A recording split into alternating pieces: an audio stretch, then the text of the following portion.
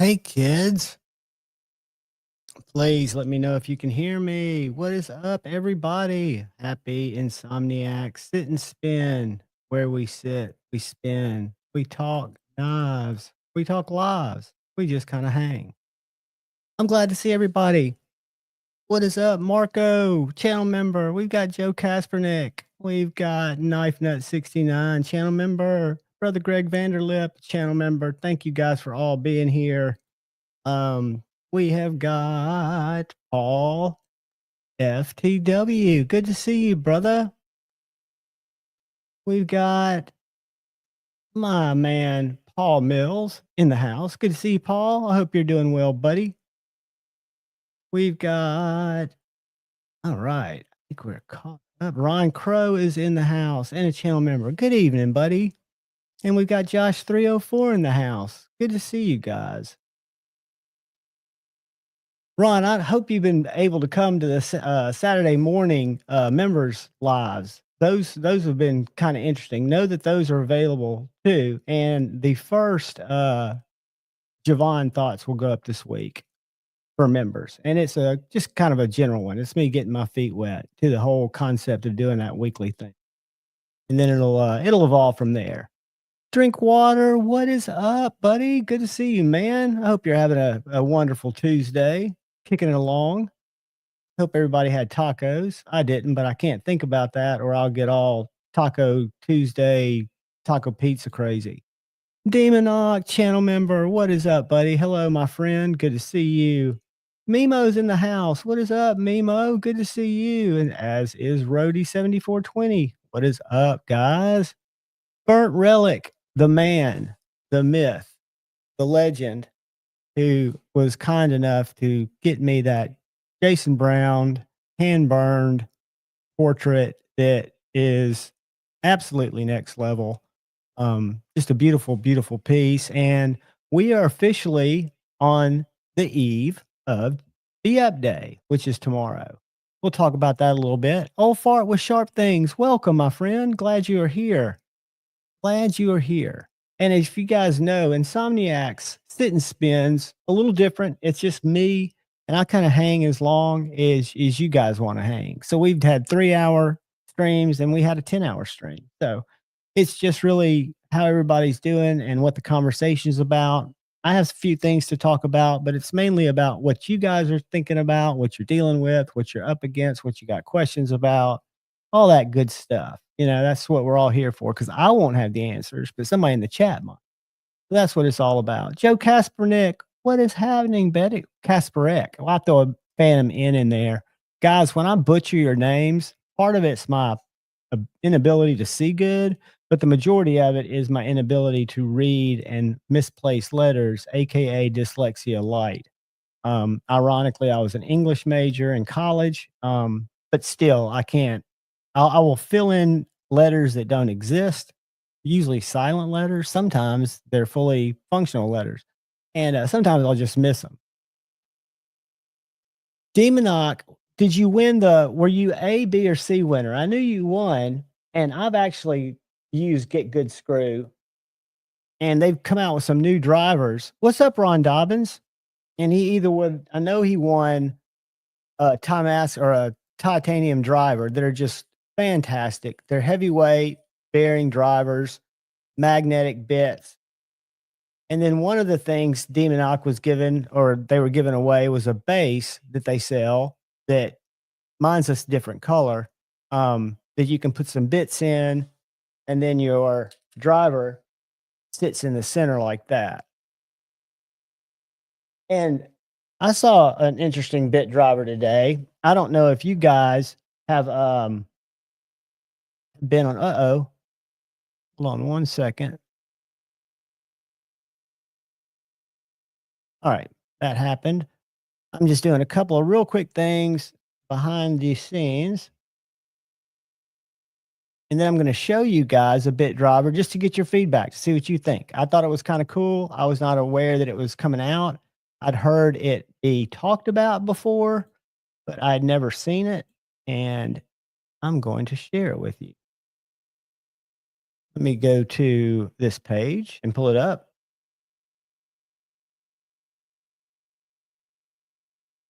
thing.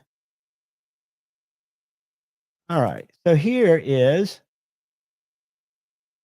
tell me if y'all saw this today on Instagram. You might have seen it beforehand. Keep in mind, I'm social media slacker. I don't get on as often as I should. We don't need that. But have y'all seen this driver?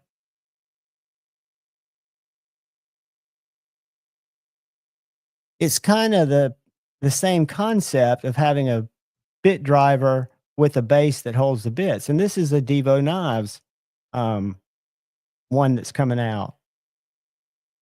I just saw it today on stream or on Instagram and thought it was pretty cool. I didn't know if any of you guys have seen that or not.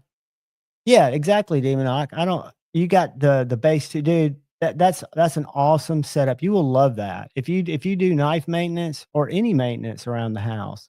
Um, you will enjoy that driver. But I'm curious to see what these are coming in from. And I've been guilty of not haven't been on Lefty's when he came back and was live. I was shooting a bunch of content that night because I'm a procrastinator. But I didn't know that this was a thing. I've kind of been out of the loop, but it looked pretty cool, looked interesting. Yeah, that dragon scale knife nut was really cool. There's a scale that I was tempted to buy, a 3-inch scale. Ron, I have this weird memory, as if you guys know, if you don't, I'll tell you now. I've got terrible, terrible memory, short-term memory loss from, I guess, years and years of just living the wildlife. But long story short is I kind of remember it. I remember him talking about, I definitely remember him talking about designing a driver, but I don't think I'd ever seen it. Um, but there's a dragon scale that was on Etsy. I've been having a real hard time. The only tie or the only hinderer I have that I've not found a tie show side scale for is my 3-inch Battle Black XM18. So they got this 3-inch X. Let me show you this.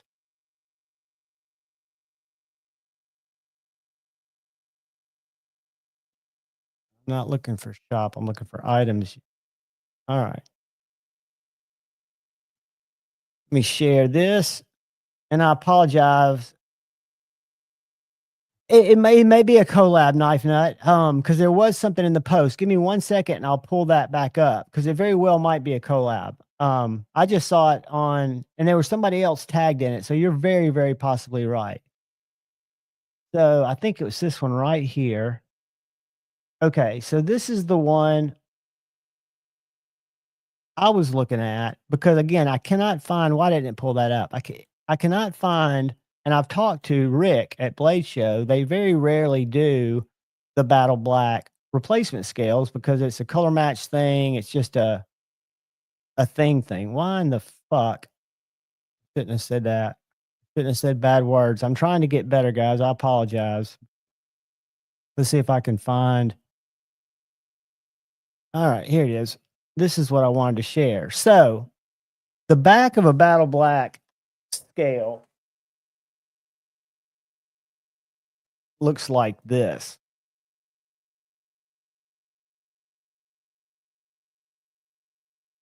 Just kind of a flat black. So that scale is not a Battle Black, but the inlay, or not the inlay, where they've milled it out looks like it might match. But I was just a little nervous to pull the trigger. It's about $22 less than a Hinderer scale, but this guy does a lot of scales and has really good ratings. Do you think that would go with the Battle Black?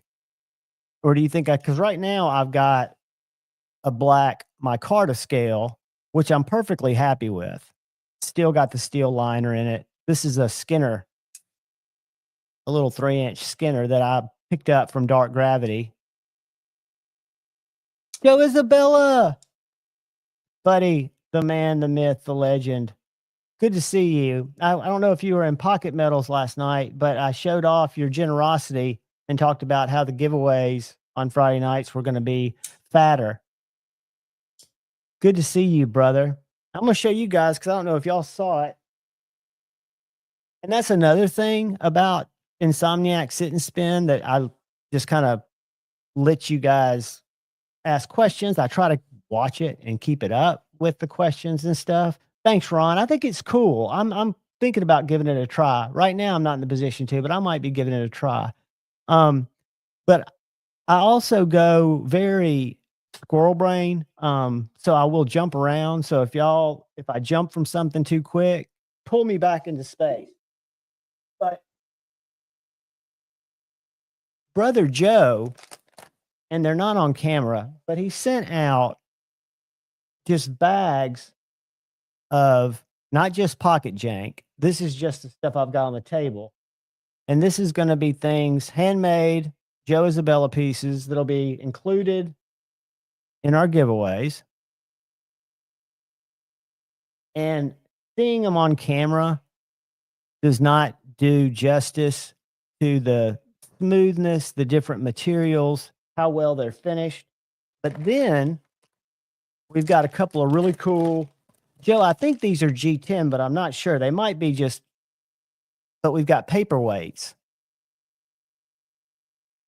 So I've got two paperweights. There was a Nuck in there, but it is in the Javine Joe collection now. And then really, really stunning keychain or piece of pocket jank. Check this out.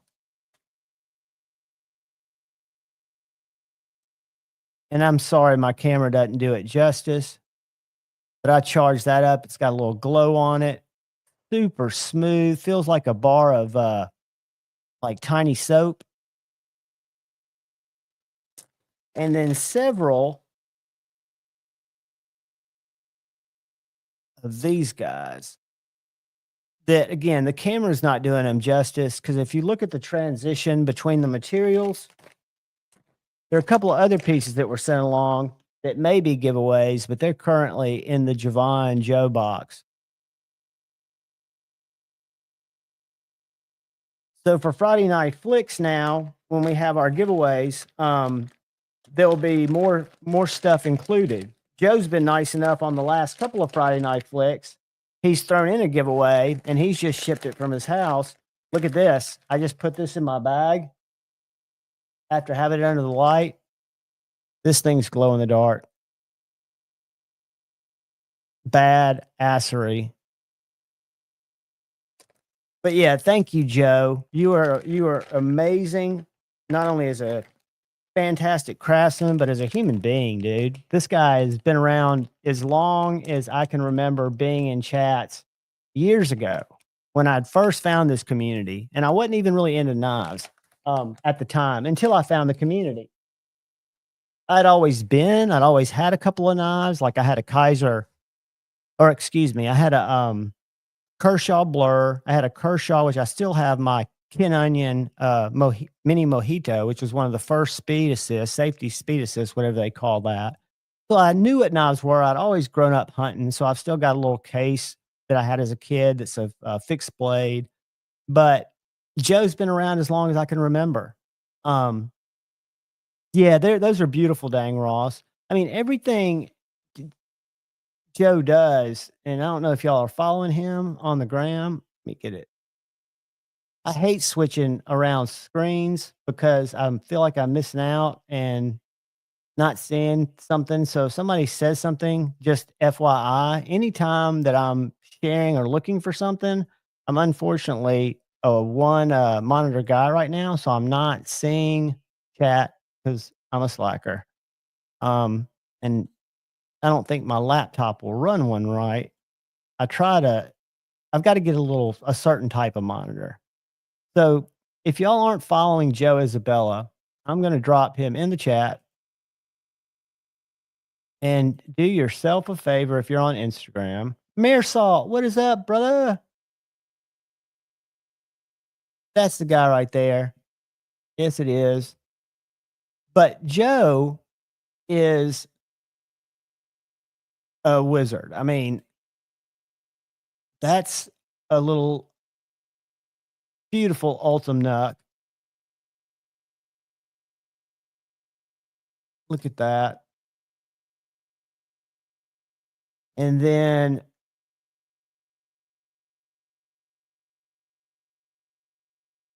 Look at the detail of the pen.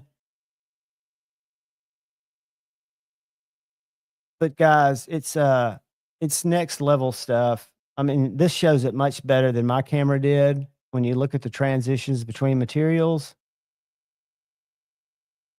I can't imagine the patience and the skill that it takes to make something like that, even with tools. Again, because I think I've told you guys, I'm the other side of the brain where I can't fix really anything. I'm not real crafty. Um, but it makes me appreciate people who are a little bit more maybe, because they're creating something from nothing. And just look at the detail. Just great stuff. So if y'all aren't following Joe Isabella, follow him. He'll post this stuff up.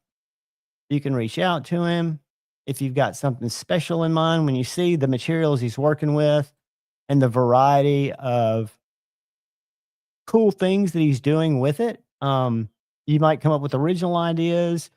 You might I've got a cool die that reminded me of it that he did. Um, I've got some B up stuff right here. Just one, but just really cool stuff from again, amazing human being.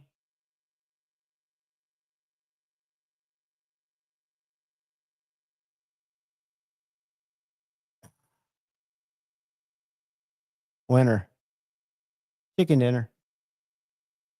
But just yeah, just great stuff, and I appreciate Joe more than you know, and he always wants to volunteer to add something to a giveaway.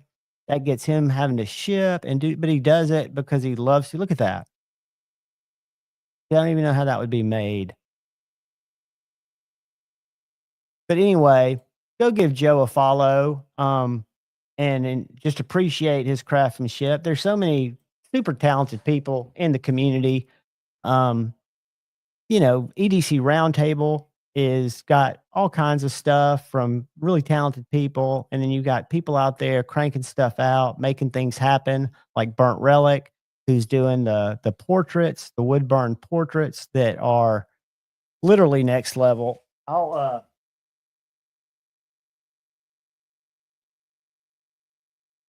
So here's another little piece of Joe's be up art, which I just love.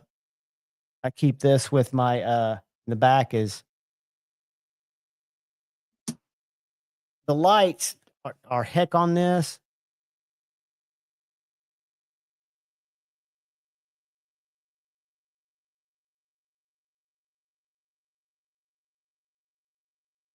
But guys, I mean, just so true to my memory. Again, my memory, I only spent a couple of days, which I was blessed to have that around Jason one night at dinner, and my memory matches the eye characteristics, and the I kind of always said that Jason seemed to be just smiling with his soul without doing just a big beaming smile. You'd see it in his eyes.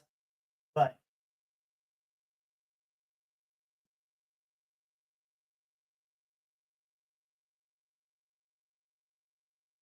check out Burnt Relic. I'll drop a link here in just a second.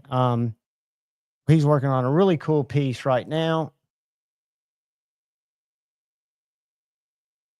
And it doesn't do it justice on camera either because of the relief cuts and all the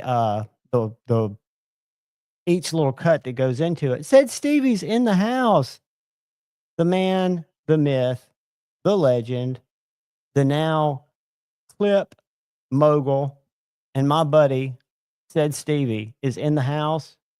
Howdy, Stevie. Happy Be Up Day Eve, my friend.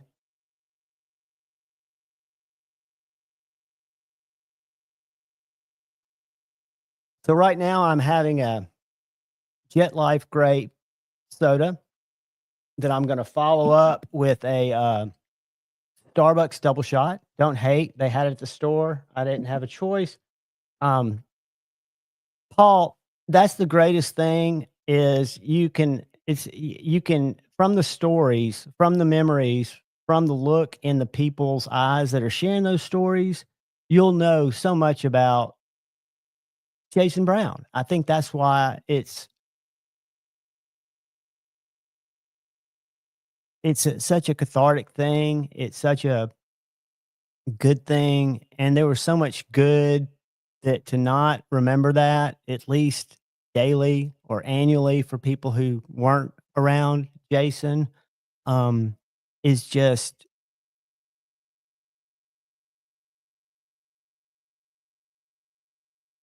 it's just good. It's pure. It's a celebration of somebody who, again, for a short of a time, is I was in the community and he was in my life. The conversations on the phone, the conversations in person, the conversations in chat. He welcomed me to the knife community for all practical purposes. He was the first person to chat with anybody that came in. He would always abruptly leave chats every night because it was time to put Nora to bed and he was going to read to her. Just a fantastic human. So I'm looking forward to it. It's going to be awesome. Yeah, hit that like button. Woot woot. But so, what is everybody carrying? What I carried today was a little weird. I carried a lucky dog, which is tight in the sheath. It needs to break in because I don't want to cut my hand off. But this is a fun little cutter. This little Canadian made 3V little, I think, what do you call that? Spade blade? It's called the Ranch Dog by Lucky Dog Knives. Lucky Dog Knives is Andrew Kidd, a young guy who is on Friday Night Flicks, a USA fixed blade designer. And instead of going overseas, he worked with a custom maker, David Mary Customs in Canada, to produce 9 of these and 9 ranch dogs, which has what he calls a sheep hawk blade, which is a little bit of a hawk bill. I've got a review on it. But when he first sent me this one to review, asked me if I wanted to, when I got it, I bought it. Um, I would have probably, if I'd chosen, gone with the micarta handle, not because of the beauty, but because I like the feel of micarta. This is Wingay, and I forget what this is. It's not Ipe, but it's take some Boke something wood. But this is a great little cutter. I love this knife. And then I carried my TRM Bulldog, which I really like. And I was talking to TRM via instant message or Instagram, and it looks like they're going to do some contour scaled bulldogs, which is a little river lock, which is their version of the axis lock. If you've seen the Shadow, this is a smaller version. This is the size of the Neutron, just about, but it's it's the thickest blade stock. TRM has he's new, said Stevie. He's a nice kid. I say kid, he's probably in his late 20s, the early 30s. But this is a fine little knife. I've enjoyed it. And then I'm carrying a light that Prometheus. Reached out to Prometheus Lights, and they've got a budget line called 47 that I've got 2 custom flashlights. I guess you'd call them customs. They're I forget what they're called. They're Focus Works, is that it? They're little US or USA made knives or lights. But what's cool about this is it's programmable and it uses the same components except lesser expensive ones that their custom lights do. And they don't solder anything. So for example, it's a modder's light's dream. I don't mod lights, but if you wanted to add a different type of lens, so if I click it 10 times, 1, 2, 3, 4, 5, 6, 7, 8, 9, 10, it goes into program mode. So that tells me 1, 2, 3, 4. It's in mode 4. So if I click it again, it's in mode 5. I click it again, in mode 5. So now if I turn it off, instead of it being low, medium, and high, it'll be that's like little b low. It's got a strobe too, and then it's got a beacon and SOS. This is the SOS, but I like it on 4, so I go 1, 2, 3, 4, 5, 6, 7, 8, 9, 10. Whoops, I didn't keep it on. 1, 2, 3, 4, 5, 6, 7, 8, 9, 10. And I need to go. That's 1. That's 2. That's 3. I need to go one more time. That's 4. All right, so that should be now. I should have low, medium, high, and burst. Low, medium, high. And if I double click it, what it gives burst. So these are they're made like a Prometheus light, but they're made overseas. They're not soldered. They sell a different tube if you want to run 2 little batteries, but they don't recommend it, and they're like 69 bucks. So they sent it out to me. I carry it quite a bit. One of the things they pride themselves on, at least in their marketing materials, and I will say it works, is their clip. Their clip's pretty nice. In and out of the pocket, kind of sticks up a little high, but it is what it is. The Watu knife nut, one of the sliciest knives in my collection. I love that little thin knife.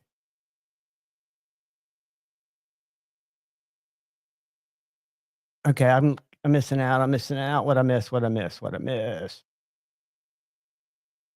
What I miss? Stevie, I almost went portrait mode tonight and got a honey bucket sign and put it behind me, but I didn't have any paint and I can't draw a honey bucket sign. And I knew that everybody would yell at me for going portrait, but I got an email today, as any of you guys that have a YouTube channel did, that talks about your year with just some stats. And it was like your most viewed live stream was a portrait stream I did, God, 8 months ago.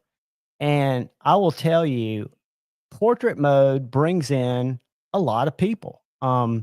Because it's, what it does is it basically circulates your live out through the shorts feed. So I usually get anywhere from 300 to 400 long-term views on on my I'm looking for the email on my live streams, which is awesome. More than it deserves. But on these where is it? On these portrait streams, the views for some reason just are ridiculously off the chain. Um, so my top live stream was 18.5 thousand views, 18,500 views on this live stream right here. So again, it's not about views to me, but it's interesting how many people, oh, excuse me, 1.3K views. I was wrong. I was reading a different number. But, the portraits, I like watching Shane's, but they don't seem to be liked by people who watch them. So anyway, let me know what y'all think about portraits, because I will probably do some. I've threatened to do them just from randomly late at night, but Les Knives, Donnie, what's up? 1931 Terry, what is up? Good to see everybody. Good to see everybody. We're just hanging, we're sitting, we're spinning, we're chilling.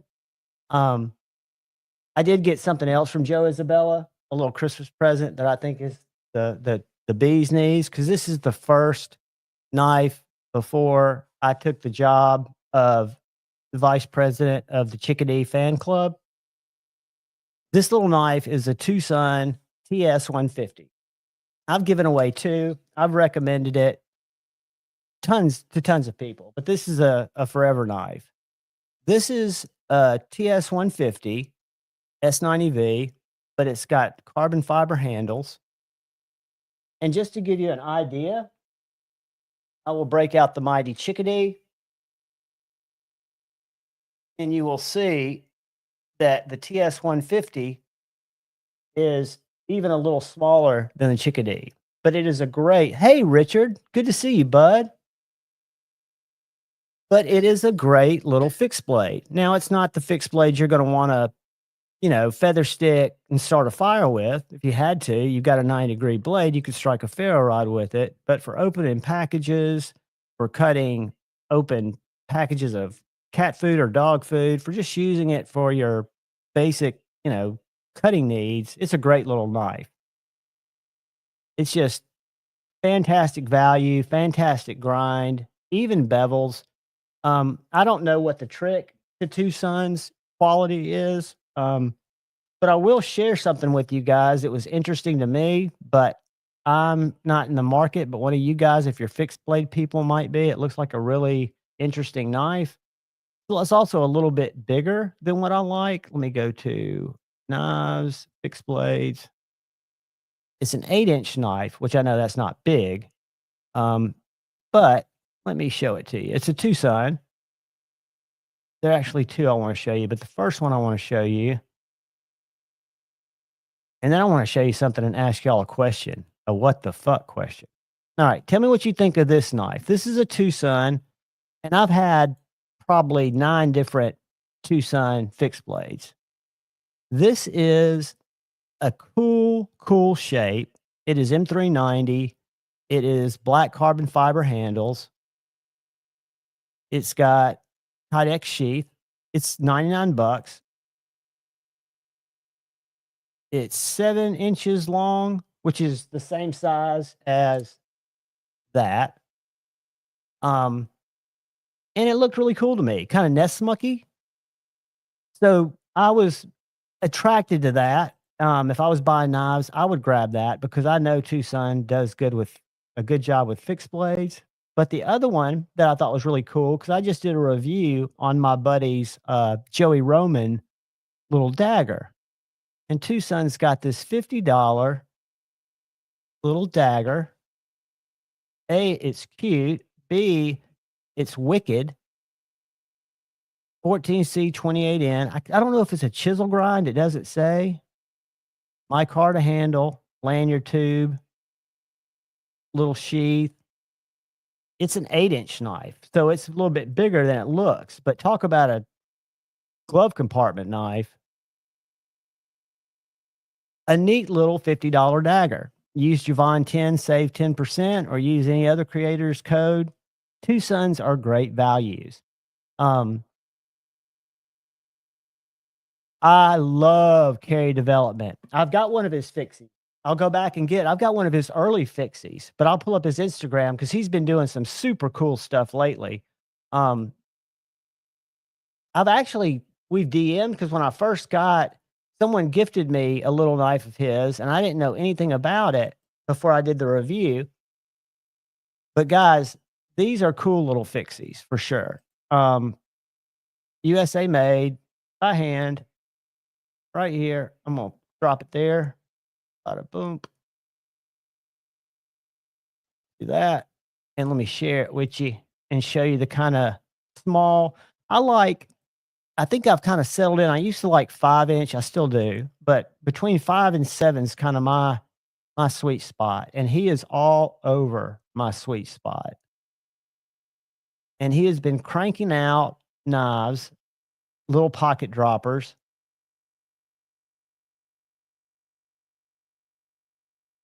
And again, I'm going to show you a knife that I was gifted that's similar to this blade shape, but his quality, just like everybody who makes knives, has come so far.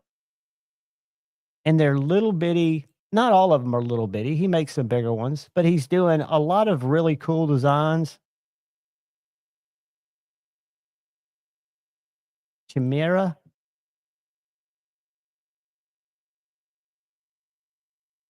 But yeah, really, really neat blades. This reminds me of what I was going to show y'all and ask a question, a what the fuck question. But that is a cool blade shape. All of his knives are just unique. And again, when I show you this knife that he made, it's still a great knife, but he has come such a long way. If I go all the way down here, all the way down, let's see if I can go far enough to see a knife like he was making. It may have been one of his first knives. I don't see it in there, but really, really cool stuff. So, real quickly, I'm going to go back to fixed blades and I'm going to ask y'all a WTF question. So, I'm a big fan. Not a big fan might be a little bit of a strong word, but I always like Kay from Kaiser. Y'all remember Kay from Kaiser? You might. She was their rep, and her boyfriend, now husband, started a company called Pyrotech Knives, and they did a flipper that had removable scales, and they've come out with a fixed blade, and it looked kind of cool. It's big, but the price I don't understand. So this is the Pyrotech Kraken fixed blade S35VN, $325.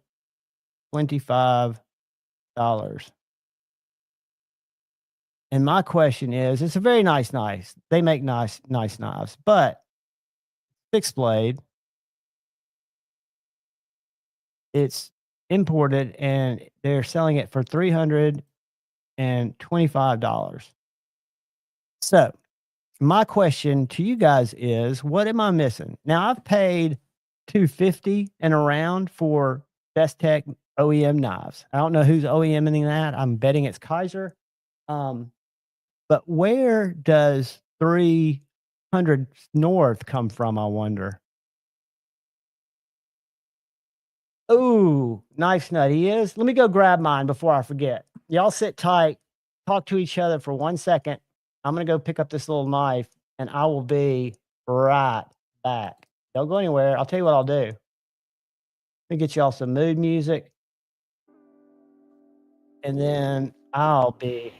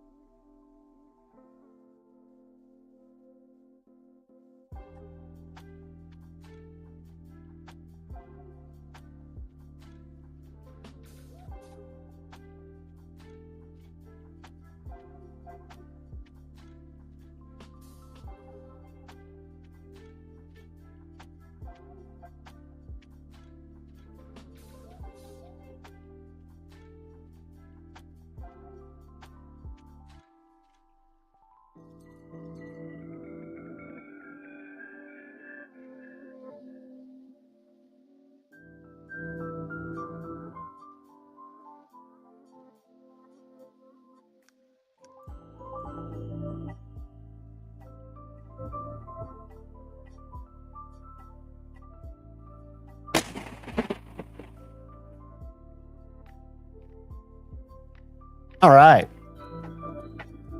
Y'all still with me? Music too loud? All right, let's do this. Let's turn the music down. Keep it just for a little ambiance. We'll go down to about there. And then this is a carry development with rich light scales. It is a great little knife. Got a little zigzag jimping down the spine.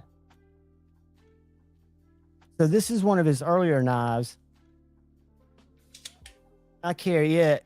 It's one of the few that I carry appendix style. Night, Neil. Great seeing you, buddy. Class of 84. I was a class of 85. I saw that on a chat somewhere the other night. So we were running around in the best decade. So this is 5 short of 5 3/4. Satisfaction, if you'll notice, let me get rid of this. I'm the VP of the Chickadee Club.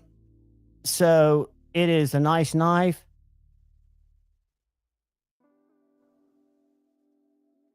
But it's not like Excalibur.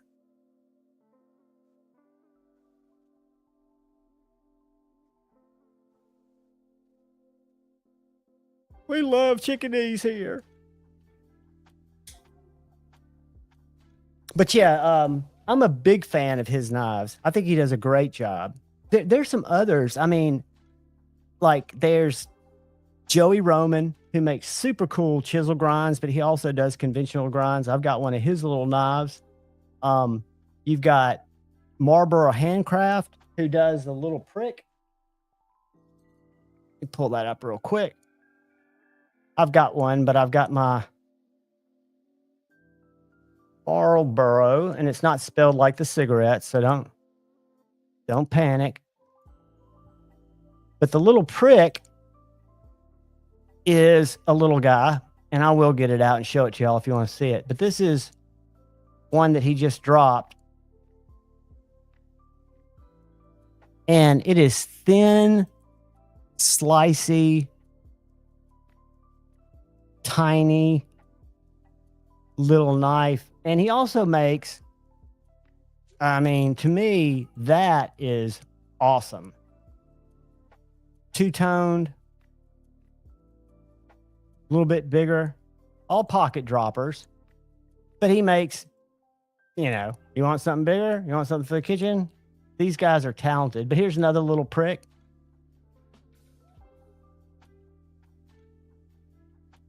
And then another one of my faves, who I've got two of his knives that I bought, is T. Denny, another U.S. maker, E-N-N-E-Y, Tyler Denny. And Tyler makes, he started to make other knives, but he makes the Apprentice, which is my favorite. So there's Goob, the man, the myth, the legend. Why wouldn't you want to buy a knife from that guy? I mean, look at that. Look at that.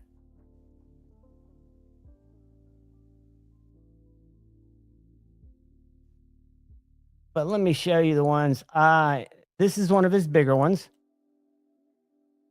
Look at the grind. There's the Goob. I've had a lot of people asking about when the next Apprentices are going to be running. Apprentices, that's what I was going to show you, because I've got a Gen 1 and a Gen 2. These little knives are slicey, dicey, light, little. I've got one in Magna Cut and one in CTS XHV. Is that how you say it? I always get it dyslexic on that too. But these little Apprentices are amazing little harpoon, light carries. People like Taylor Cortez, that sheath maker. Oak City Leather makes a slip for the Apprentice. Let me just get one out. Look at that.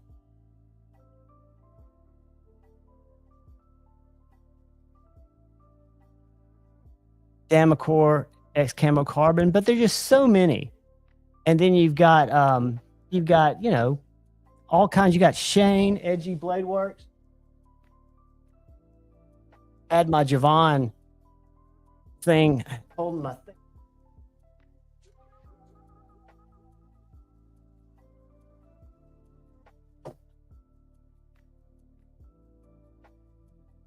So here is a couple of year old little prick from Marlboro Handcraft that we were just looking at. Little 3-finger knife, little pocket dropper, but super, super thin. Just a little slicer. And then this is one of my two T. Denny's. And this is the one in CTS XHP. It's the Generation 2. So the Generation 2 has screw-on handles instead of pinned-on handles. And he moved the plunge grind back about 1/4 of an inch. It was fine on the Gen 1. Gen 1.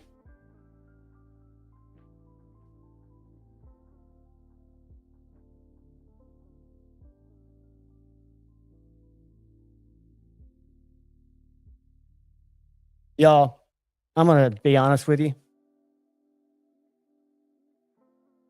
I've got a knife problem.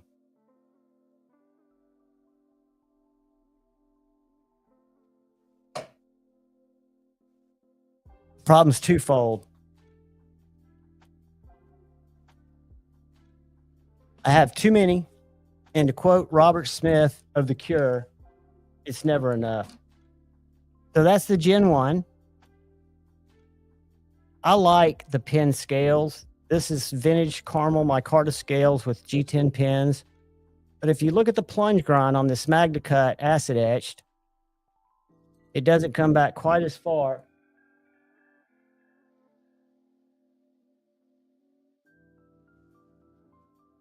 Doesn't come back quite as far as it does right here versus right here. But these little guys are light.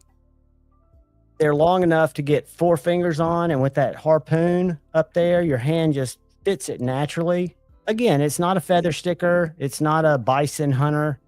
It's just a little, I need to cut something out of my garden, a mushroom out of cow shit. I need to open a package. I need to open cat food. I need to dig a splinter out of my hand. These little guys are cool. Now, before Maddie asks, they're not as cool as the Chickadee. Because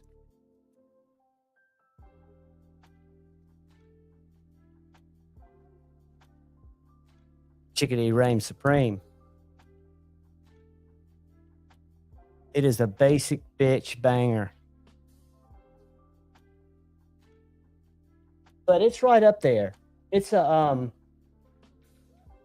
good one. And for some of you guys, I think about Maddie and no, nothing's as cool as a Chickadee. Now this is going to be close, Maddie, and this for someone like you who's average size, it's got a thicker handle. I don't know if y'all have seen the Kaiser hair. They just sent this to me. It's it's Nitro V. It's got a thick blade, but it's very slicey. It's got a little jimped harpoon, but a nice thick handle. And for somebody like Maddie, I think it's like $46, $48. It is a great little handful for me. It came with one like most of those knives do, with a tech clip on it or a little half tech clip, and I put an ulti clip on it. I like to wear everything in my back pocket, fixed blade wise. But I was impressed with this little knife for the money, because I like this knife, but this knife is $15, $16 more, and it's much thinner. It's a much more, not as a robust of a package. Check it out online, Maddie. It's called the Kaiser, or on Amazon. That's where they got them too. Said Stevie, I love that little fixie. The one that I watched your live where you were retracing your steps in darkness, trying to find it. And you think you said it was like the 3rd time they'd fallen out. Another winner, and I know a lot of people are not fans of Italian heat treats, but I've sharpened. My Biblio had a good heat treat, but I was lucky there. But this is a Viper Knives Mirror 2. And this is a little $149 knife I found at White Mountain Knives. Took 10% off, and it is very thin, 7-inch EDC. You got to be careful because I only have, I think, one variation of the Mirror 2, which this is. The Mirror 1 looks like this. I don't know if y'all saw my review, but the guy, Igor, somebody, designed it to have a thumb choil. So it looks just like this, but it has a big swedge where the blade is, and the cutting area is down here. And I reviewed both of them. I bought one. Justin sent them both to me because I wanted to do a review, and I sent him that one back because it'd just be a matter of time, even though I know it's a thumb choil and it seemed like it would work well. It would be a matter of time before I put it in my hand and cut my finger to the bone. But this Mirror 2, the number 2, is thin, 7 inches long. I love these type of leather pocket droppers. I call it a pocket dropper because I just drop it in my pocket like so, and then I pop that magnet down over my pants. Now, I wouldn't want to just grab the knife and pull it because it doesn't give you retention like an ulti clip. It'll keep me, I can do 10 or 20 cartwheels and it's not going to fall out of my pocket. But when I retract it, I use my thumb.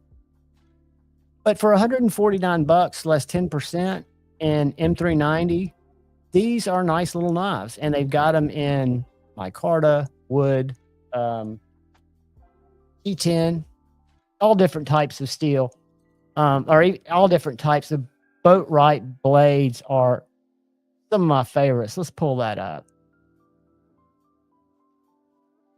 What's so weird, guys, is I don't know why and how, and especially that I'm still into fixed blade knives. I mean, they're not fidgetable. I just absolutely love them. And I'm not a hard use guy. I'm a candy ass city boy who loves freaking fidgety knives. And here I am with a fixed blade fetish. I just don't get it. All right.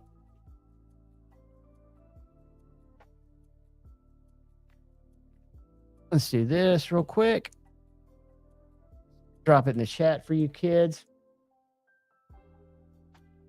I've seen them at Blade Show. I've never owned one or never reviewed one. I have held one. But they are very, very, very cool. And I wonder which one Stevie got. What version did he say it was? The Mudlark. Let's find a Mudlark. That's a folder or fixie, Stevie? I'm assuming it's a fixie.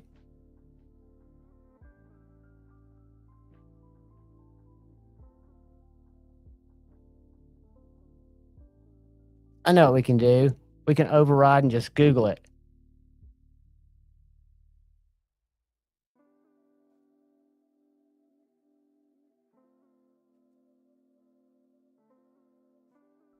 Even though I'm slow,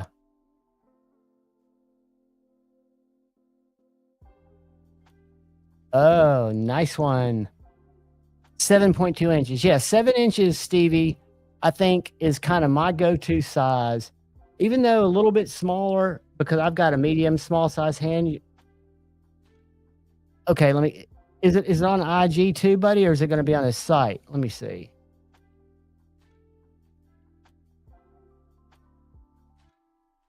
Wrong. Let's go back. Oh, right. Where do you go? That's number 20.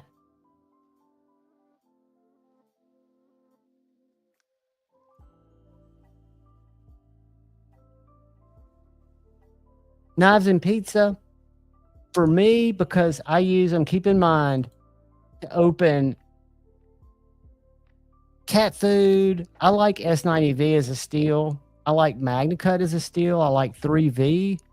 But a favorite, I just don't have. There's so many guys in the audience that could probably tell you based on use. I like S90V just because I like S90V. But on a small fixed blade like I use, I like RWL34. I like AEBL. There are not many that I have a problem with. I've got some in D2 because, again, I'm not putting them through big boy paces. Number 17 is not going to be on here, Stevie, is it? Because it's sold. Number 12 or number 17? See, what sucks is I have to go back to the chat. 154. I like that profile.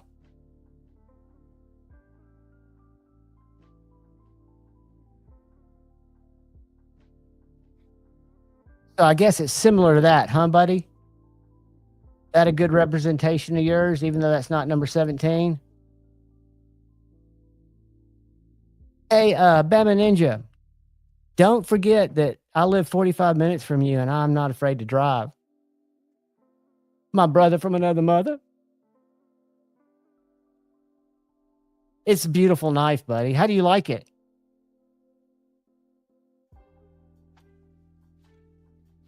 I'm sure I don't have, except for the ones like my servant, well, I do have some handmade knives, but not as many as I'd like. The ones, yeah, he makes beautiful knives. How big is this one? 7.2 inches too. I like the look of that. I'm not a big fan of Damascus, but love it. Stevie, how big is your one that you dropped that came from Keith? Is it like 6? Is that your deal? Hey, Edgy, what's up, brother?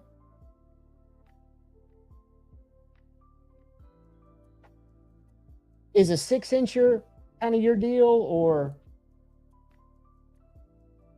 a 7 works for me? But again, my primary carry is in the back right pocket. Stephen Clayton Jr., welcome, welcome, welcome. Crispy Critter. Oh, buddy. Hopefully he's sitting on his throne. It's probably too cold to be sitting on the throne.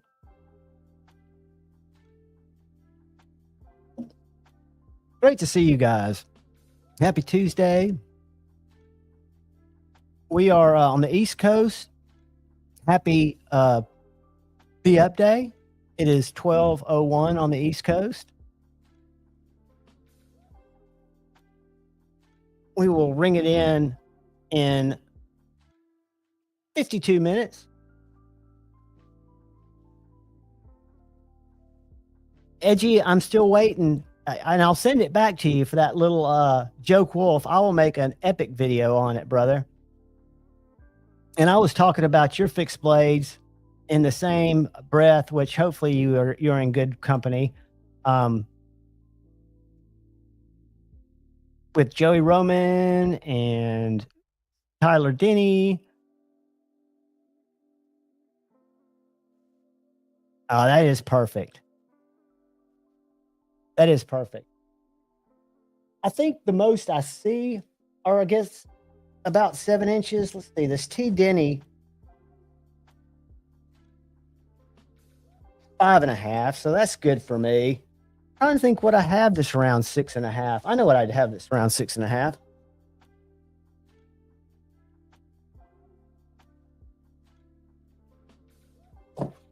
This little guy that I want to get one of their their Chattanooga, because Chattanooga is about 45 minutes from me. And that's where Big Idea Design is. Yeah. This little guy's 6 inches, 6 1/8. And it's a great little size. I'd like one of this is a Best Tech OEM'd in, I want to say S35. They do a USA version with micarta handles and MagnaCut. They do little batches of 60, 70, something like that, and drop them. But this is a great little EDC fixed blade. And it's really the only 6-inch knife that I have. Another thing they did really cool that's kind of, to me, innovative. Big Idea Design Company is kind of a titanium. They do a lot of titanium stuff. Well, this knife ships with a right-handed and a left-handed Kydex sheath. And it's got this little mount on the center that you can switch this titanium clip out. But what's cool about the titanium clip is by being on the front of that sheath, it doesn't impede your thumb, and it lets you carry the knife about 1 inch deeper than you would, or 1/2 inch deeper. But really neat clip, never seen anything like it, and works very well for the knife. So yeah, there's that. But 6 inches is a good size. And then, I love, unfortunately, only get to use it out in the woods because it's not an EDC knife. Maybe I could get a sheath that would make it more EDC. And I talked to them about how cool this knife would be in a Redline EDC that was about, looks this size, looks exactly like this profile wise and materials, but about this size.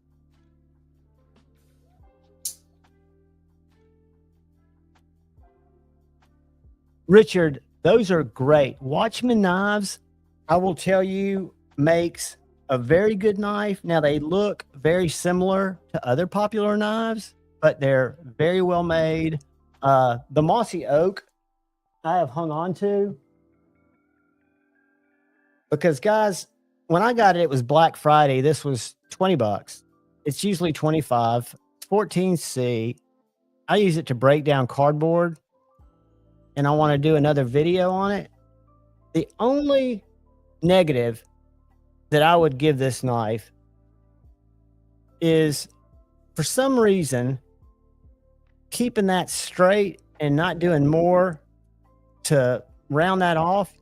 I can feel it in my hand. Like I can feel it right there, especially when I'm working through a lot of cardboard, because it's rare that a fixed blade I feel.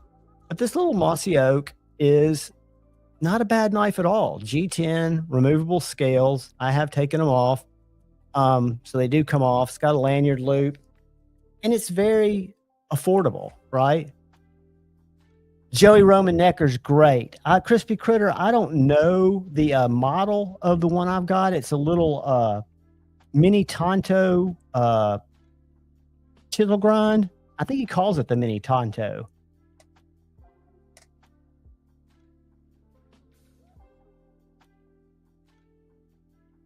But yeah, I'm a big fan of Three Rivers Manufacturing.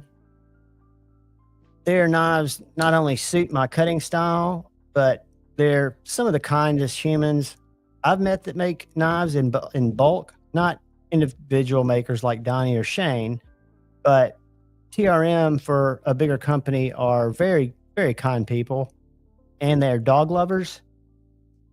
And that's a winning combination. Messer HQ, good morning, Dane. What's up, brother? Good morning. I guess it's good morning. If I'm not mistaken, Dane's close to the Baltics, and Messer is it Deutschland? I'm terrible. I have no memory. I apologize, guys, for having no memory. I did get an interesting knife in from Concept, who's really been supportive and sent me several knives to review that wouldn't be naturally knives that I would gravitate towards, but I learned about them. Like this one is called the ODD21. Why? I don't know. But it's a collaboration with Tough Knives, who I'm a big fan of. I think that's Jeff Belay. And it's Concept made, contoured tie. This one's got these speed holes, which normally I'm not a fan of. You can't see it on my shitty camera, but they've got kind of milled out where you can see the shinier in the holes. And then it's got a traditional flipper. And it's got a really well-tuned front flipper. I think it's kind of an aggressive shape knife. Dana, I hope you're doing well too, buddy. But in terms of fit and finish, weight, because the scales aren't milled for weight relief, which is great, but I like a knife that feels a little bit more substantial. And this knife seems very well built. I've yet to take it apart. I will be doing that. One thing about it that concerns me, doesn't concern me, but it has a T8 on both sides of the pivot. So it's not a captive pivot. And I can't flick it off of the, I did that time. I flicked it off the blade. But a neat knife, and they're not that, I mean, they're for what you see in knives of similar build.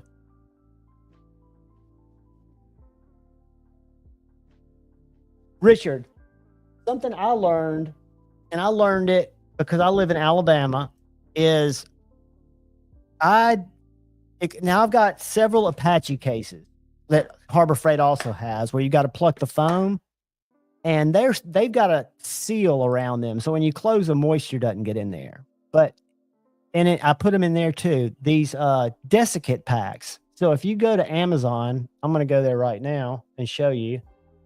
I would order a bag of these, and I would spread them out in your tool case.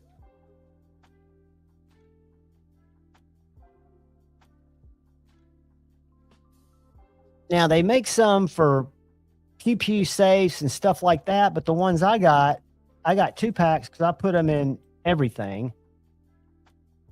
These little guys. And I don't get the 2 gram. I find the smallest ones, which I think are 1 gram, but that's 400 packs.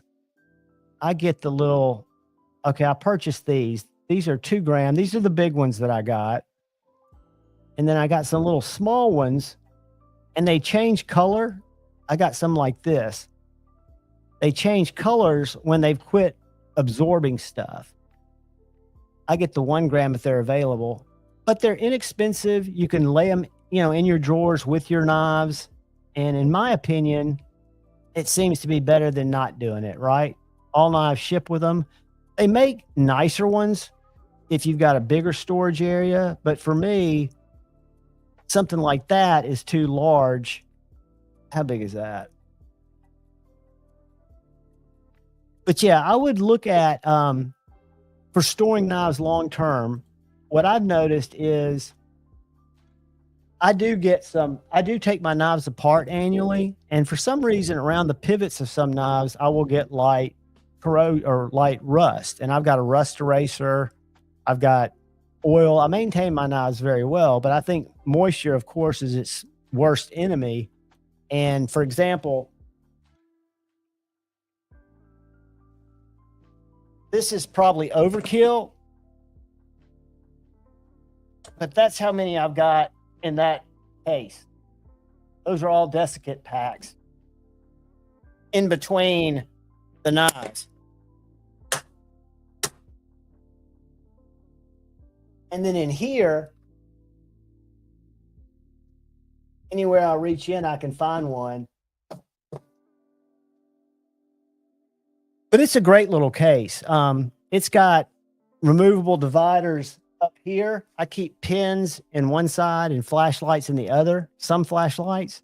But I want to say what I got on sale for right around $80 or less.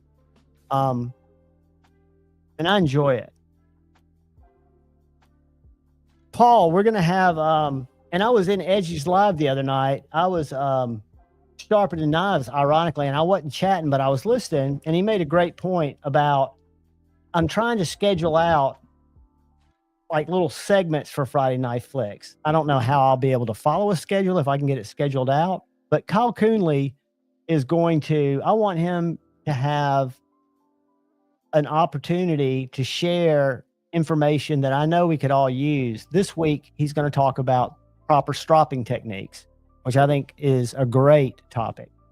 But I want it to be where everybody's able to focus on Todd, right? So, or Kyle. Why did I say Todd? Because I'm looking at Todd Carr's name. Kyle Coonley, Coonlee.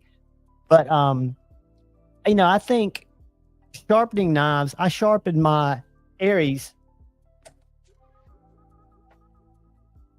the other day, and I'd been real nervous to sharpen it. But Kyle and I'd never been big into the Sharpie trick, but I've become a fan of the Sharpie trick and using one of my honing stones just to find the factory angle on knives like this or my Lamia.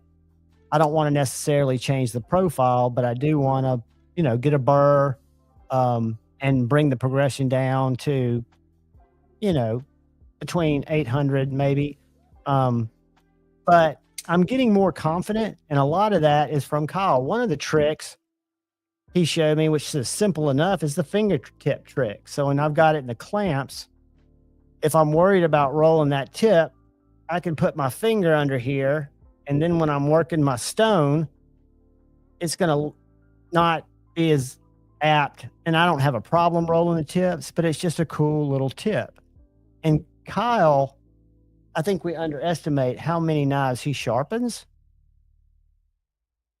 but you can't really see that edge. But I was pleased with it. And I'm not nearly as good as somebody like Kyle, but so much of it comes with, and he'll say this to you guys too, patience, not trying to rush through the progressions, and confidence, right? So the proper technique on some of today's fixed angle systems It's just a matter of following your progressions, not rushing anything. But that knife was always sharp, but it wasn't. And I don't call my edges scary sharp, but it is very much better than it was. And I feel kind of semi proud that I was able to sharpen it and not have total remorse that I fucked it up.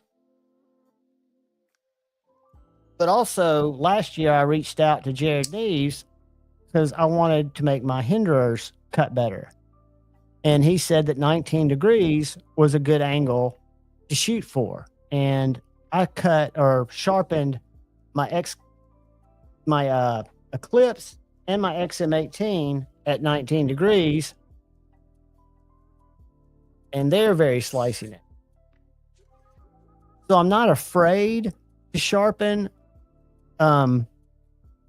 more expensive knives. It's great. I still practice on other knives, but having people like Kyle who do it all the time answer questions, especially that you guys have from the chat, it's amazing how quickly you can pick up little tricks and then take some of the basic things that we forget, like don't go fast, just work it till you get the burr, till it's consistent. Little things that, for years I sharpened knives, got them pretty sharp, but I wasn't sharpening them right, and with this stropping segment Friday night, I think it's going to help.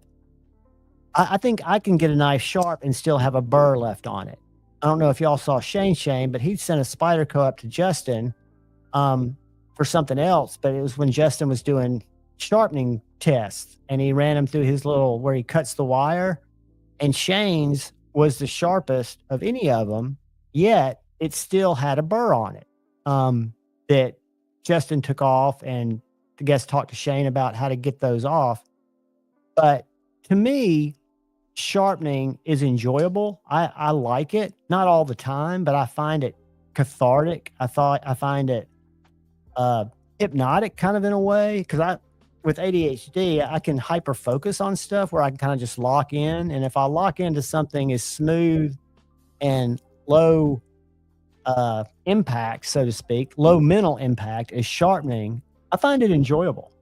And to see subtle improvements in the edges that I'm getting is pretty cool, not to mention the lack of fear to sharpen something or to attempt to sharpen something. The one that I'm wrestling with now, and I'm going to talk to Kyle about it Friday, needs to be sharpened only because it can get so much sharpening. It's this 3V guard dog. So this little guy, I guess that tip's not too much. I mean, it's sharp, but it could be sharper.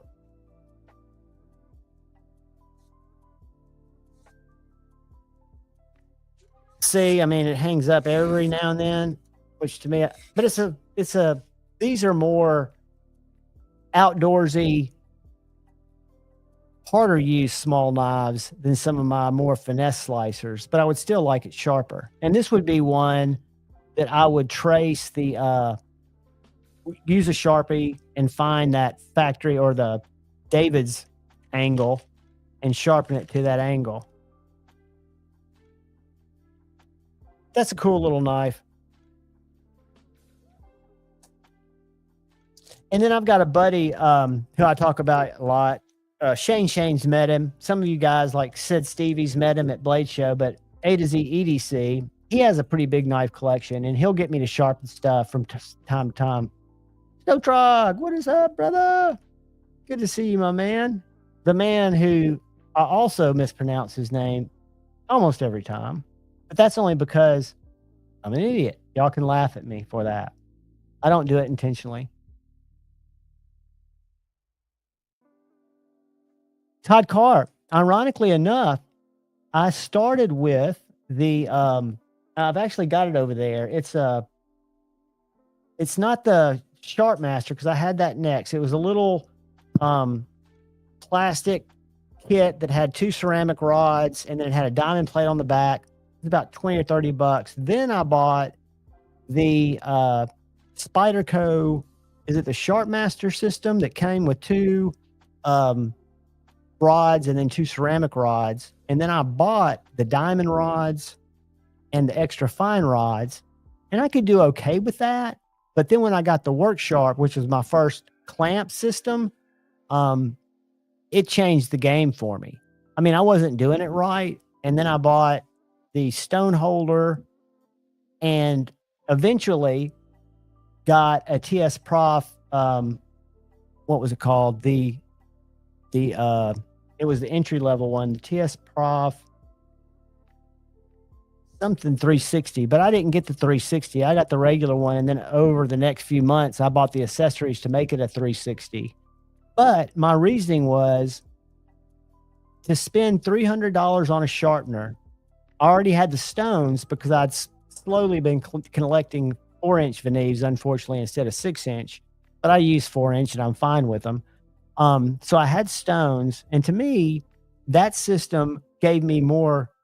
It's the Blitz, Todd. The Blitz, and now it's a Blitz 360 that has upgraded stone holders, upgraded clamps. I've put almost every accessory on it. I've got the angle setter, but that is so precise that you can literally. It's hard to screw up. You can easily screw up if you don't, follow proper technique. But it's made it really enjoyable to sharpen. And I get good results. I know with a little bit of insight from somebody that does it a lot more like Kyle. Zach Stuff gifting a membership. Thank you, brother. Good to see you, Zach. It's been a while, my friend.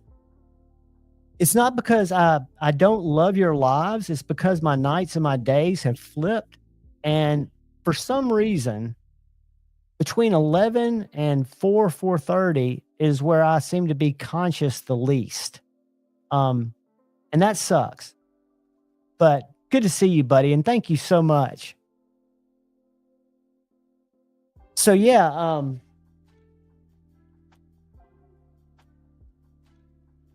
I am stoked for tomorrow. We are 32 minutes away from Be Up Day starting here in Central Time Zone. No, so Trog, that was one time that we stayed up because Ed happened to jump up and we just started talking. And you have conversations. I have conversations on the phones with some of you guys for 2 hours and it seems like 15 minutes. And people stayed engaged in the chat. People came in from across the pond.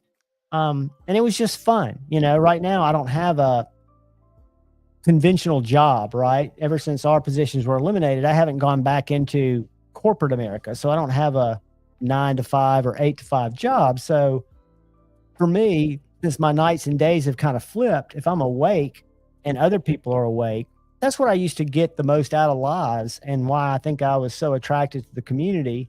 And it came from the people in Grateful Panic's lives is just the range of things people would talk about. And you learn really fast that some of the people in there can really benefit from some kindness. And I think lives, I know mine was, but I think lives can be changed for the better. And I think late at night, maybe when people are the most restless in their thoughts, right?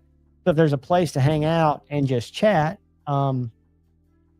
within reason, I think that's good. I think some people just want to, it's good to get things off your chest. It's good to, not get advice that you necessarily roll with, but just to get other opinions on situations that might be knife related, life related. It's a good community. It's a strong community. And I just feel blessed to have you guys in my life.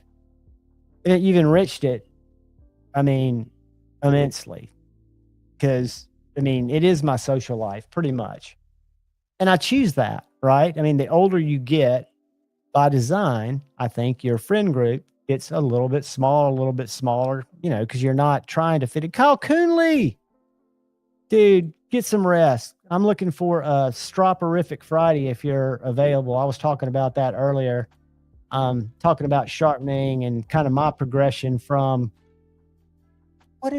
I've got to grab this, guys. I'm not even going to put up the screen because the first sharpener I had is this crappy one before my Spyderco. Hold on.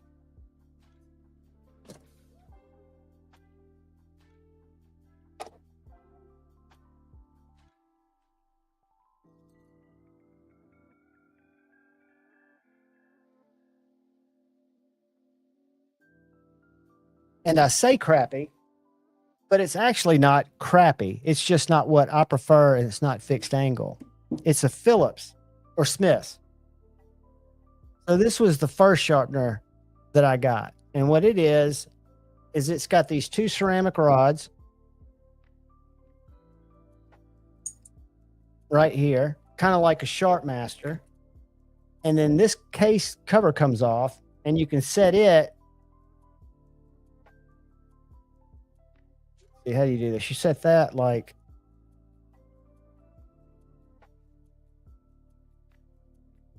can't put it together right.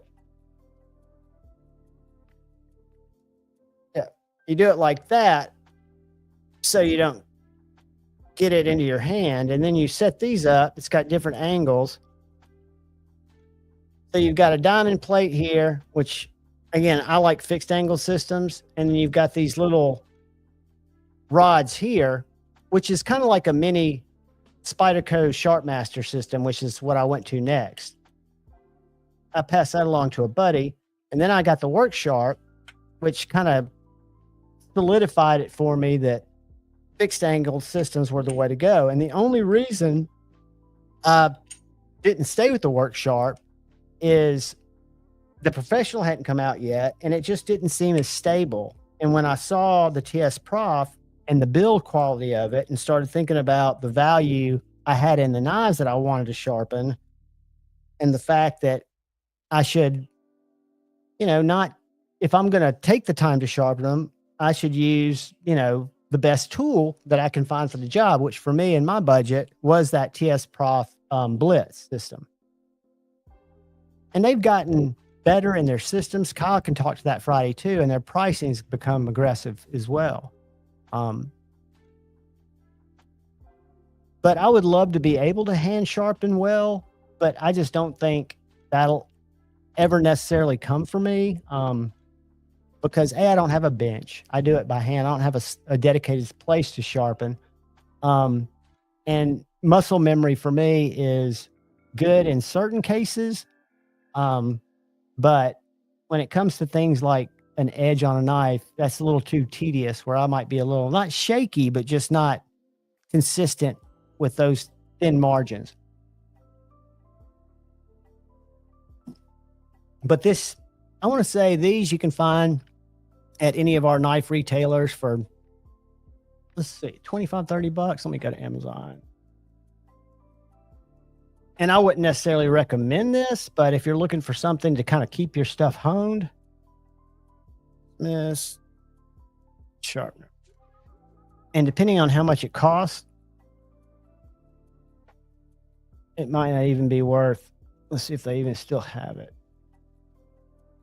Yeah. $19.97. So my first sharpener was 20 bucks. This one right here, different color.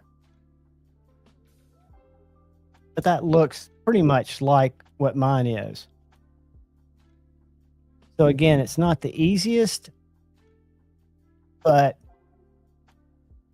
the one from an economical standpoint that I say I don't like to hand sharpen, but this is a great sharpener.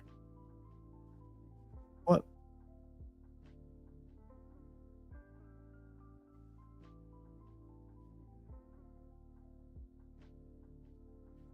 Now I also have jacked up some knives on this, but it has a coarse plate and a fine plate. It's got a strop. It's got ceramic rods. Really anything you need to recondition your edge or your arrows or your tools. And it's got angle Sharpening guides. your dull knife just became. So what I like about this and my Work Sharp honing rod is they've got these angle guides where you can literally use that angle guide, even though Kyle's probably cringing.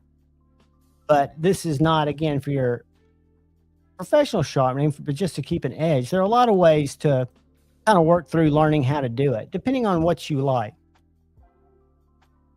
Richard, it's a great. I've got one right over here, and I use it on my slip joints. I used to use it on my small knives or small knives that I can't take the scales off of to fit in my my fixed angle system.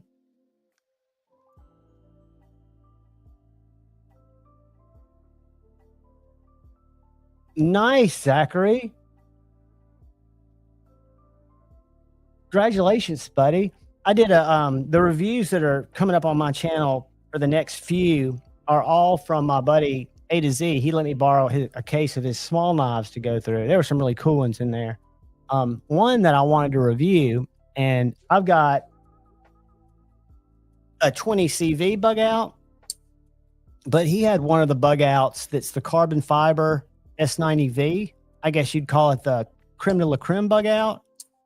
And I really wanted to review it. It had contoured handles, really nice knife. Again, looks just like this, except instead of 20 CV, it's an S90V. And the carbon fiber, because I've got some aftermarket, I think they're titanium scales for this with a backspacer that are carbon fiber that are nice, but were not as nice as the ones that came stock on this bug out. And I know it's a more expensive bug out, but it's still very nice. Help with Gadgets, howdy, and good evening, sir. If you're on the East Coast, good morning. Richard, thank you. I love that knife. That was A to Z's knife too. That's called, I'll mispronounce it. It's spelled R-E-I-V-E-R, Revere or Riviere. I pronounced it to him and he said I pronounced it wrong. But it's a big knife, but it's thin. The action on it is great. It's one of the earlier, not earlier WE knives, but it's kind of their, everywhere I saw it, except for WE Sight, it was discontinued and out of stock. Now, WE Sight seems to have them on sale and still in stock. Let me go there real quick. WE knives. Go R-E-I, hold on, R-E-I-V-E-R. So they're 25% off, but they're still not the kind of knife I would normally be interested in, but I really enjoyed reviewing it because, which one did he have? I think he had this one right here. So, you know it's old because it's S35, not 20 CV, which is fine steel. Kind of futuristic looking. It's got a flipper that works very well, and then it's got this little fuller that you can flick, but it's kind of placed a little weird. But this guy is 8.84 inches with a 3.97 inch blade. So it is long and thin. And it's an internal design. It's a WE design. It's kind of got that cleaver style blade. I liked it. Again, would I buy one? For me, it's a little big, but I like the design of it. I thought it was really cool. What's up, Greg?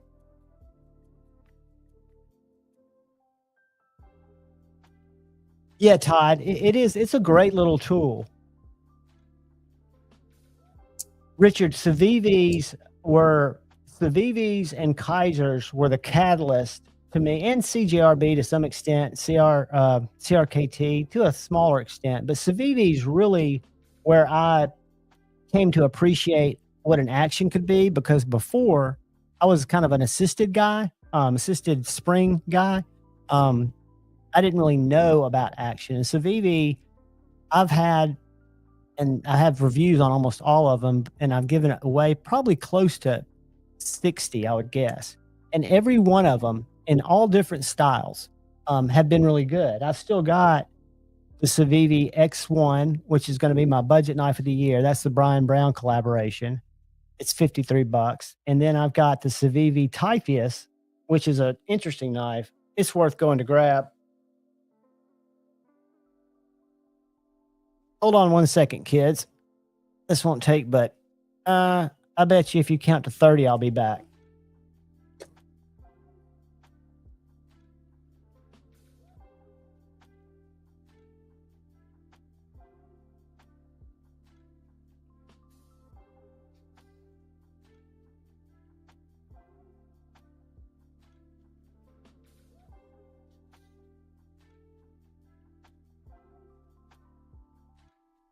I would have lost that bet. I didn't make it in 30. I went for the wrong slot. So anyway, we came out with this knife, which was interesting, but it was really expensive. And then Civivi came out with it. This is a Civivi Typeus, which is a push dagger. I got the aluminum one. They also have a G10 one that's less expensive. But what's cool about it is it transforms into a fixed blade.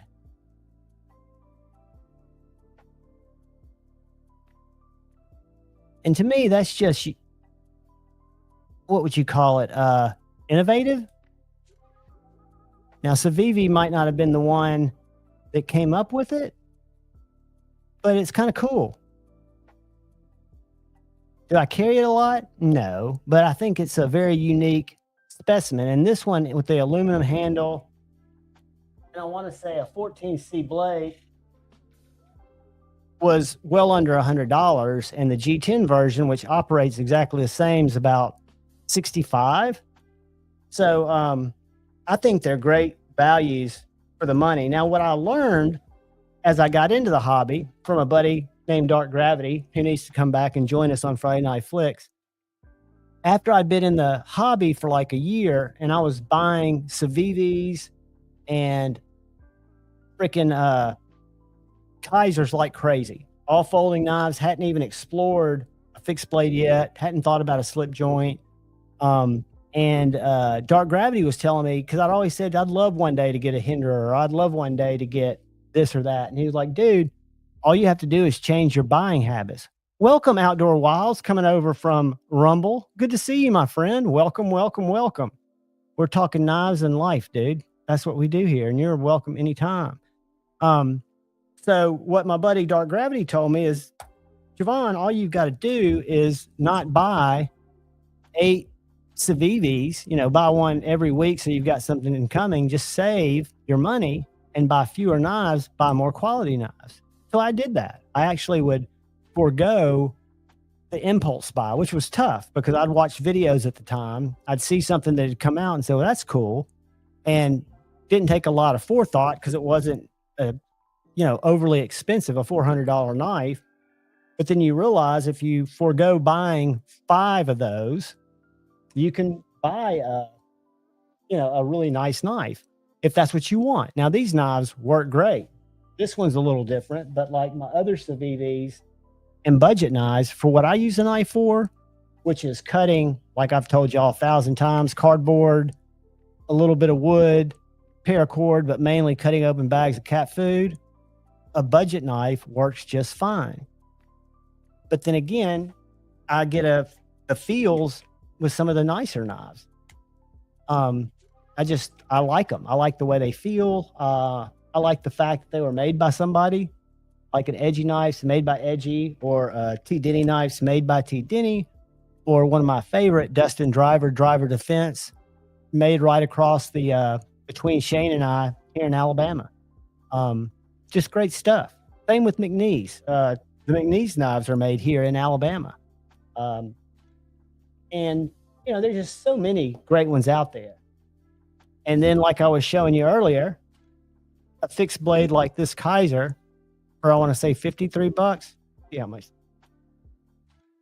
is a great knife. I mean, I could get by in an apocalypse. If this was my bug out go knife, this would cut what I needed it to cut. If I had a work sharp field sharpener with me, I would be fine. It's called the Kaiser Hair. And it is so it ranges in G10, it's $59. Nitro V. It's got 4 or 5-star ratings, and it comes in a lot of different finishes. So you can get it in micarta. You can get it in black and black, G10. Let's see, that's for $47.95. Why does it say $47.95 prime there and it doesn't change? Maybe I have to click it. Yeah, $47.95 on the black one. Micarta, $49. Orange G10. I like that color. I think that's got an added liner. What do we got here? What was the deal with this one? What's going on here? Right, we got that. We got that. Why is that one 59? What's the deal with this one? It looks just like. I don't know. Yeah, I guess they got some on sale, but it's a good knife. You know, like I say, it's economical, right? And it cuts as well as some of the much more expensive. And Bama, I totally get that. I was exactly the same way. And one thing, if you think about it, and this is Dark Gravity, our buddy that you met over with me at St. Nick's that day, talked to me about, John, if you didn't pick up as many of the budget knives, if you would just kind of keep a record, and when you were about to buy, when you're in that checkout and you're getting ready to push checkout, say, instead of buying this, I'm going to put $83 towards that hinderer. And you do that about 6 times over the course of several months, half a year, and you can, use the same amount of money to get those knives. You just don't get as many. And I'm not saying that. I kind of like, the older I get in the hobby, having knives that I know I want to keep with me, and knives that just work good, right? This knife just works good. Is this something I'm going to pass down to my daughter's future husband if she ever gets married? Probably not, because I'll have probably given it away by then. But do I have some that I saved up for, to make specialty purchases on? Yeah, it was, a lot of it was just changing the way I was buying knives.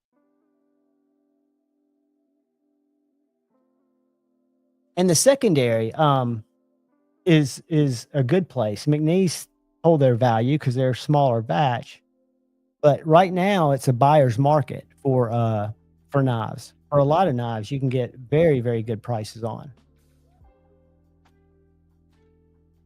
I haven't been there in a while. Let's just take a look at Blade Binge and see what kind of stuff is selling on there. Now, keep in mind, this is Javon's, the way I do business on Blade Binge. I bought probably 6 knives there, maybe 7.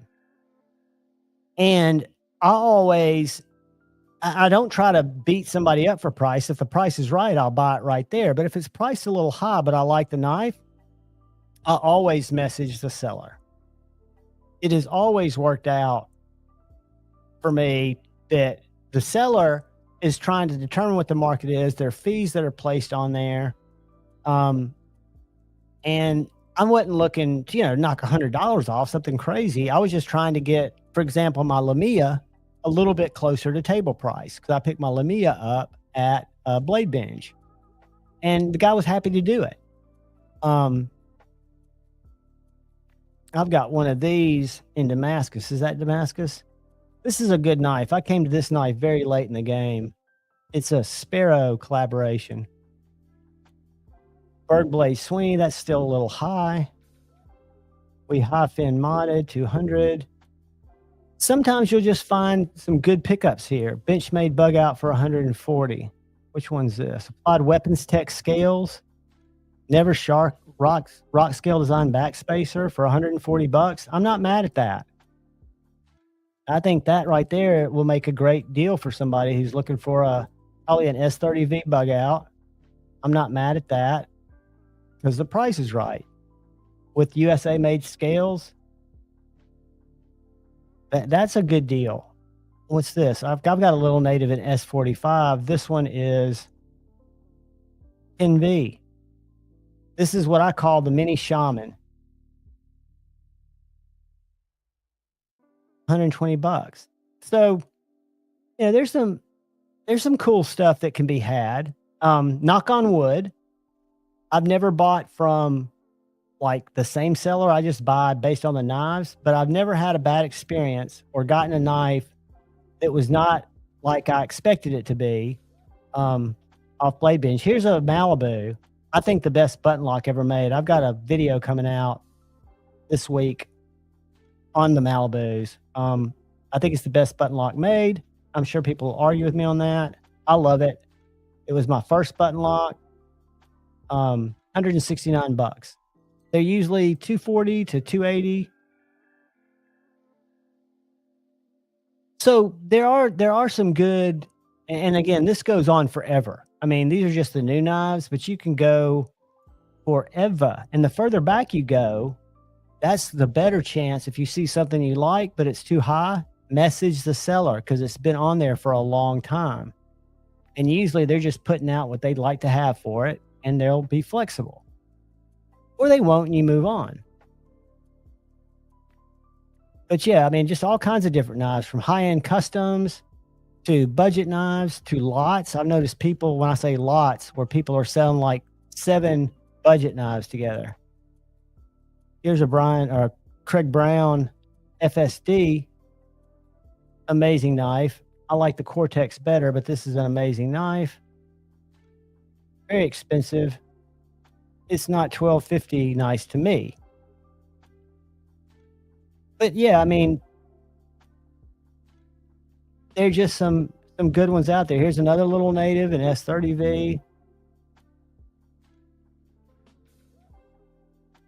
Another bug out for 110. It doesn't have scales. But just really anything, and these aren't the because Blade Binge also sell. Ooh, I've never seen that. I'm not liking the price. See, and sometimes I'll troll the buyers or the sellers, and I've got to quit doing that because it's not my business what they're trying to get for a knife. And just because it's not worth that to me, I shouldn't call them and say that or send them an email if I'm not going to buy it, just to fuck with them about being what I perceive to be greedy. That was my early days. I had like a mini hate arc, but I got out of it. And I think I pulled out of my hate arc. I was heading towards the terrain on my jumbo jet going down, and I pulled up at the last minute and figured, nah, life's too short.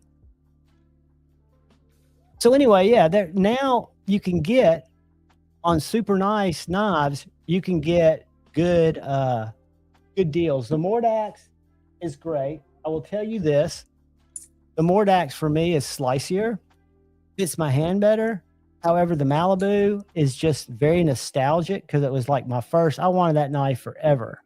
And when I picked it up at Blade Show or at Nashville Custom Knife Show from Dave, the guy, the CEO at ProTech, I was just really pleased with it. It was the experience, the whole thing. This one has a Lynch clip on it, this Mordax.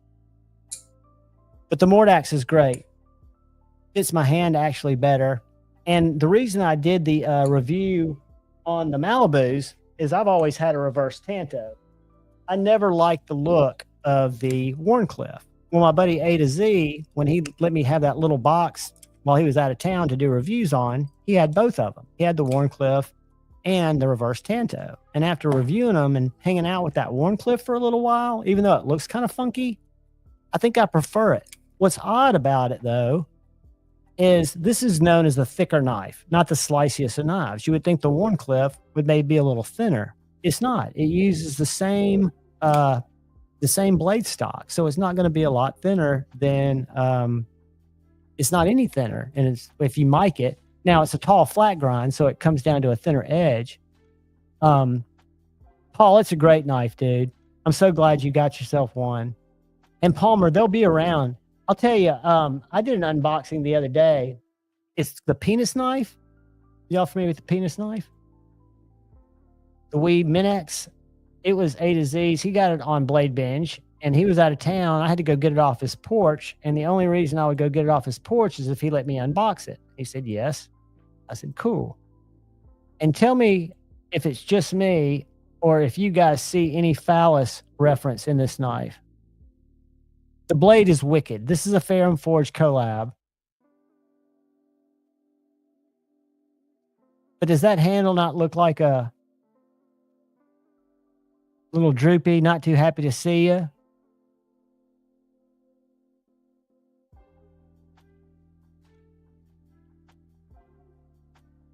And maybe it's just me, but this knife's got great action. I think some of them are in stock. Hold on. That one's sold out. Go. Insomniacs. I could have sworn that there were some that were still in stock. Maybe not. discontinued. 20 CV, they're all gone. But he found one on Blade Binge. I think it's got a little recurve that I wasn't crazy about. Not crazy about and maybe y'all don't see it, but to me, I saw it. And that's all I could see once I saw it. I'd seen it a long time ago. I think somebody did a review on it and talked about it being a penis knife. And that's kind of put the thought in my head. Now I can't see past it. But it's a really nice Ferrum Forge design. It's really done well. I missed a gifting. I'm sorry, Paul. Let me go find it. How do I do that? Let's do this. Oh, I just passed it. Oh, God. Y'all, I can't drive. I'm sorry. Crispy Critter gifting 5 memberships. Oh, my God, Crispy. Thank you, dude. Thank you, guys, who got a membership. Let me see who got them. I can look over here at my iPad. Acid Test Kids was gifted a membership from Crispy. D-Metal got one. Help with Gadgets was gifted one. Bama Ninja was gifted one. And Palmer Conley was gifted one. You guys were beneficiaries of Crispy Critters gifted memberships, which means you can now come hang on Saturdays at 11 for our little lives. They're really low attended, and we've done some pretty cool giveaways on there. Not every Saturday, but Dane won last week, and we've had several people win. So that's awesome, dude. I appreciate you so much, Crispy. Awesome, man. Never have to do that, but I appreciate it, especially when it brings people in. That's awesome. And again, I'm trying to do right now, membership is you're helping the channel, and you're getting not a lot back in all truth. I do really good giveaways on the members' lives, and the advantage there, I used to do them out, just in the wild, but our members' lives, we average about 17 people that hang out for a couple hours on Saturdays. So, true. And Rob, I think it's got a little recurve. I think if I show it to you again, you'll see just that echoing of recurve in there.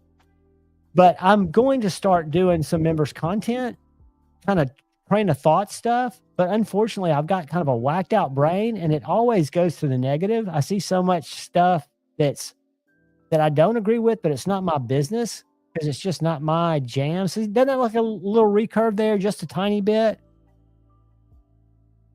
Maybe not. Maybe it's just a huge belly. But I will tell you guys, as funny as it looks, it's a great knife. Crispy, I appreciate it, buddy. Big time. And I will, like I say, all of y'all that support the channel, I appreciate it. And I do intend on doing more than just the lives and the member giveaways. I want to come up with a cool type of content that I can repeat weekly that's kind of got a format. All right, brother. Have a good night, dude. Thank you again. Enjoy the throne. Hopefully it's not too cold. Where are you, Crispy? What part of the country? North, south, east, or west? It's the Minex. It's called Minex. Or no, I'm sorry, Minax. Hugs, brother. Have a great night, dude. If you wake up, you never know, I could still be live. And by the way, it is 12 midnight Central Time. Happy Be Up Day to everyone in the Central Time Zone. Happy birthday, Brother Brown. And at 1 o'clock, it will be Mountain Time. And then I guess at 2 o'clock, my time will be 12 o'clock, Stevie's time. And tomorrow, guys, I'm so looking forward to listening to people's stories, people's memories, because there are similarities, but they're different. Because one of the things that Jason was just so general about is he had so many different life experiences, different things that he loved. He had things that were his favorite, but he found out things outside of knives that he had in common. Like for me, it was skateboarding. So we would have conversations about skating garages when we were younger, running from the law, going over expansion cracks. Just so stories that you're going to hear are going to go from music to you name it. But the whole thing is the humanity and the amount of time and energy Jason was able to invest into individuals throughout the community and still be a great husband and a dad. I mean, he was dedicated to so many people in the community, and just the best of us, really, really the best of us. They are. Most are on the smaller size Palmer. I haven't seen a lot of the customs. I'll tell you, now I'm not a fan, but I'll tell you who's knows a lot about Fair and Forge is Mike Imler, because he and what's the guy's name? He worked in their shop when he was grinding knives. He lives in the same area as those brothers. I don't know why I'm slipping out on their names. So he's got a lot of custom Fair and Forges, and I think Stevie's probably got the coolest Fair and Forge collection in the community, and he's got some bigger ones, like the Wii Malice, if I'm not mistaken, was a Fair and Forge design. I had the mini Malice, but I traded it with Brother Mills, but the Malice was a full-size knife, and it was a frame lock, I think, not a button lock. But yeah, Mordax or Malibu under $200 is a good deal for somebody looking for one. And these don't have any detent lash. The detent for a button lock, I'm just giving it a little bit of push, just breaking the detent, and it just pops open. I'm not giving it a lot of gas at all, just barely breaking the detent. It's unfailable. Aluminum. This one's checkered. I had a smooth one. I got rid of it. They're 20 CV. Very sharp. I need to.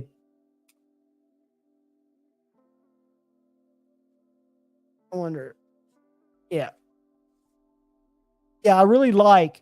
I used to always want to reprofile my knives to like 17 degrees. I don't know why. Don't ask me. So if most of you that have won knives from me, they're profiled at 17 degrees. But it took a lot of time. And after talking to Kyle, going, unless I've got a specific need to lower that angle, going with what the maker went with, I used to think that the Sharpie trick was going to be too much of a pain to get it just right. And I've learned that I only have to use my angle gauge. I start off at setting my clamps at 20 degrees. Yeah, I take the Mordax over the Malibu now, but at the time, the Mordax wasn't even with drop when I got the Malibu, and the drop Mordax is not nearly as snappy as the ProTech. And this is unfailable too. I mean, I can barely touch this flipper tab and it's not failing. And it's a much more ergonomic knife, and it's much larger. Thinner. Oh, I can never get that blade focus. See how much thinner the blade stock is on the Mordax? So I agree with you. I'm just saying the Malibu, that one that was $160 on Blade Binge, that's a good price for somebody looking for a Malibu. And I really like my autos. I'm not an auto guy, and for years these came late in my collecting. This one was a trade with Brother Paul Mills. This is the ProTech S&G, but I've got my first auto that I got from ProTech.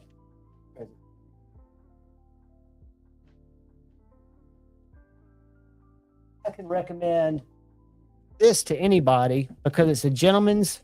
I call it a gentleman's auto. It's very light. It is the Newport, and it's a little pokey drop point in CPM 154, 154 CM. What is it? S35VN. I am a fucking idiot. But the spring is snappy, but it's very one-handable, right? And it's maybe a little aggressive for work, but it's a gentleman's folder in that it's light, it's thin. I really like it. And that was the first automatic. I had a Kershaw Launch 4, I think. I still do. But this is my first. And I had a Boker, but this is my first ProTech automatic. Then I picked up This little guy, when I got into I bought that F and Grow 225 that I caught so much shit with for featuring it because it was a clone, even though it wasn't a clone, because clones are not called EF 225s. It would have been called a Strider. But I really like the size, so I couldn't find any SNGs. But this is the PT 207. Strider makes a little 207 frame lock, but this is a smaller version of that in MagnaCut. Very snappy.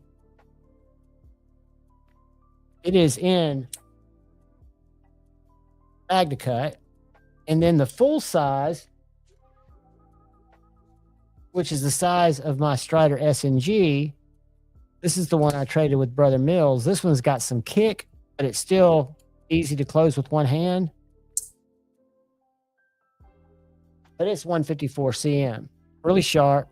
And then the one that's overkill, but it's probably my favorite, I did a review on my buddy's Magic Whiskers. This is the Magic Whiskers 2. Notice it doesn't have a button on it. The Magic Whiskers had a little thing up at the bolster here that you would shift like that and it would make it open. The Magic Whiskers 2, it does it back here. You've got these grooves on the handle right there at the back that show you tactically where you go. So you just simply take your butt of your hand and give it a little scale wiggle. And then you do the same thing to close it up. Now this has got a strong spring because it's a long ass blade, but I handed it to my mom and she couldn't open it because it's not natural. When I first got it, because I was used to a Magic Whiskers and I didn't read that they'd done it differently, I couldn't open it. And then when you flip it over, you see that jimping or those grooves in the back, and you realize that you just give it a little heel palm move and it flies out. But I really like that. And I think Whiskers is a guy who designed it. So that's something that I got into late in my knife game, I guess you'd say. The other thing that I never considered as a knife until my EMP, I had the Warncliffe first. Pulse were OTFs because they always, Microtechs were never my jam because they always looked kind of, zombie killer, real stabby, where these are more, in my opinion, what I would call an EDC blade. I started out with this Warncliffe. So then I got into OTFs. Not in a big way, but I picked up, I don't have it over in these cases, I picked up one of the Max Ace Newports, or Max Ace, what's it called? Neptune. Those ones that were $108. But this is a Warncliffe. Again, doesn't look as much like an out the front, but it's a hollow ground EDC slicer, OEM by Best Tech, and it just works well. And then I learned about Axial, who is a USA manufacturer. They went through some crap. If y'all were on the live stream several weeks ago, Tag from Axial was on there and talked a little bit about the Microtech drama. But this is a reversible clip, USA made. This is the Tanto. They also make this in a Warncliffe, a drop point, or a dagger. MagnaCut blade, aluminum handle. And I want to say it's $239, which for an out the front USA made, it's pretty aggressive. You just make sure I'm not giving you bad information. Let's go out the front. And let's share this real quick. Boom, boom, boom. So $259. Oh, that one's got all kinds of stuff on it.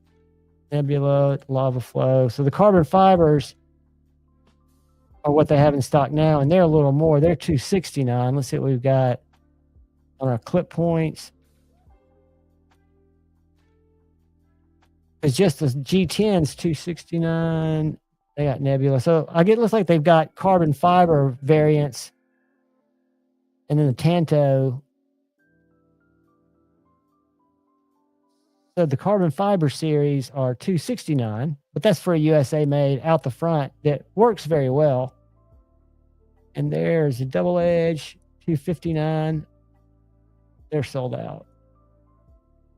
And that's, I guess, an out the front thing, because I notice most people lean towards the double edge. Not horrible or anything. I just noticed when deploying it, it works great.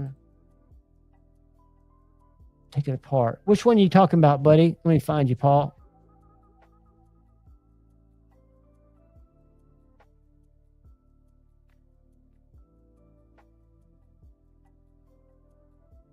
Paul, it's probably, when you say crunchy, do you mean that it feels like there's something in it? Or do you mean when you push it, it has a little bit of lash? Because I had a little bit of lash in my Mordax because it was the first generation, and called ProTech, talked to one of their customer service ladies and said it really doesn't bother me, but I noticed it doesn't happen on my Malibu. And she said, send it in.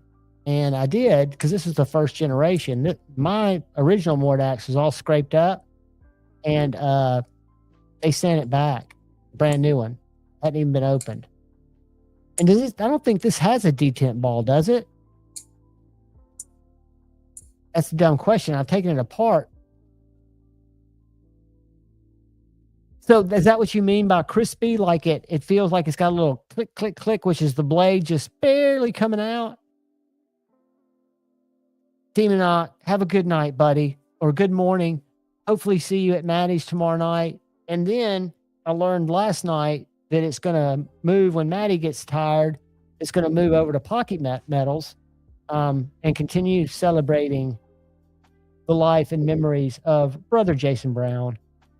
You'll see a lot of grown men get choked up, but it'll be healing, it'll be healthy, and it'll be all in just positively to the family and the people that so touched.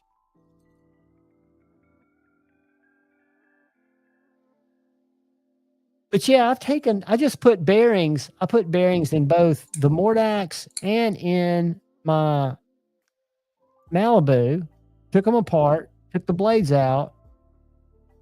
I only remember oiling the bearings. I don't remember seeing any detent.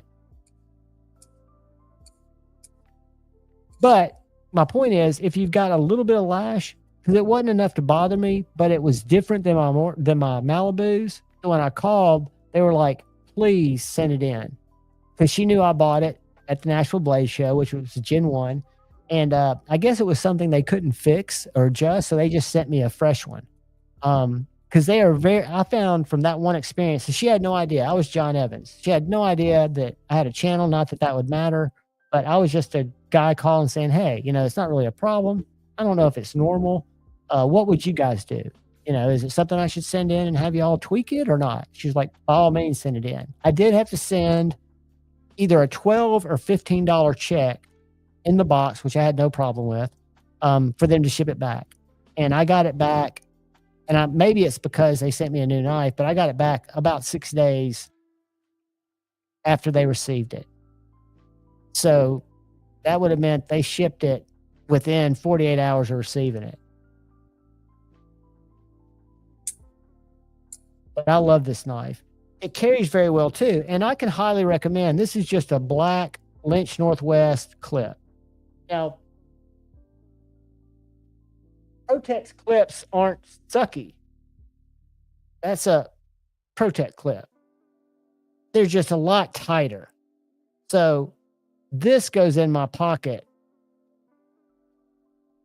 much better than that. They both go in pocket fine, but there's less resistance on the Lynch. I'm a huge fan in Lynch clips. I've been putting them on every Spyderco from 3 years ago when I first discovered Lynch clips. I do have a couple that aren't Lynches that are MKMs, but like this is the new Lynch modular clip. And of course, they've got the said Stevie clip, or they'll have more. But this clip is on a Spyderco. You'll notice it doesn't have any screws because it's got 2 screws right there. See those? So this is a 2-part modular clip. You've got this little base. If I can show it to y'all without taking it apart, because I would take it apart and show you, but I would lose a screw. So you've got this little piece back here that you can see goes under right there. And that's what you put your 3 screws in. You can see them under the clip there, those 3 screws. So that puts down the main base of the modular clip. And then it's an L, right? See how it goes up there? And then you take the other 2 screws they send and you go down into that L, and it comes, I mean, it is a great clip. Absolutely fantastic. That's my Yojimbo with my knife joist scales. My only regret there is these are slicker than batshit, to quote Shane. Spin it like a top. If you don't know what I'm talking about, you missed out on the greatest experience of Shane's life. Have y'all seen that? Are y'all familiar with because I will play that shit if you've not seen it. This is a MX Gear clip.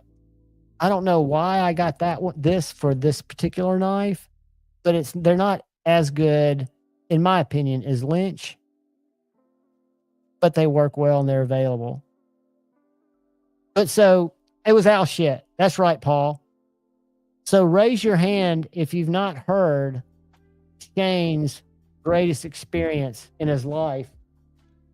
Because if you've not heard that story told by Shane from a live stream, you are missing out. And it's surprising. It's got all elements of a good story. It's surprising. It's shocking. Paul, they do not. TRM makes their own clips, and they're very, I'm showing the camera up in front of me, but they're very Lynch-like.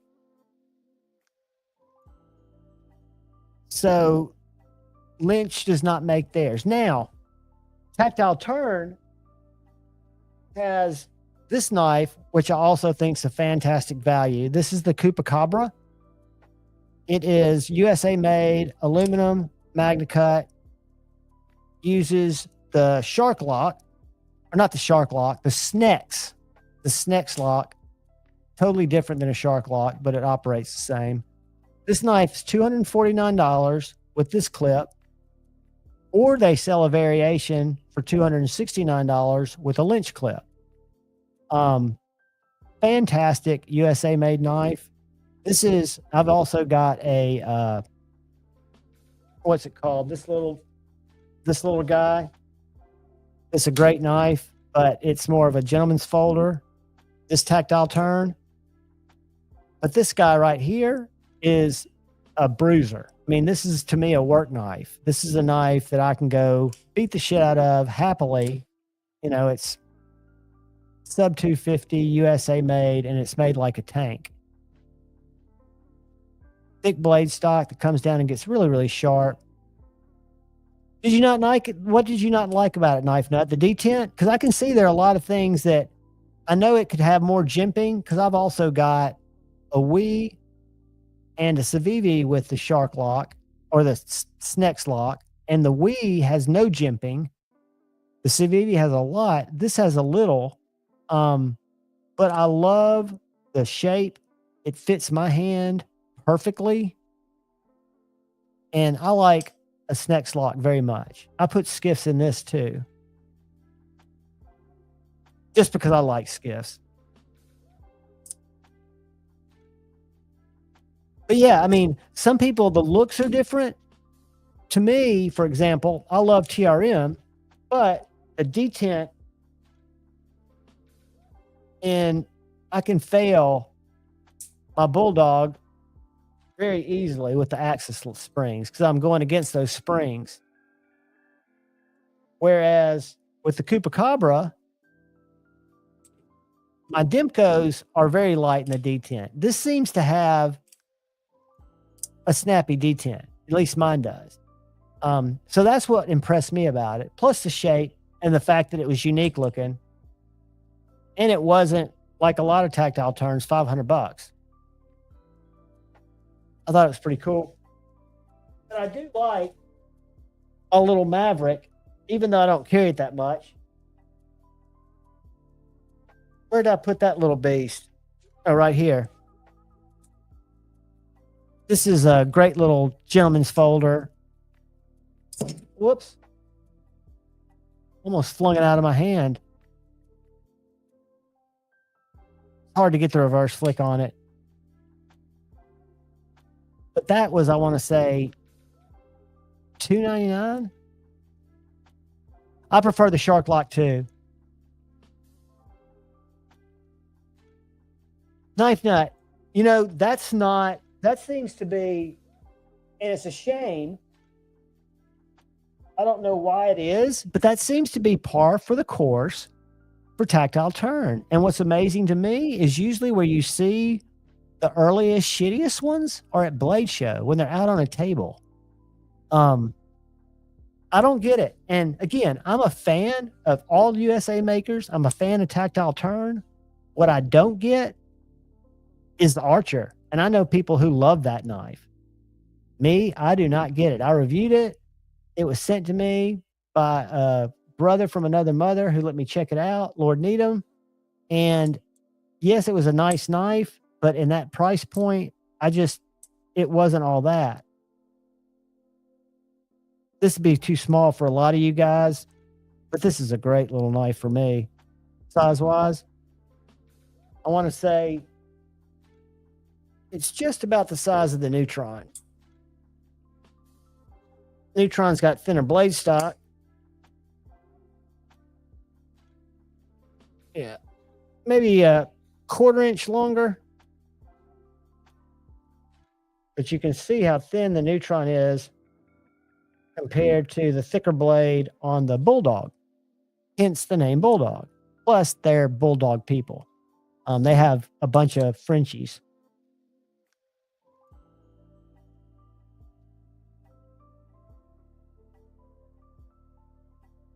Yeah, Lynch by far is my favorite. He's a great dude. Casey's a great dude. It was funny. I reached out to them because I've always been a Lynch fan, but I reached out because I love my Slim Midi, my Midi Marauder, and my Infraction. And all of them have the same clip pattern, but these little clips are so thin that it keeps the knife in my pocket. But if I was going to go on a ninja cartwheel run where I'm doing 20 cartwheels, trying to get away or get towards my target, this might fall out of my pocket. It doesn't have what I feel is very strong retention. And I said, Casey, I'd be happy to send you my Medfords so you can verify that they're the same screw pattern. And I bet you'd have a good market for people looking to replace if it was a more. I told him what the downsize was because this is a heavy knife, but if I go upside down doing cartwheels and then do some kind of ninja maneuver, this might come out of my pocket. And he's like, "Man, we got Knife Nut. Have a good night, buddy. Hope to see you tomorrow. Be up day. If not, have a great day and be up, brother." But they're so busy, they're doing some other really cool stuff. But I would love a Lynch clip on this knife. Now, in all fairness, I reached out to Medford and talked to Lindsay, and she said at first that they do have another clip. I've seen it on other knives, but they don't send them out. They you have to send your knife in to have it put on. And that sounds crazy, but if you're not a knife guy or gal, it's not as simple as just taking off those two screws and pulling the clip off. They're two nuts that are countersunk into this titanium scale. they're free. So when you take the clip off, the nut falls off. Really nice system. But again, it's something you have to be aware of before you just go to yanking the clip off. So we talked. I wasn't that interested at the time. And then my job went away, and she called or sent me an email about 2 months later and said that they would send the clips out. They felt comfortable because I guess she watched some of my disassembly videos, but she'd be happy to send one out for me to try if I would just not hold them liable for anything that went wrong. I said, absolutely not. You know, I'm not that guy. If I screw something up, I screw something up. But yeah, great knife for me. I know there's a lot of people that hate Medfords, and I totally get that. But the clips, they're a little meh. They're a little meh. Unlike something like a McNeese, which I've got a Lynch on my McNeese now, but some of these Hinderer, Strider, these clips will hang in there, guys. I mean, I can do cartwheels with this knife in my pocket. It's not going anywhere. It's on washer, so I'll fail it every now and then. But this knife is so tactical, you wouldn't know it until you put it in your hand and you find that jimp there and that angle of the jimping. It's just a thrusting knife.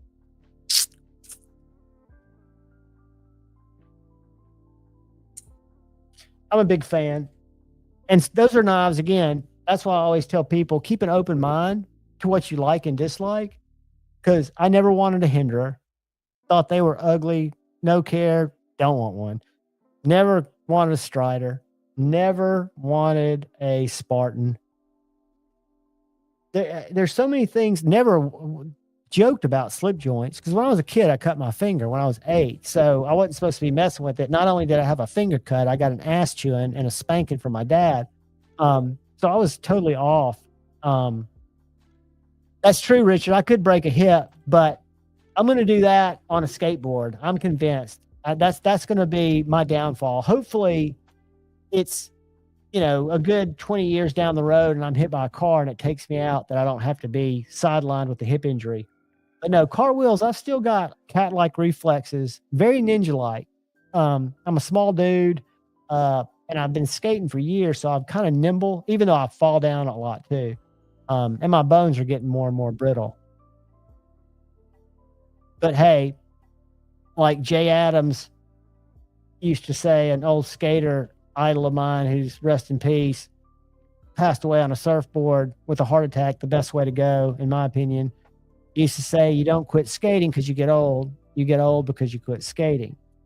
So I'm still in that delusional state because I've not thoroughly fucked myself up yet, my body, but the age is a number. I know it's going to catch up with me. It's going to get us all. But I'm going to go fighting. I'm going to go hard. And then if I break a hip, hopefully it's like internal bleeding and shit like that, and I don't make it out. Because it was such a gnarly crash. It was so steezy. Or I was saving a baby or something, and I got the baby safe and was getting ready to skate back to try to, you know, and got taken out by the fire truck.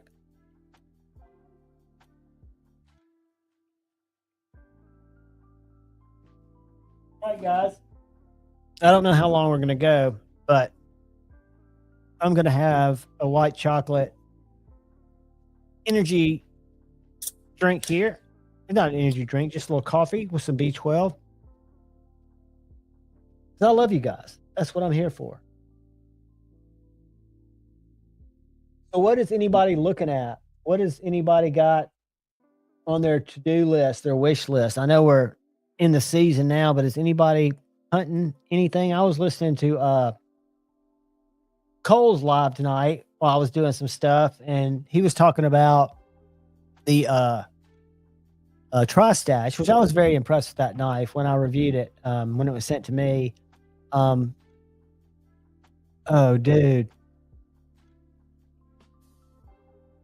Hey, we're the same age, my friend, and I get shorter each year, but I know it's just gravity.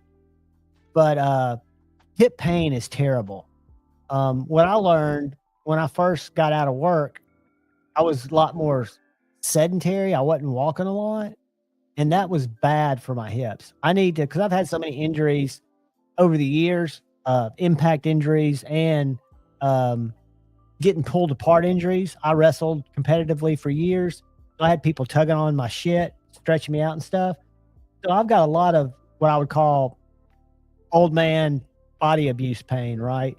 But mobility is key. If you can still be mobile, to me, that keeps me looser than if I sit around. I get so tight and I get in so much pain. And I'm a recovering addict, so I don't have the luxury of treating my pain with anything bone on bone, no cartridge. Richard, that makes my teeth grind. It hurts so bad, dude. God bless you. The good news, if there is good news in that, is procedurally, that's true, Snowtrog. It's no longer a sport. It's then considered foreplay, right? I mean, I think, if I'm not mistaken, most surgeries have become much less invasive. Now, I know the recovery time is still, because you've got to rebuild all that strength, and I hear physical therapy is a bitch, but dude, nobody should have to suffer. That's what's so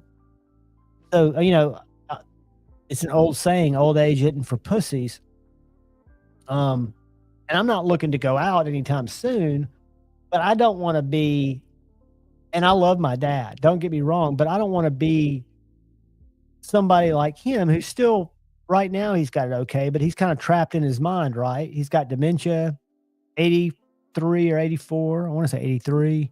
Doesn't remember 5 minutes ago. He remembers long-term memories, but we had to take his car away and stuff like that. And just it's just a tough deal, and the more you experience it with somebody who you are close to, you just realize that, getting hit by a car or, bringing the last baby out of a building and having it collapse on you when you get the baby to safety. I mean, there's old age. I've seen people live vigorously into their 90s.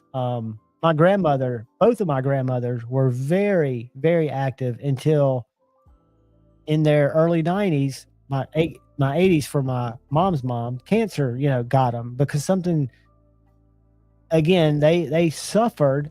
My dad's mom got a real rare form that was luckily aggressive and not as, I guess, suffering because it was more brain related, but it just sucks. I mean, it just really sucks. So going back to my original point, skateboarding in the spring, May, when I'm like 83, maybe I've got my dog with me, but he's over on the grass, walking in the grass, taking a poop, and a car comes around the corner and I just get taken out. That to me would be better than being in assisted living. Cause that's what I'm fighting with now, not fighting with, but my brother and I are wrestling with, no pun intended, is Dad was in an assisted living facility, a mental care facility, before COVID. And then during COVID, we made kind of a tough decision, but I think it was the right decision to get him out because he was no longer allowed visitors and things like that. So we brought him back home.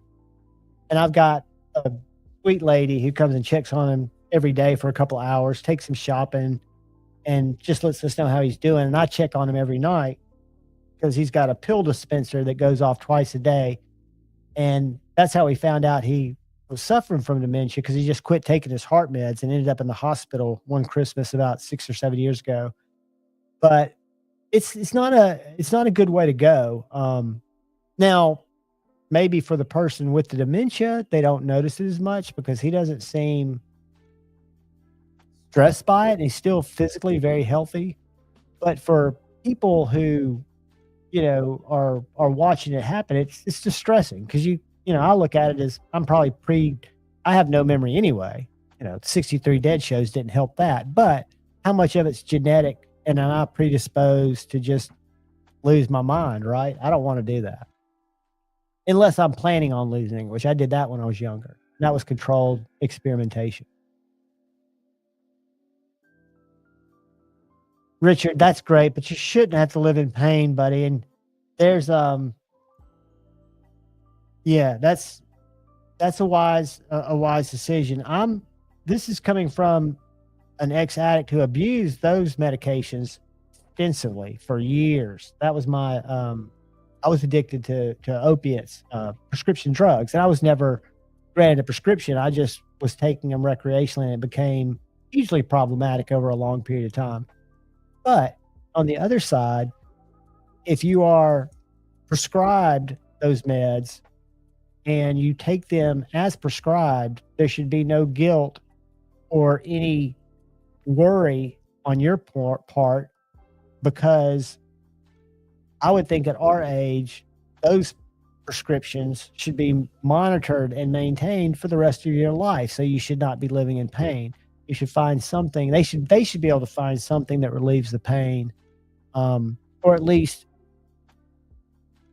helps with the pain. And maybe aspirin, Tylenol, things like that do. But man, bone on bone sounds horrific. And I know when my hips, because every now and then I'll get little, not hip pointers, but it feels like I'm getting a little of that if I'm too sedentary. And yeah, I don't want to have surgeries. You know, I'd rather just get zapped. Lightning, you know, random stuff, you know. One of these UFO drones. Hey, I heard something interesting about the UFO drones today. Not UFOs, because they're not, but why those drones are flying around. Have y'all heard anything about that today specifically that came out? That I think the mayor of one of the New Jersey cities asked a question in a press conference if it was related to something that he knew about that happened in their city, about some a shipment of nuclear material that had been lost or possibly intercepted. Thumbs up if anybody heard that. I don't want to go off on it, but you can go to the news, you can Google it and read what they think now. They've identified from pictures the drone type. It's a USA made drone, and I forget, it's a drone that will hover with 4 wings, and the wings also swing back, and it can fly more like a plane, but it's got highly sensitive equipment on it, allegedly. And it is flying in patterns, searching for, and this is why we're not being told about it, allegedly, missing nuclear material. And for them to not be talking about it, as I talk about it, I'm just repeating something I heard from the mayor's press conference. It's probably because they don't want to have the public worrying about, yeah, it could be. And I just heard it today, but that's just weird. You know, if I'm trying to think what logically they could be doing, you know, and it's that to me kind of makes sense. And I forget the question, because I should have gone back and not just watched the guy talking about it. I should have watched the mayor's press conference where he asked the question, and how he knew about whatever was allegedly not where it's supposed to be, that's missing in New Jersey. Edgy, there's not.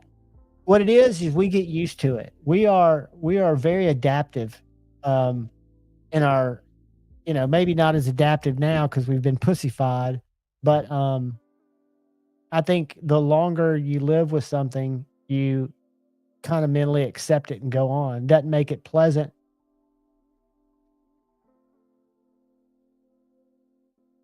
Yeah, it's a weird thing. The one thing that I found interesting was this, and again, I'm watching this stuff on YouTube. Some of it's sourced from news companies, like, you know, news companies that are mainstream, but a lot of them aren't. But this one guy who's a tech reviewer had matched up pictures to, they think, positively identify the model of drone that it is. And it's about the size of a garage. It's not they're not small drones.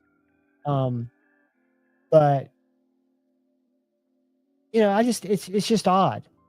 The oddest thing about it is, I talked about this on a Friday Night Flicks, and it's craziness, crazy talk, really, because like 2009, when they did the first AI computer, let me Google this. Hold on. AI computer, old alien prediction. They asked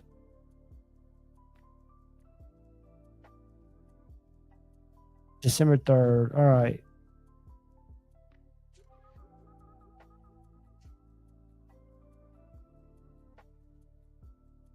Let me find it. Hold on.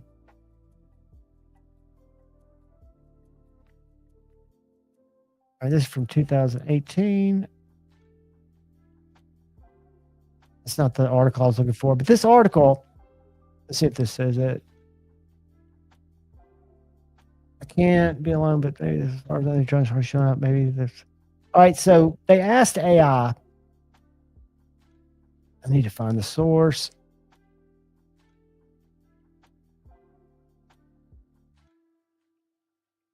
Hold.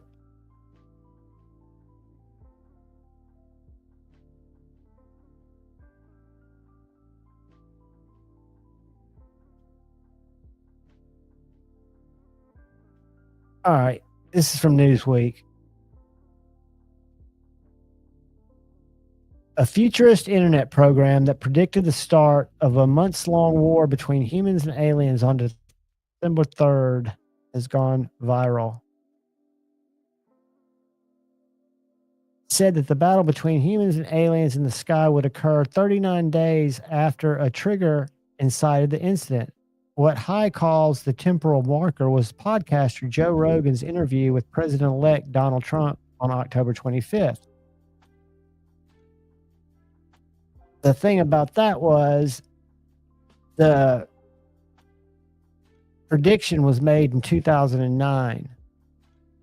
So the Joe Rogan wasn't even a thing yet, and Trump was just a instruction guy. It was a WebBot project developed in the late 1990s, analyzes internet chatter to forecast future events, while some claim to be accurate, blah, blah, blah. But anyway, there's that too, right? And then all of a sudden, go back, and that's the day, December 3rd, ironically, that they just started seeing those drones. Exactly right, Edgy. What it basically does is it has the capacity to scan and learn.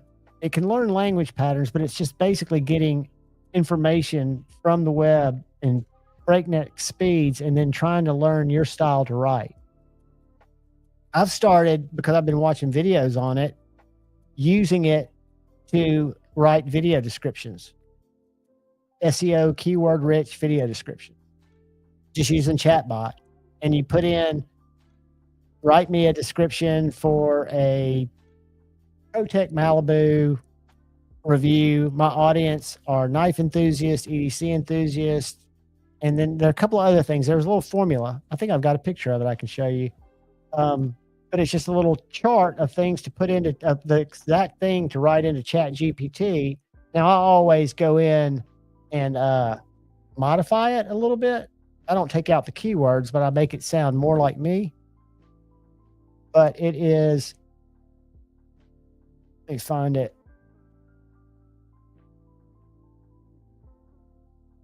Where's that son of a bitch? Sorry, guys. As I search, I don't see it. I must have deleted it. Well, I didn't delete it. Where is it?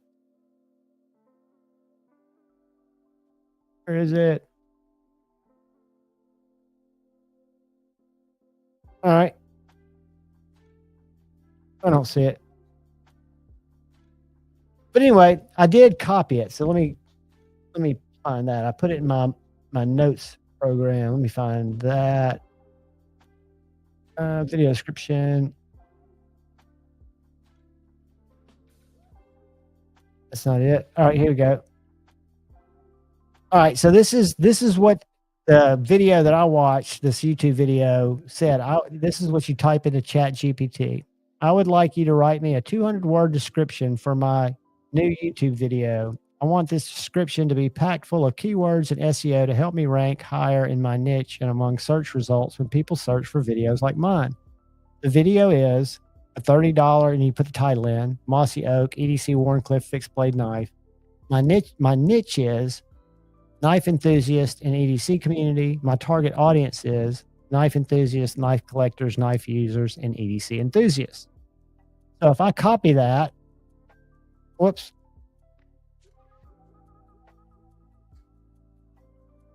Copy.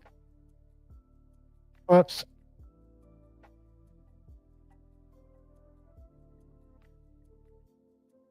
See if I can do this here or here. Guys, I'm sorry. I'm just squirrel braining on you real quick. Why is it doing that to me? That. All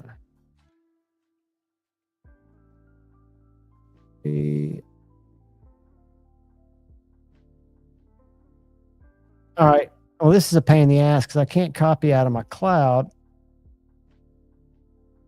How's it going to do that? I want to save image. All right. I'm not going to retype that. But anyway, it makes weird descriptions for videos. Let me go to that particular one and I'll read you the description that it suggested for me. And I haven't used it on any others because now remember you can't copy that out of my notes. It's a pain in the ass, but it doesn't sound like my normal descriptions. So this is what ChatGPT wrote. Looking for an affordable yet reliable everyday carry knife. In this video, we explore the $30 Mossy Oak 7.5-inch EDC fixed blade knife, a budget-friendly option designed for hikers, campers, and everyday users alike. Whether you're a seasoned knife collector new to the world of fixed blade knives, this review breaks down things that you need to know about this tool. And then it says the Warncliffe blade designed, and it just goes on and on and on. It's 200 words, and I only had to change a couple of things in there. Now, did that help with the views of that video? It got over 1,000 views, which for me is a shitload. So I don't know, that's the whole thing that's just bizarre. Trying to figure, what'd I miss?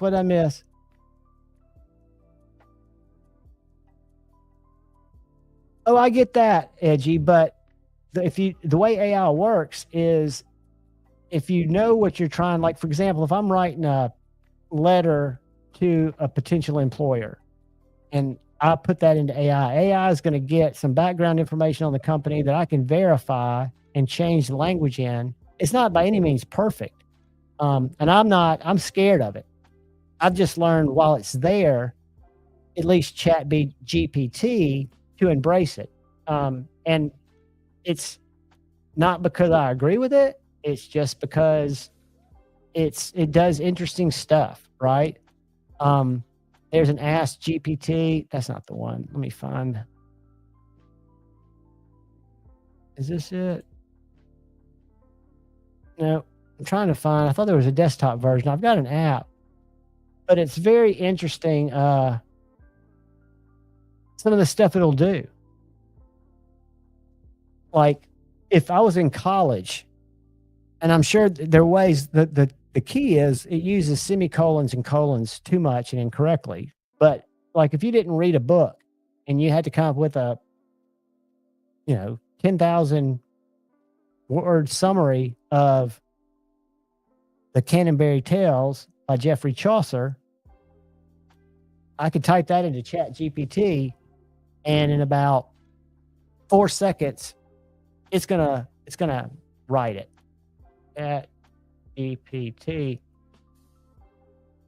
Here it is. All right. Oh, now they're charging for it?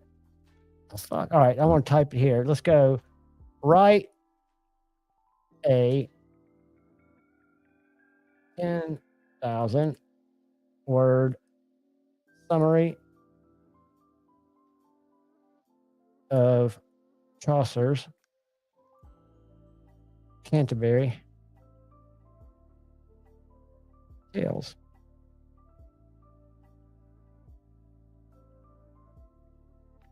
So I just type that in, and by the time I share this, it will probably have finished typing it. It's still typing.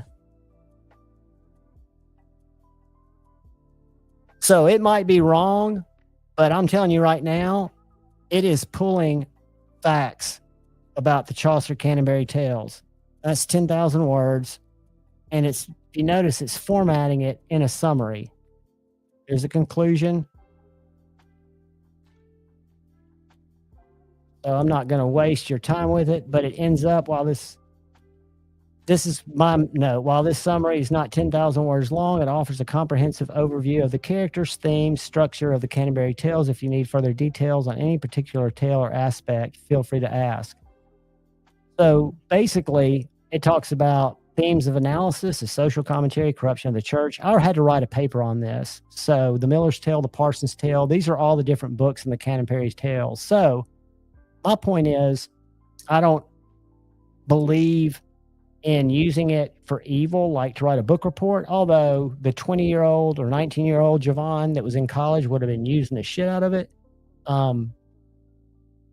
There's some things it can help with. Again, it's scary.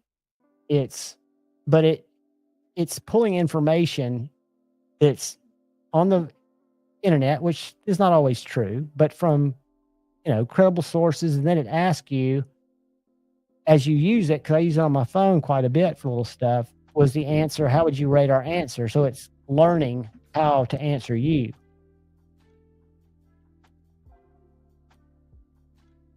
Paper there. I need to cut that. I need to sharpen this. This is a knife that a lot of people hate. I'm a big fan of this. This is my first Grail, the Benchmade 940. I'd wanted this knife. Yeah, I thought it was out of reach forever. I could never imagine spending. And when I got this knife, it was under $300. I don't know how much they are now. But just S30V. I think it's S30V, which is fine for me.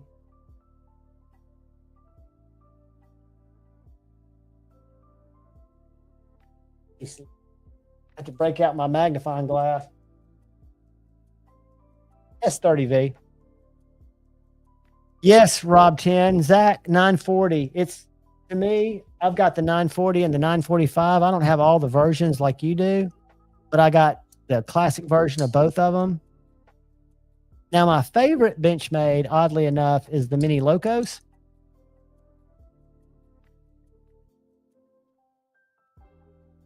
I love this knife.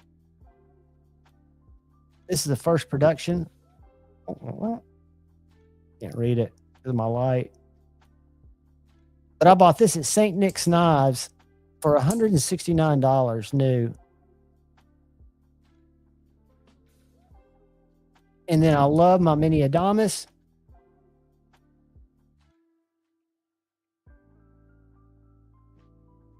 And I traded for an interesting one, Zach, with Dark Gravity, this little guy. I think this is the Valet.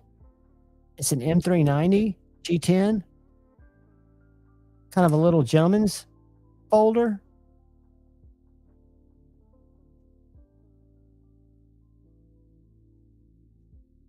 Yeah, I've had great luck with my Benchmades. I even bought at Zach's earlier request. This was well before OCD designed his. I bought the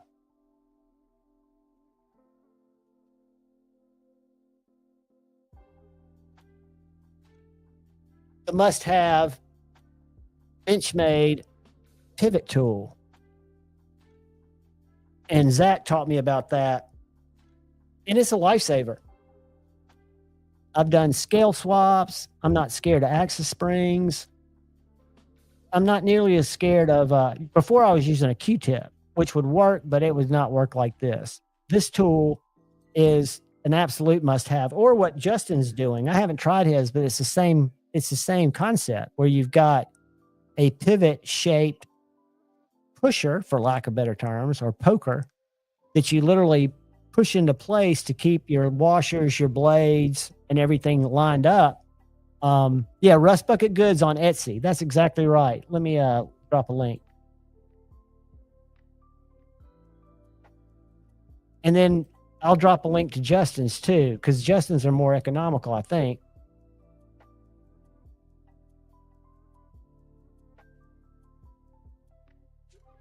But it makes it so much easier because you can keep everything together while you're so here is Rust Bucket.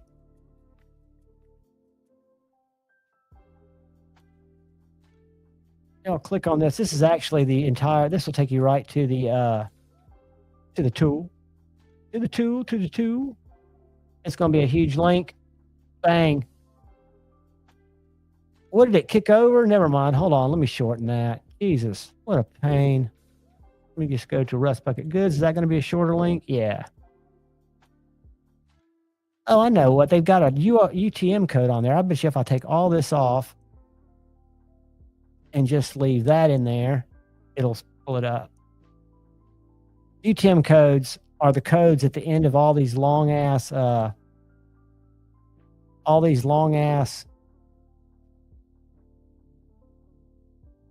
URLs that track where it came from. All right, so this does it. So this is the link. All you have to do is type in this one, and then Zachary's put up Justin's. And all you have to do on Etsy is go to, I'm going to delete that comment. That's whack. No, I can't delete it. I'm not signed in on my iPad. That sucks. Yeah, the second link, all you have to do is go to shop Rust Bucket Goods, all one word. And then I'll show you Justin's. And Zach's used Justin's. And I think, if I'm not mistaken, he was very pleased with them. I mean, they did the same. Where is it? Is it? Guys, they have some of the coolest stuff, and Justin and Molly are fantastic contributors. They've got great strops now. Support these guys. They're long-term members of the community. I don't know if y'all remember the Slicey Dicey Shenanigans, but you have a lot of thanking of Justin to bring the sunshine down on that. So this is a toolkit from OCD for EDC where you get your CMEs. And that is for the Benchmade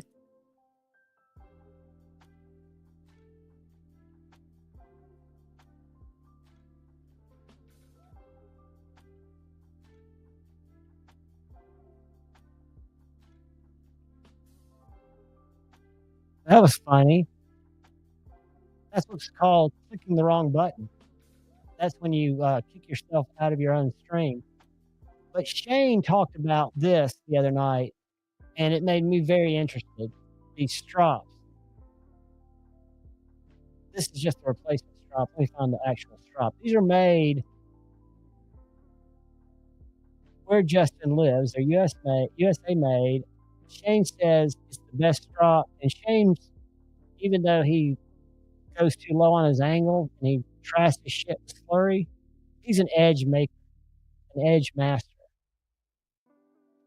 This strop kit, it's got a metal base with little rubber feet, so it's got positive traction.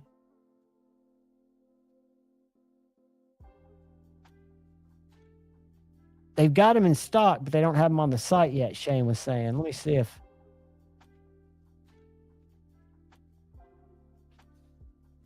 What in the world? All right. Make sure I'm looking at the right one. But then you can buy replacement strops that are magnetic. Slick them all. I use this on all my washer knives, my Benchmades, my hinderers.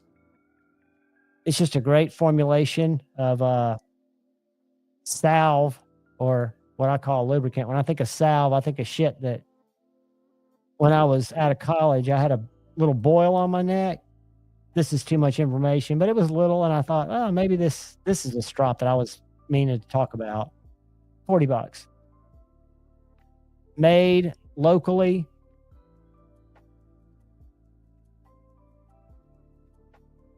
Perfect size. And again, Shane swears by it.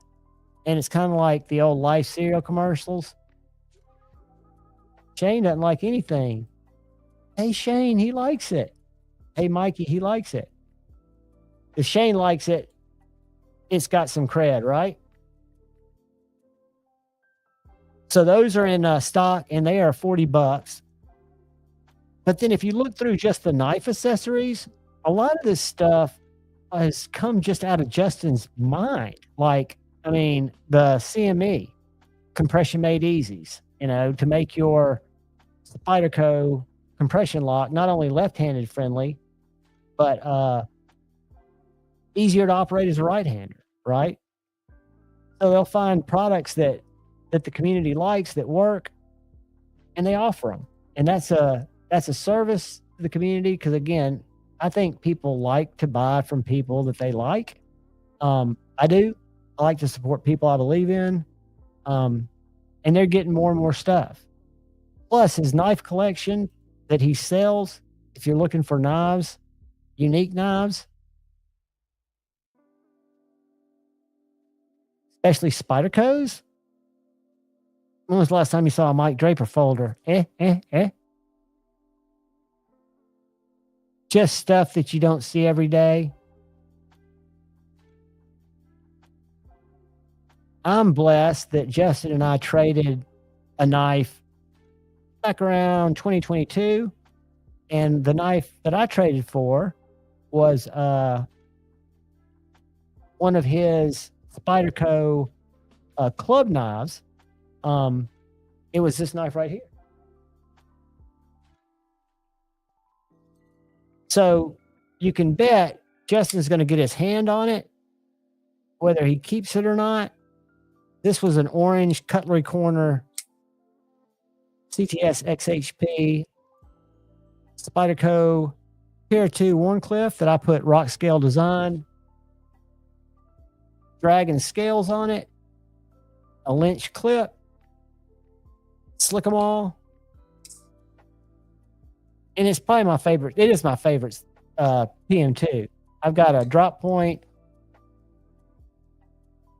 which was my first Spyderco was a Dragonfly from St. Nick's Knives. This is my second. This is the purple or blurple S110V. It has never been sharpened. And it's just slicey. It's a great cardboard cutter. And then I found this from Pete the Knife Freak. That's an S30V Tanto Spyderco with a Purvis micarta scales and copper hardware kit with a copper Lynch clip. I love the blade weight of this knife, but I'm a huge fan of the cutting of the Warney. It's just such a sick little knife. Bluetooth Blaze, channel member, good morning. Happy Be-Up Day, brother. It's going to be an awesome afternoon of Be-Upness. We're going to be living it, remembering it, laughing, crying, carrying it forward. It will be a good day. It'll be a good day. Happy birthday, Brother Brown. Josh, how do I miss people coming in? Because I get distracted and I reach for knives and just go off on odd little tangents. But I'm not going to get into any of the crazy YouTube drama stuff. I'm staying away from that. I'm trying to keep it knifey. I apologize for veering off into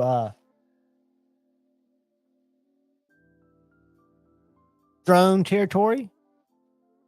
This little investment that is good for only YouTube Shorts. Every time I post, it's not every time, but I'll do 16-second shorts. I do 9 a day. And when I post this little guy, taking it out of its magnetic sheath, putting it back in and turning it over, it averages, if I go to my channel and I go to my shorts and I go to views, it has 1, 2, 3, 4, 5, 6, 7, 8, 9, 10, 11, 12 times. 12 times it's gone over 10,000 views. People eat this little thing up. Again, it's I bought it because I'm impressed when somebody makes something crazy. It's got jimping, which you can't really see. My camera sucks. Or it's not the camera, it's the resolution in my StreamYard. But it's jimped all the way around, right? So you got jimping everywhere on it. So you got jimping right here on this blade. So you can use it as a box cutter. I guess you could use it as a defense tool. I wouldn't want to, but it's an interesting little, they call it the Nori neck axe. D2, titanium. But the sheath is 3 magnets that are reset in that titanium.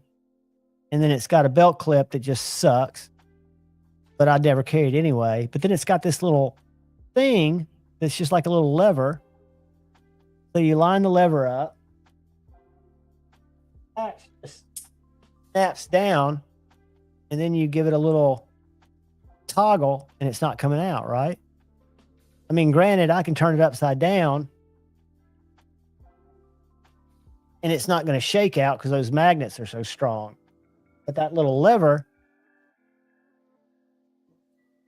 and for some reason, people eat it up. So I tried an experiment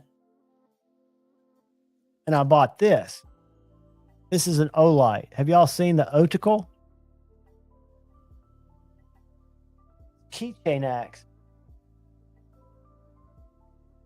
A little Damascus keychain axe that's got jimping right here and jimping right here. And it's got that little corner, and it's a great box opener. But it's a little keychain axe with this little leather sheath. And I've posted shorts with it, and I think I've had one cross 10,000, but it doesn't get nearly the love as the Nori neck axe.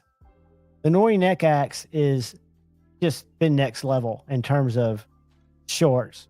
So like, it's almost embarrassing because if I look at my top shorts, all of them are that same Nori neck axe.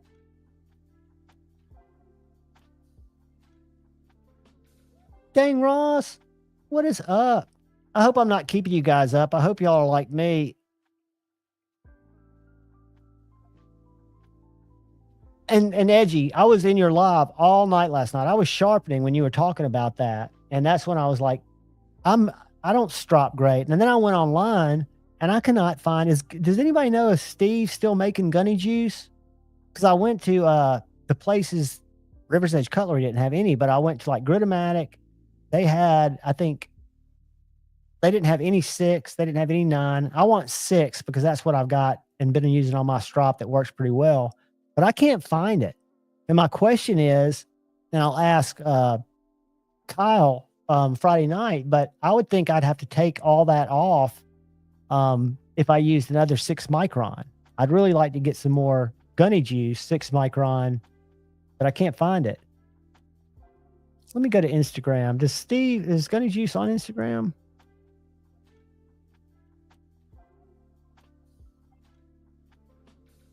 Gunny, because I've still got plenty of Gunny Glide. I don't use it too much.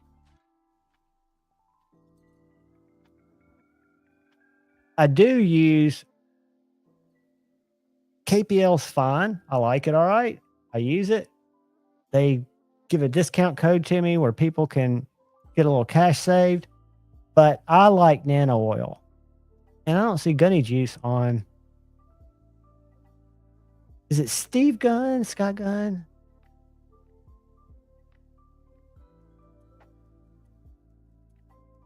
I wonder if they're still, and y'all might have already put the answer up for work. Bluetooth Blaze is already up for work. You guys are, I got to get back to work, y'all. It's killing me on a lot of different levels. For one, with adult ADHD, which I've had all my life, but with ADHD, it's good to have a schedule, something that you do kind of with some repeatability, right? Because then you can kind of get in a groove. But when you're left to, like when COVID came and I was working from home, stroppy stuff is good. So let me find some stroppy stuff. I just wonder, and I'm not a perfectionist, but like if I don't mind cleaning off my strop. I've got a real good little leather strop, or maybe I just get one of Joe's. Stroppy stuff.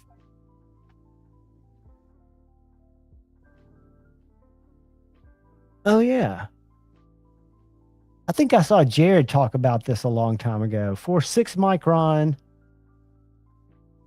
is what I would get. Get a sprayer pump. I would get the pump because that's what I got before. Sold out. Spray is sold. Let's see if spray's in stock. What's the difference in the spray and the pump? Is it just the way that you dispense it, or is the pump a little more thick? I wonder. Yeah, they are color coordinated. I like that. Here, I'll share it because I'm on their page. And that's what would be great, because I don't do a lot of I'm not looking to do a strop progression necessarily. I'm just looking to so keep in mind, if you had a progression that you wanted to do, you could have it on different strops and you could easily tell the difference of them by the look, right? Because they're different colors, which I think is pretty cool. And I've heard that they've got this was my first sharpening system right here, the triangle. But when you search for Gunny Juice, which again, that's what I used. I've gone through 3 bottles of 6 micron. And then you go to any of these, you can get 0.1 or 12 micron. Everything else is sold out from sharpening supplies. So if we go to Jantz Supplies, they've got, they're sold out of this. See, everybody seems to be sold out of most of it, which makes me wonder what's going on with it. Well, we know they're sold out of sharpening supplies, but Gritomatic only had like one grit in stock. And I thought he had a website, but that's the other thing. I couldn't find his website. What do we got there? What do we got there? 12 micron. I don't want that. 6.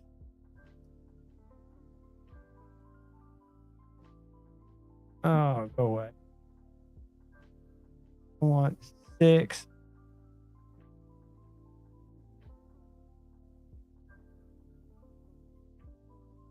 So I get 9. Hey, Edgy. So if I've got a strop that's got 6, but it's pretty worn out, and I put 9 on top of it, that's not going to be terrible, is it? I know it's going to be more toothy. The spray gets all over. That's true. Because with the pump, that's what I got before. And I've got a little paintbrush that I'd use to pump it out in the little balls and then spread it across the strop. The spray, you probably get overspray too, though. But I wonder if I could put 9 on top of 6 and how much more aggressive it would be. Would it be something that a Javon, who doesn't have a lot of depth in what he notices, would I really notice that much difference? Because they've got it in 9, but nobody has it in 6, which just sucks. But I'm not opposed to trying something different. Uh-oh. Sold out. I just wonder if there's anything going on with it. Yeah, Paul, I heard 9 was a good grit too. Shane was talking about it. That's what he uses on his strop. I think the reason I got 6 initially was Jared on one of his sharpening shows was recommending that as an all around, kind of good balanced one. 9 is a good one and done. I'll just buy it and go to DLT. I won't buy it now, but I'll put it in my cart.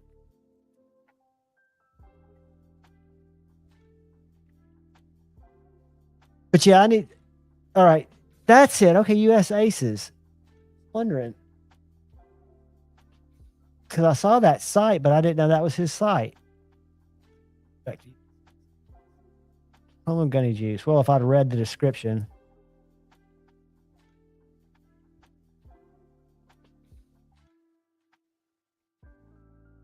Go deeper. Dramatic. Oh, yeah. Yeah, let's see what we got here. Smoky Mountain. Smoky Mountain, page not found. That's not a good sign. River's Edge Cutlery. Out of stock.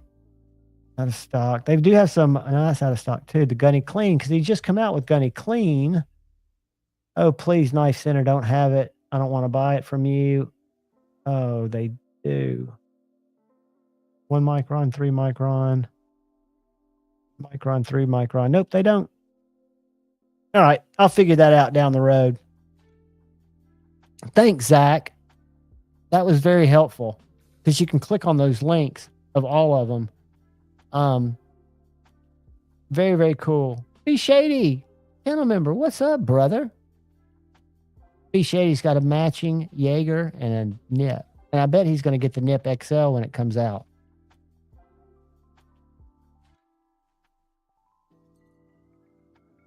I'll tell you what I was looking at the other day. And I didn't buy it, but it's on sale at Kubi. It is the Hobeck $600 Sumo for $202. I don't know if y'all remember the what's KB Knives? What the fuck's that? All right. Share. So if y'all remember, Jake Hoback makes knives, USA maker, but he was also have knives made in China. This is one of his more popular models. I want to say it was $600, maybe it's $500, but now Kubi's releasing it as a collab with him, and the people that I've seen that have reviewed the knife are convinced that Kubi, because this is the one that was proven to be an overseas model, not a USA made knife, has been making this knife all along. So $202.50 is what they're selling it for. I'm not a Chinese manufacturer, but I bet you Shane, if he's in here, will say that knife costs well under $100 to make. And well, not to make, but probably for Kubi to buy, or for Jake Hoback in this case to buy. And then to sell it at $300 as a import would be one thing, but to sell it because you're selling it USA made blades and you're a Dan Stan, what is up? To me, that just seems so sus. But needless to say, I always like the design. And at full price, which is $270, it's still so much cheaper than what they were going for at Hoback. But $202.50, guys, it comes from China, I think, but is a great price. So if we go Hoback Sumo and we go to an old listing, Sumo, Jake Hoback Sumo Sandblaster. Oh, it was only $389. I was wrong. Hold on. No, it was $550 was MSRP. I was right. It's just after the scandal. Because if you saw what Google wanted me to put in when I go Jake Hoback How did I spell that?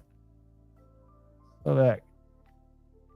Sumo knives. Controversy came up before. No, I did. Dick Hobeck. That's what I meant. Dick Hobeck Sumo. So if I go backspace.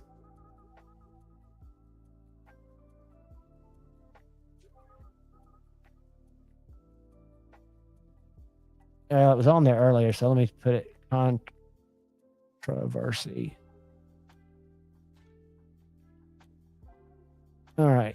Whoops. Hobeck Knives USA made lives.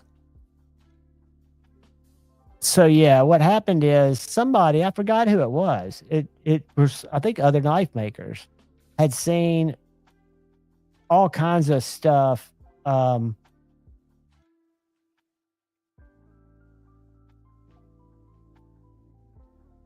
It used to not have this is new. This all came out after the scandal. So all these knives were USA made knives for USA made prices. And it was just a nasty. It was a nasty thing. I would be and he did an apology. I want to find that I thought was kind of weak. I don't want to drag up old drama. Did he take it down?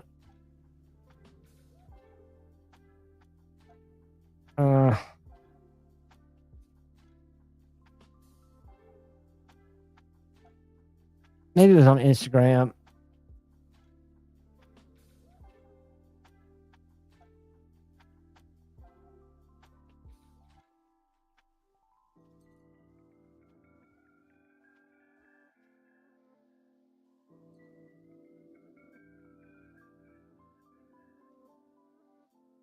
All right, this guy's gonna show some of the video. I'll tell you, this is what's going on to do this video. And get corrected. All right, here's where he was right after it happened. I wanted to come on here and I wanted to apologize. So on behalf of myself and my company, I apologize. He blames the I dealers. was asked to give an account of the situation so that an explanation would be had for the situation and how and why it happened. So I'll be as succinct as possible. He's lying. And by no means is this an excuse. It just is what it is. It is an excuse. It's an excuse that he's going to blame other people. He's not taking responsibility, and he's allegedly very religious and puts Bible verses on his blades, but that's not here nor there. Continue. We had a dealer, bought a lot of knives. He's blaming the dealer now. They promptly put 100% made in the USA. That's because he claimed his knives were made in the USA, and he sold at USA made blades. They didn't claim that. I don't think he would have gone in and say, yeah, and I've got these China knives. He's a liar. I tried to correct him on it. He tried to correct them on it. Okay, let's just think for a second. I'm a dealer. Jake says, no, they're not all USA made knives. This one's not. I tried to correct them, and they said, no, we're going to put it USA anyway. We want you to make more money. Didn't get corrected. A couple weeks went by. I tried to correct it again. He tried to correct it again. That means he prayed that he would continue to get 140% margins. Get corrected. From that point, I failed as a leader, captain of the ship. No, he failed when he had his knives made in China and didn't tell people and was a USA made manufacturer. Taking extreme responsibility for it, I accept that. That's the only time he accepted it, when he says, I accept that, because now he blames other people. Failed in aggressively pursuing and either saying, you know what, we're never going to sell to you again unless you fix this, or what have you. He's never going to sell to you, Mr. Dealer, again, unless you fix this problem that is a lie that I told you. That's crazy to me. Found some way to make that happen. So what ended up happening is, within a few weeks, all the other dealers following this big dealer says, oh, all Jay Kovac stuff is 100% made in the USA, and they started putting that up. And Okay. So after this, all these other dealers started saying Jay Kovac knives are made in the USA. All of them are. And he had USA made blades as one of his biggest dealers. USA made blades, right? So it's not his fault. It's not Jake's fault. He's a good Christian dude. It's just his dealers that he tried to correct multiple times to tell them that he was selling Chinese knives at American made prices, and they just wouldn't listen. Let's continue. And y'all take notes. This is going to be what we learned today segment. again, same failure. I just did not actively, aggressively tell people to put that down. That's because he was making so much money, he just sat back and took it. And he probably didn't even tie 10%, but I'm not in that position to make that accusation, allegedly. I mentioned, hey, that's not how we work. So yeah, it just kind of spiraled out from there. This was never about money. It was more about the fact that by the time it got out there and I hadn't figured out a way to handle it. Okay, it was not about money. Let's listen to what he's going to say. But by the time it got out there, The situation, I was truly fearful of the fact that you guys would just think I was a liar and a cheat. because he is a liar and a cheat, and he's also a pussy because he was fearful to tell the truth. So we learned today that Jake Hobeck is a pussy, a liar. Let's go back because I missed that other part. There were 3 flaws here. Let's go. By the time it got out there and I hadn't figured out a way to handle the situation. He hadn't figured out a way to handle the situation because honesty was not his moral compass to just come forth and say, no, man, I told you all along. I was truly fearful Pussy, of the fact that you guys would just think I was a liar and a cheat. liar, and a cheat. So we know Jake Hobeck is A, a liar, B, a cheat, and C, a pussy. So we learned that today. Let's keep on. And I didn't know what to do. That was I would have prayed, and then I would have gone and told the truth. But that's just me. And I wouldn't have had to pray. that was my fault, my downfall there. So yeah, that's kind of the explanation of how this all went down. Again, it's not an excuse. I failed.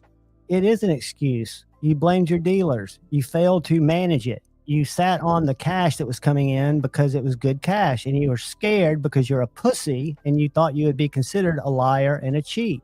You lying, cheating pussy. To actively, aggressively correct What did I just what other say? people were saying about my product. So I'm sorry for that. Hopefully you can accept my apology. If Hey, Jake. No, we don't accept your apology. Fuck you. you don't, I guess you vote with your dollars.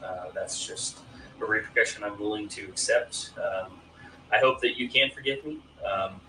This is how I support my family. This is how my business. You support your family by being a pussy, a liar, and a cheat. I'm going to let that go. It'll get me negative. But that is a little bit of the Jake Hobeck story. Oh, I know. It's old news, said Stevie. I just was showing the on sale model that Kubi made that's $202 that I think was the original OEM, and his were $550. And for any of the newcomers in here that might not be aware, that stuff still kind of goes on, with other makers in the community or designers in the community, right?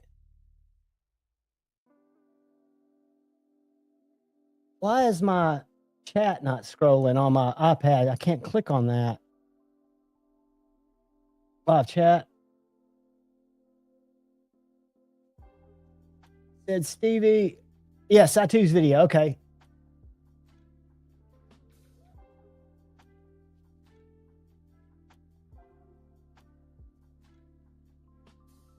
Let me see how I can forward this. Let's start watching it. Oh.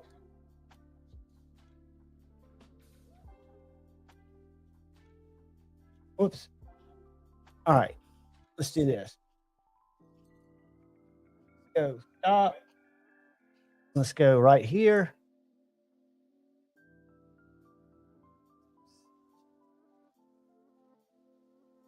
And a lot of people, there were a lot of different thoughts on it, but I felt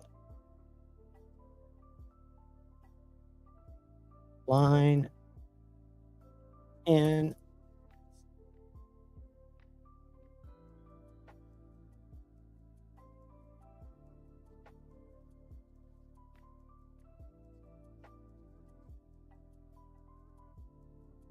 all that crap. Still recovering from the COVID thing. Speaking of which, I got that whole, one of the clouded most head legit kind of guys in the thing. community. So I don't know what the hell this is going to end up being. Hopefully, just some of my thoughts that are kind of coming. I guess let's just call it the line in the sand. That's pretty much how I look at what recently happened with Hoback Nice. If you don't know, I'm not going to quote the man. I don't represent the man or his company. If you go to his Instagram, you can read it. Let me share. I know Stevie shared it. This looks like a. I can throw it up here because we're not going to watch the whole thing. I won't do that to y'all, but I don't want to miss any of his. More or less summed up. He didn't ever say it's nice for 100% American made. It is what it is. More and more people are doing that stuff. There's a lot of people doing it behind closed doors and not disclosing it. He never That's probably very true, and Dave would know. said publicly as a business that his knives were 100% made in America. He has told me that in person at Blade Show eons ago. So should I hold that against him still? Probably not. I'm probably being kind of an asshole by even thinking about it like that. But I guess Satu is a much kinder and a much more thoughtful guy than me, where I kind of go more on emotion, because I still rate him as a pussy, a liar, and a cheat. But I think Satu's probably got a more accurate read. when knives sold at a certain price range, it's understood that it's American made. It's not understood that it's kind of partial.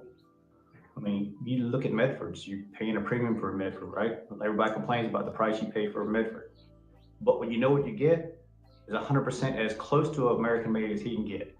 And he even has videos about you can't get bearings, like the actual bearings, not made in China. Nobody worldwide does that shit. We farmed out the scales, a couple blades, no big deal. Y'all won't miss them. Like, he's not even telling you. And I don't give a shit. He tells me where. Like, he doesn't have to say, hey, I got the screws turned in Switzerland and I got this. I don't give a shit. The imported parts are across the board, and I'm good with that. Like, some transparency. You don't want to give it. Just business. I'm going to be a future teller, or actually the past. And what I want to make sure is Satu is criminally undersubscribed to, and I'm sure all y'all here are subscribed to him. His Sunday recap is must-see knife TV for me. He has a maker, a craftsman, a kind, freaking helpful human being. I urge all y'all to go subscribe to Satu. But my thought is, he is going to say he's pricing it as a American-made knife, right? I don't think Satu is going to take his side, but it is hard to say. I look at TRM. TRM says that they do not make their carbon fiber. It's sourced from Lithuania. I mean, they break it down to what they can't get. That doesn't mean I don't want a carbon fiber TRM because of that. It's just they're disclosing it, right? I think with more designers or more YouTubers making knives, we're getting an idea of the cost of those knives, right? So if Kubi, again, selling that knife for $202, I'm betting they were selling it to Jake Hoback for no more than $150. And I'm probably way high. And he was, remember what he said? He was scared, pussy, to tell the dealers that they weren't made in the USA because he was getting USA prices. Somebody set the prices on him, right? So either he's very greedy when he set the prices and just didn't tell them, or the dealers just randomly added $300 to it, which nobody believes that. It's unfortunate. And I know that a lot of knives are probably, a lot of makers probably do that, right? I'd like to think we'll see less of that, but who knows? You know, I think, to go off on just a crazy tangent, if you get an old parent with memory issues, or just an old parent, and you realize that there's a whole industry of scammers that are just there for those specific people over 75. And I'm sure they've got a way to figure that out, because I've intercepted so many calls before we turned my dad's home phone off. He almost bought, in his mind, a BMW. He's trying to transfer 50 grand to some dude from one of his accounts. And it's just nuts, you know, that there are cheats out there, you know, and I don't think knife people, and I think the majority are good people. I think there are people out there that are also opportunists. I keep getting this email. I'll read it. Let me find it. From this guy, and I'm thinking if I even want to respond to it, but it's he's upset. He's not upset. He's like, hi sir, here's another YouTuber who reviewed this knife. New brand on Amazon. You can't beat this price. I'm not going to even look at who that is, because I can only imagine. It seems that you haven't replied. Is there anything you don't like about our knives, or are you not interested? Feel free if you have any concerns. And the video,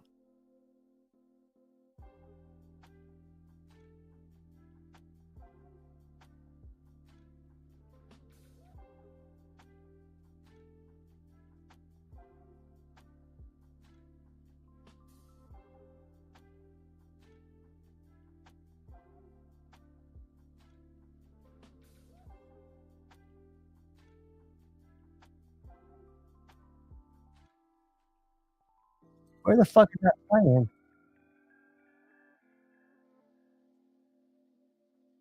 Oh, it's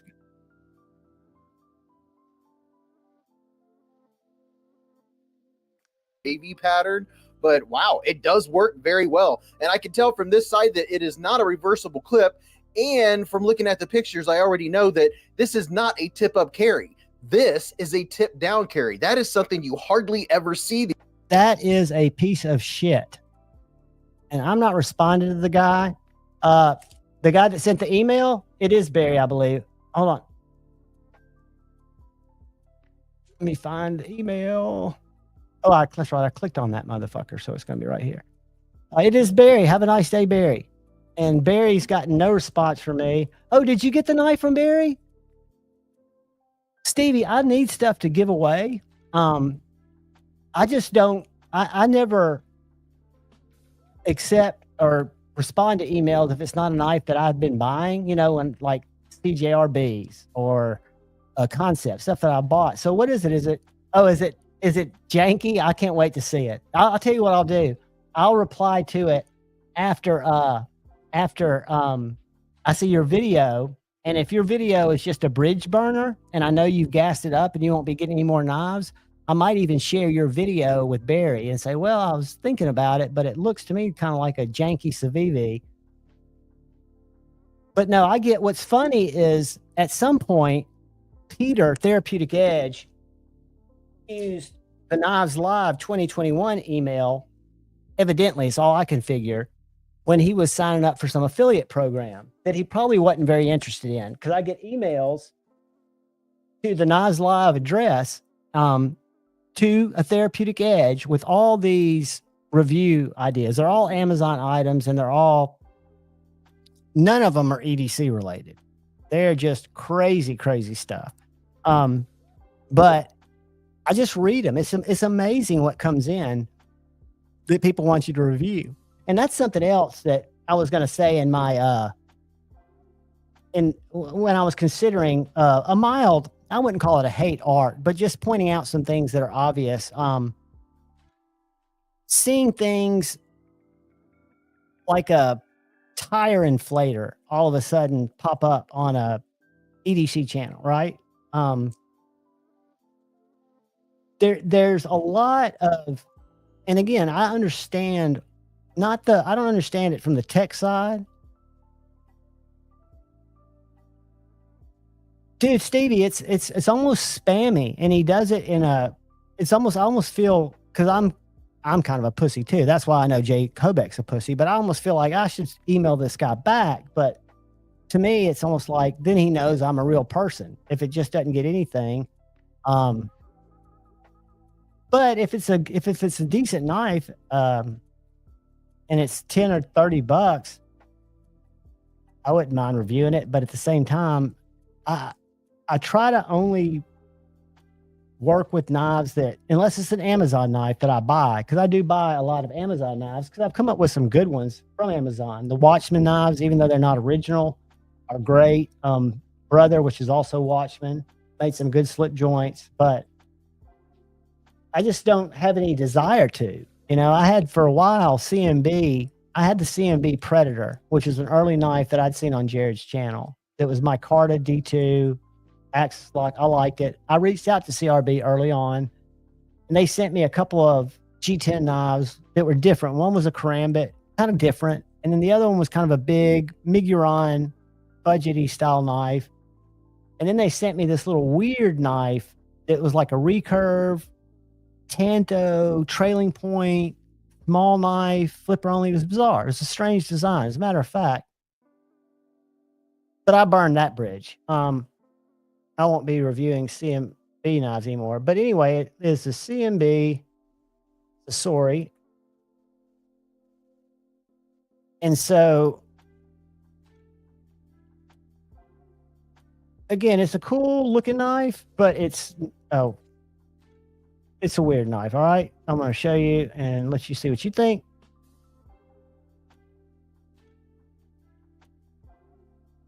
And so keep in mind,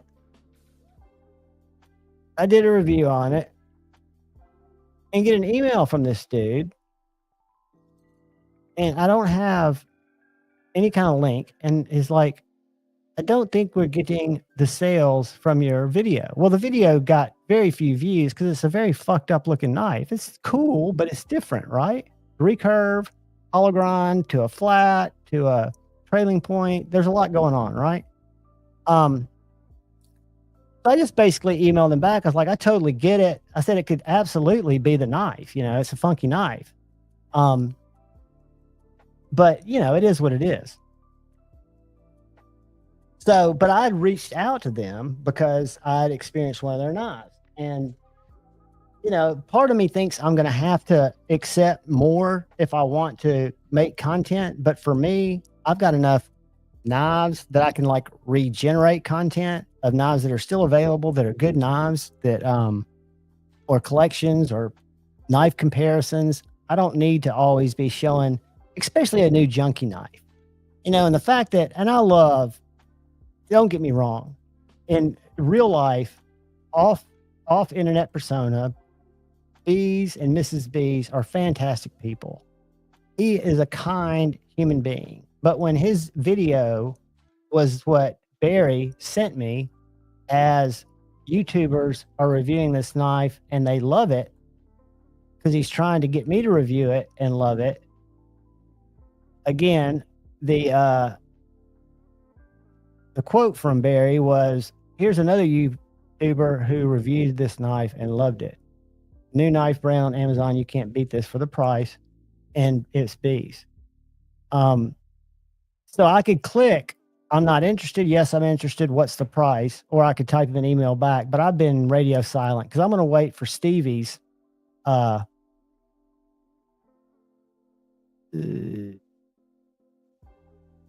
saw that. I'm going to wait for Stevie's video, and I might give him a burner email because every now and then it's cathartic to share your thoughts, right? I like to hold back. And if people are upset or whatever, let them say their piece and say, I hate you feel that way. Have a good day. I do kind of have regrets on how I ended the little sarcasm with the knife maker in Canada. But at the same time, you know, the way I look at it, live streams are for people who want to come in and hang out. If there's a knife maker who wants to come and talk about knives, it's good content that people enjoy. But if they're offended by what's going on in the chat and on the screen, and want to lecture me about it, you just got weird with me. And the first response was just, sorry you feel that way, blah, blah, blah. And I was just all, debate, not hate. And then I was like, fuck this guy, and I had to type in a little sarcastic sentence that was probably, a can of gas on a bridge, but what the fuck? It's just one of those things.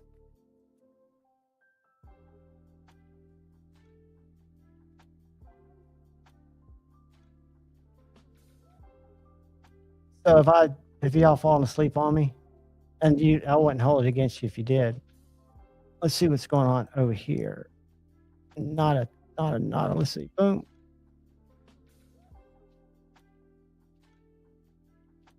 Yeah, but I can't wait to see that.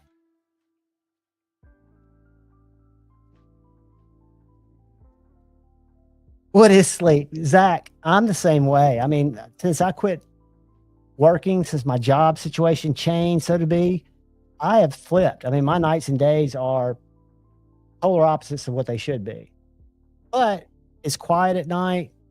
I can get stuff done. I can do content. If you call it content, I can take pictures and shoot videos of knives on my iPhone.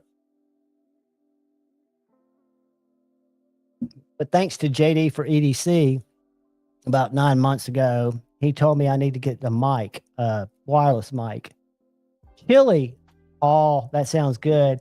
We can't talk about food because Taco Bell is now closed, but I can tempt myself. Let's do this.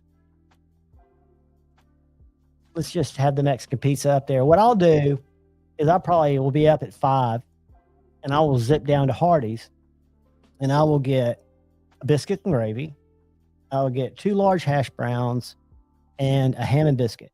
And I will come back and eat the hash browns, the ham and biscuit, most of the sausage gravy because I dip my hash browns in that, and I will sleep probably till hopefully 3 o'clock so I can get up and get my game on. Ed, what is up, buddy? Yeah, I didn't know how long people would be up, but it's Be Up Day. This is the early part of Be Up Day, and I did have a link in at the top of the chat just because I had to go to Stevie's page and get this. I thought I had it, and I need to put it in more of my descriptions, but it's a link to Nora's Fund, and if I'm not mistaken, this one takes you right there where you don't need the gifted code. Where is it? For some reason, I've lost YouTube on my iPad, so I no longer get comments. So I can't see if there's a comment pinned. I know it's scrolling, but you can't click it in case you just wanted to bookmark it. Taco Bell, Josh, the worst thing is it's open till 2 here in Huntsville, but they cheat. They don't stay open till 2. You'll drive over there, I've done it several times, and it's closed. And I'll get somebody at the window because they're still cleaning up. They're like, we closed. I was like, what do you mean you're closed? There just wasn't a lot of traffic. I was like, well, your Google business says you're open till 2, And again, being a digital marketing guy, I had to go flame their Google My Business because if you leave reviews, if you want to help somebody out, if you ever have a business that does you a solid or you feel like it's a solid business, take 5 minutes, go to their Google My Business page, which means you just Google their business name. You don't Google, you just Google the business name and it'll pull up their Google My Business listing. We're going to do this with, we're going to go Lynch, Northwest, Clips, Lynch, Northwest. All right. And I'll show you a Google My Business listing. I'm not sure most of you guys know what one is, but the point is every single one of them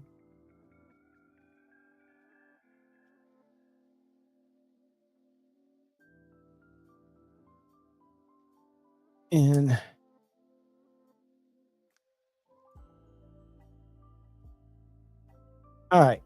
So I'm going to show y'all something real quick, not to bore you. So if you search a business by its name, this little tile will pull up. You got all your listings over here, but you'll have, this is a Lynch Northwest Google My Business. They've only got 4 Google reviews. So I just got a modular clip, and this helps with SEO, which is search. When people search,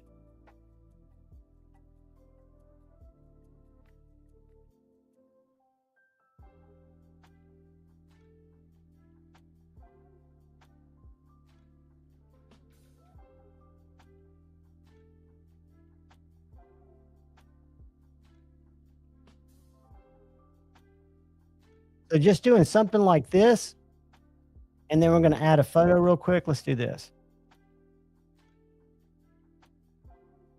Let's see if I got a picture of it. Hold on. No, these are Google pictures. I won't have one. Upload. Browse. All right, let's do this. Got it.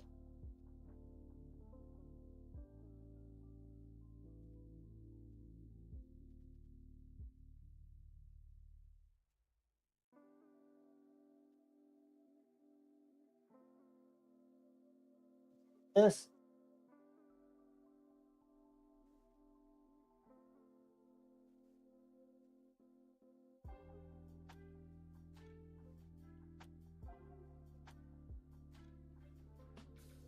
All right. So I've taken a picture. In just a second, it is going to show up on my iCloud, and then I can upload it to Google My Business. Move. And I will show you guys how to help your favorite businesses. Because reviews are great and all, but Google My Business is tied to Google. So they use the time in business, the accuracy of the hours. That's one of the things I did for businesses for free, is help them optimize their Google My Business listing, especially car dealers. They are the worst at their Google My Businesses get so cluttered up that search, it's harder for search to find them. Let me put this on. Let's just do this. Lynch. And we'll get this review done. All right. Share. iCloud. See if it's downloaded yet.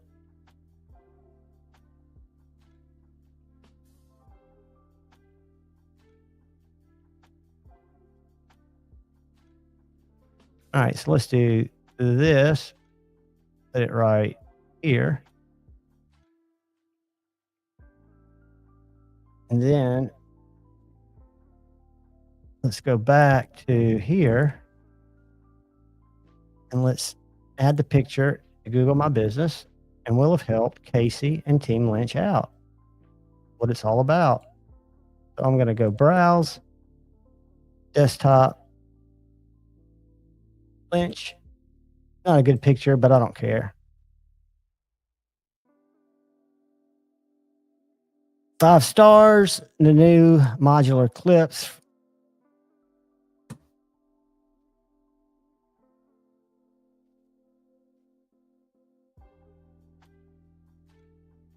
So now they'll have 5. It'll have to be, I don't want to be a local guide. But so now there's my, there's somebody.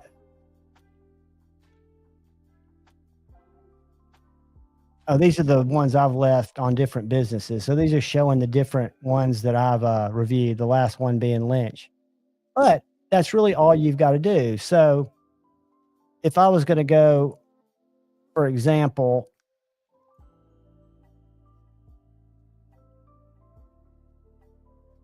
no thanks. All right, close that. But you can get other stuff too. So I know Stevie's been there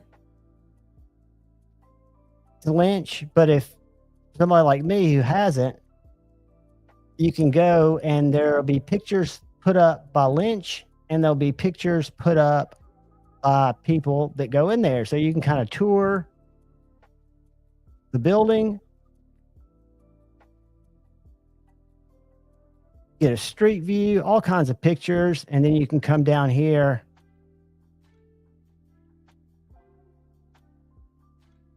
and find it. Where is it? It's probably on the other side of the road. Oh, I'm about to get hit by a car. Is it back there?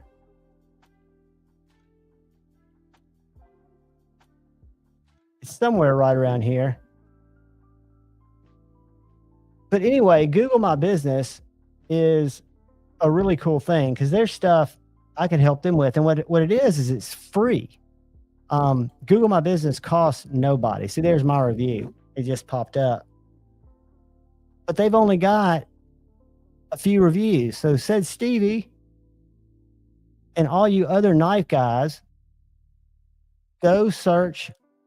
You put in this exact search term right here.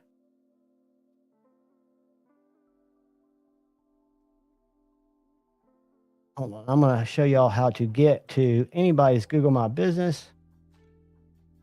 Because all you have to do is put in the exact name.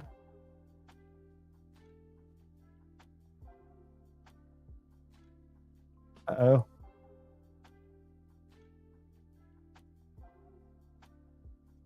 Where's my chat?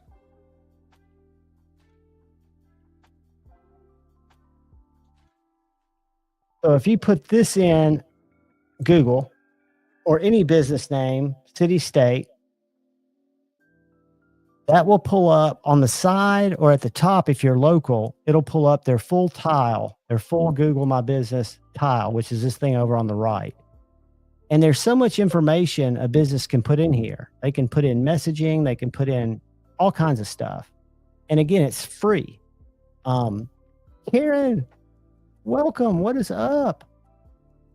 But yeah. So what I always do is, only because I know it helps, I like to leave reviews. I don't like to leave the review. I just know that the review is helpful, right? So if the best place to leave a review is if it's going to actually help the business, social media, people think that's the best place, or people think, oh, you need to put the review here, put the review there.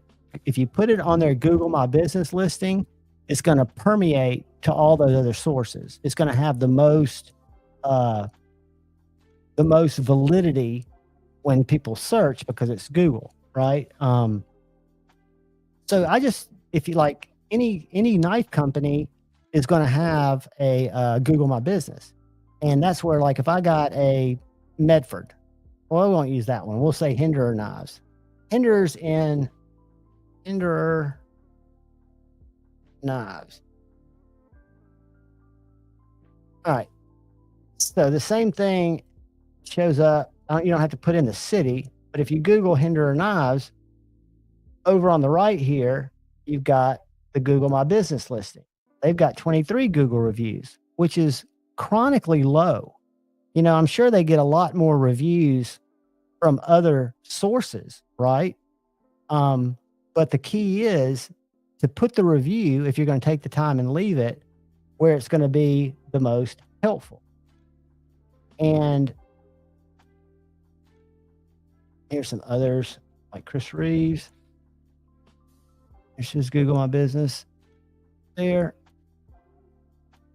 But they're usually pretty basic. And he's even got reviews on here. I don't think Chris Reeves has any reviews on his Google My Business, which is crazy. Hold on a second.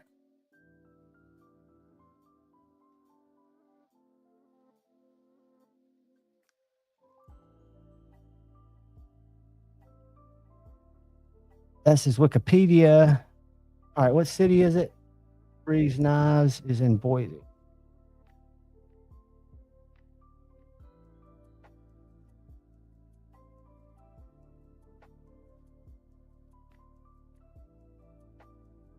All right. He's got 29 Google reviews. I was wrong. It just wasn't showing up on his maps listing. So I share that with you guys just because it's a great way to help.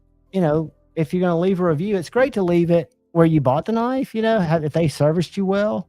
But to really help those makers, they all should have Google My Businesses.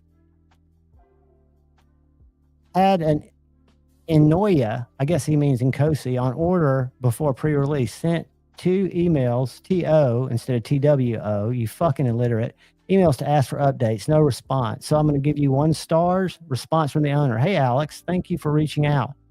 That is the key. You will go to Google My Businesses and you will find people that fight with their customers.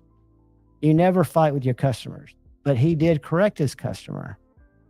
And said, our goal is to respond to your email within 48 business hours. I'm sorry that we missed the mark.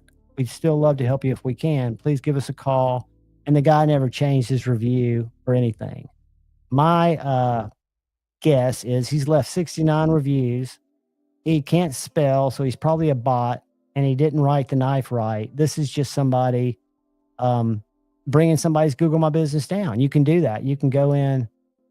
All right, Joby, this Chris Reeves guy is a jerk of the highest order. He talks down to his customers, his suppliers, and his employees. I've seen it personally. There are many knife makers in the world in this very competitive market. My advice, spend your hard-earned money. This is probably a disgruntled employer from 9 years ago. You never know. My point is, if you have a good experience and you want to help a business get a little positivity, because people will leave negativity out there, go to their Google My Business. It's just a good thing to do. Brant, what is up, brother? David Helka, hello. Good to see you guys on this Wednesday morning Be-Up Day 2024.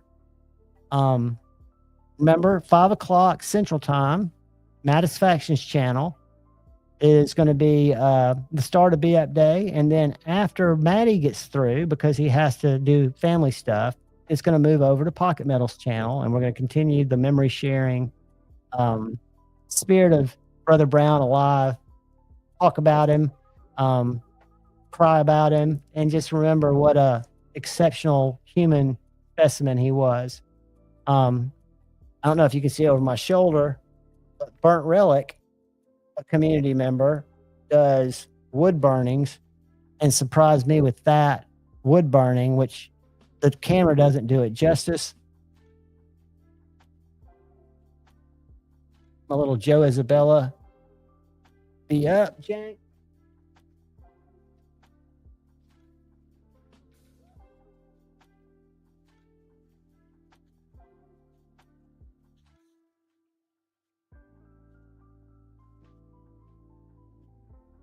And if you can see the relief in the wood, it's just nothing else.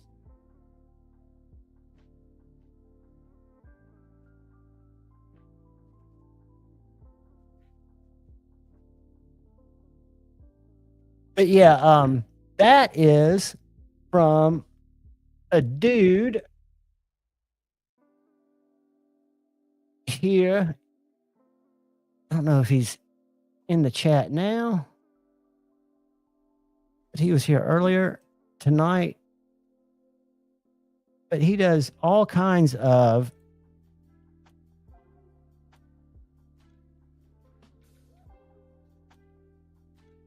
that's the Jason. He's got show you.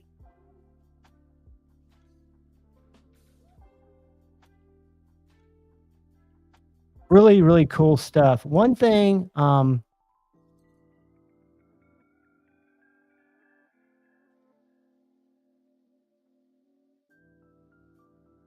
it's really cool. One thing he told me is he doesn't like to do animals, like pets, departed pets. And it's because, which makes perfect sense, it's so hard to get,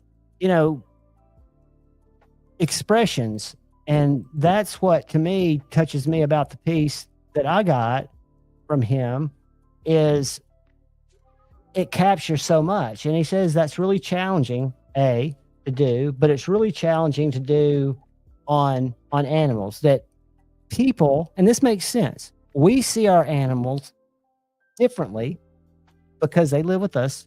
We might have a motion or a look that we're used to seeing that's not transferred through, the description or a picture that's given to an artist. So really, really cool. I'm glad I've got my little, I don't know if y'all have seen this, and I haven't done a review on it yet. But have y'all seen this little Woobin light? It's a little Woobin that it's made to be an iPhone stand / light, right? I don't use it for that. I'm a hammock camper. So that's magnetic, the back. USB-C chargeable. And then you've got this little button on the side, you push it. It's got yellow light and white light. And then this dial turns it down to low, up to high. And you can stick it on anything or just set it at an angle. And it's a great little light. So you got actually 3 settings. You got full yellow, you've got yellow and white, and then you've got full white.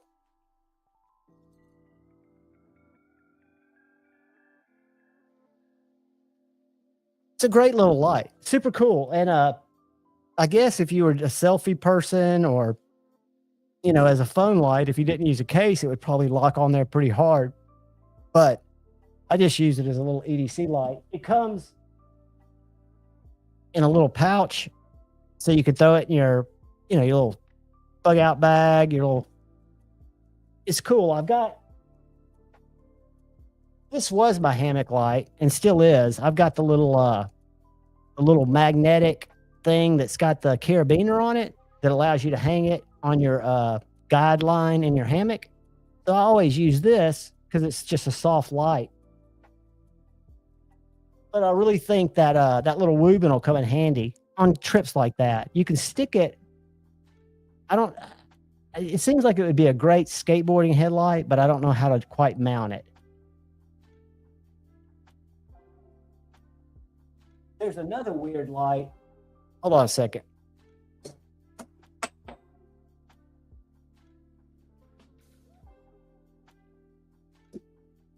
I don't know what it is. I just hosed myself though and dropped here it is. This little light. I got to find something though. Let's see if I can find it. Little light. There it is.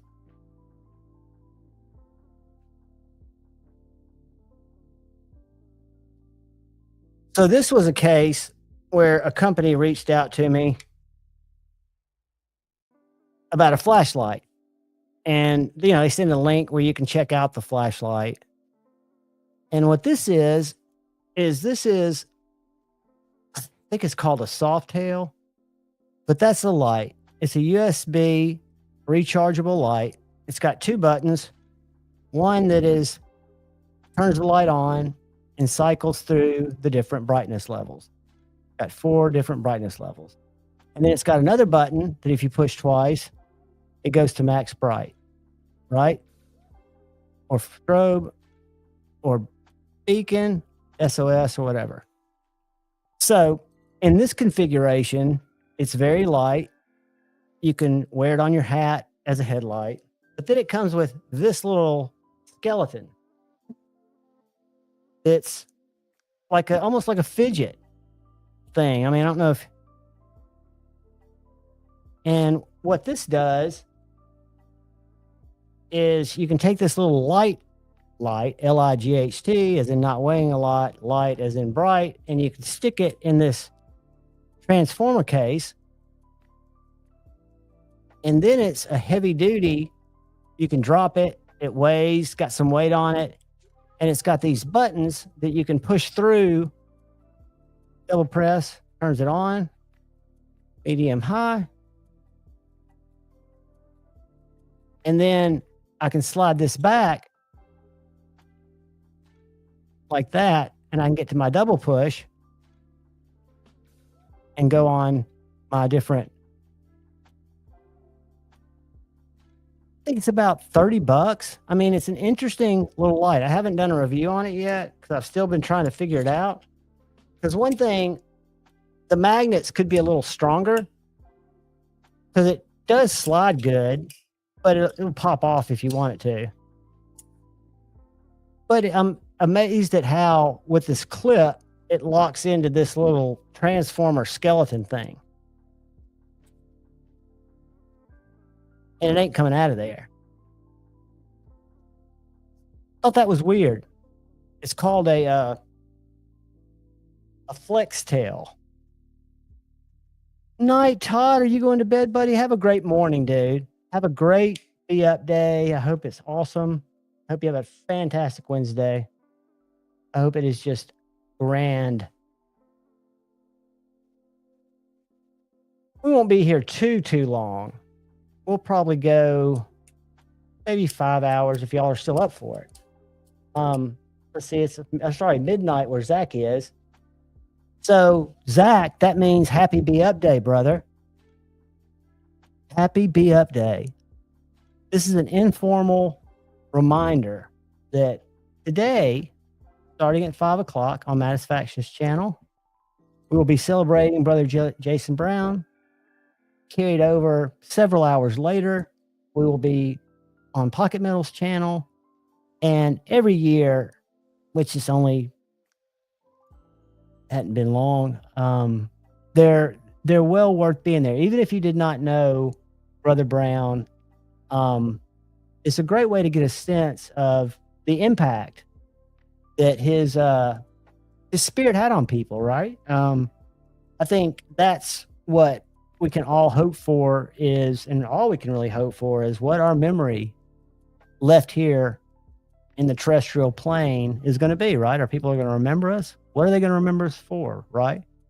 And I can only speak about the people that were touched in the community. I know that his memory will always be alive. And that's a testament to the type of gentleman he was. Just a fantastic human. As are so many of you guys and gals.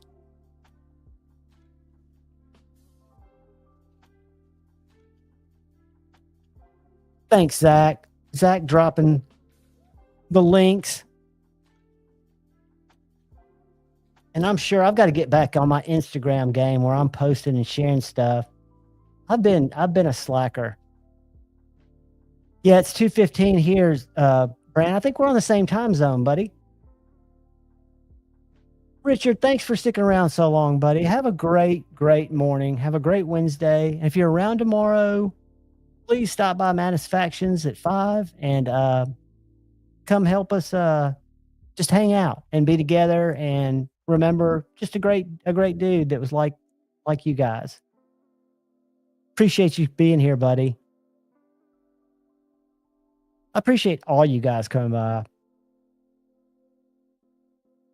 I mean, I want Tuesdays, and I've got to get better at this. I've got to come up with a El Cap Addict. Good night, buddy.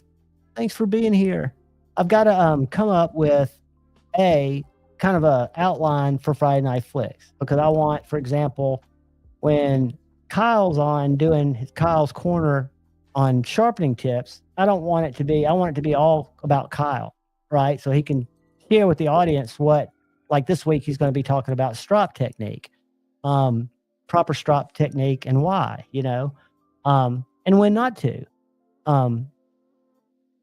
Yeah, that's exactly right. 2:16, Richard. We're in the same time zone, buddy. But on Tuesday nights, I've always wanted it to just be a me thing, but I apologize to you guys because I'll just ramble, right? If I don't have, I've got to get better about coming up with not an agenda, but something where it's more structured, and structure is not the right word, but where I've got knifey things that are value added, right? Where there's something different besides.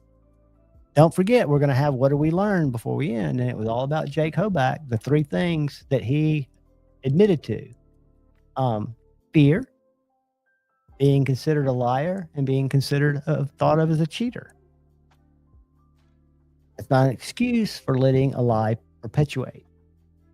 That is being a pussy, a liar, and a cheat. But anyway, I want to have it to where it's more, I guess, digestible, more entertaining, more educational. Because really, I just come on and try to, interact with chat, and I always go off on tangents because I'm a tangential kind of guy. I mean, if I could sell tickets, like if my brain was an amusement park ride and I could sell tickets, you'd line up, you'd ride it once, and you would never get back on because it's so busy. I've got such a busy brain. So it's not, and I'm used to it. I've always had it, but I think it would freak a lot of people out. The amount of thoughts and dissidents that's always firing in my head. So I can go off on some strange tangents. That's why I'm resisting the dark side. And once I open the cork of Fuck That Guy Friday, if I started that series, I would just be, it wouldn't help anything. It would just get me thought of as an asshole. And I am kind of an asshole, but not really. I notice a lot of things, maybe because I'm older, maybe because I'm jaded, maybe because I'm missing the point. But I see things that I'm like, that doesn't make sense. And feel like it should be questioned, kind of like we were questioning Jake about his fear of being thought of as not being honest, and his fear of being thought of as a cheater. So I'm just going to not say anything, continue to make unrealistic margins, and let all the people that are buying my knives assume they're buying American knives because I'm scared. There's so much of that goes on in different areas. And the sad thing is the majority of what happens in the community is so legit and it's so just good. And then not only are people that come specifically into the community to take advantage of the kindness from time to time, whether it's turd burglars or monster racings or whatever the case may be, slicey diceys. They're people where that shit perpetuates. And I don't know if they change, but I see things as just a knife guy, a guy that just watched reviews and hung out in the community, to a guy who shoots videos of knives. I don't consider myself in the same category as 99% of the people that make videos, but I'm also not going to tell you something's good if I don't think it's good. I'm not going to. And the reason most of my videos are positive is they're knives I pick out. And if there's a problem with it, I'll point it out. If there's something I wish was different, I point it out. But I'm not an authority on anything like that, nor would I ever claim to be.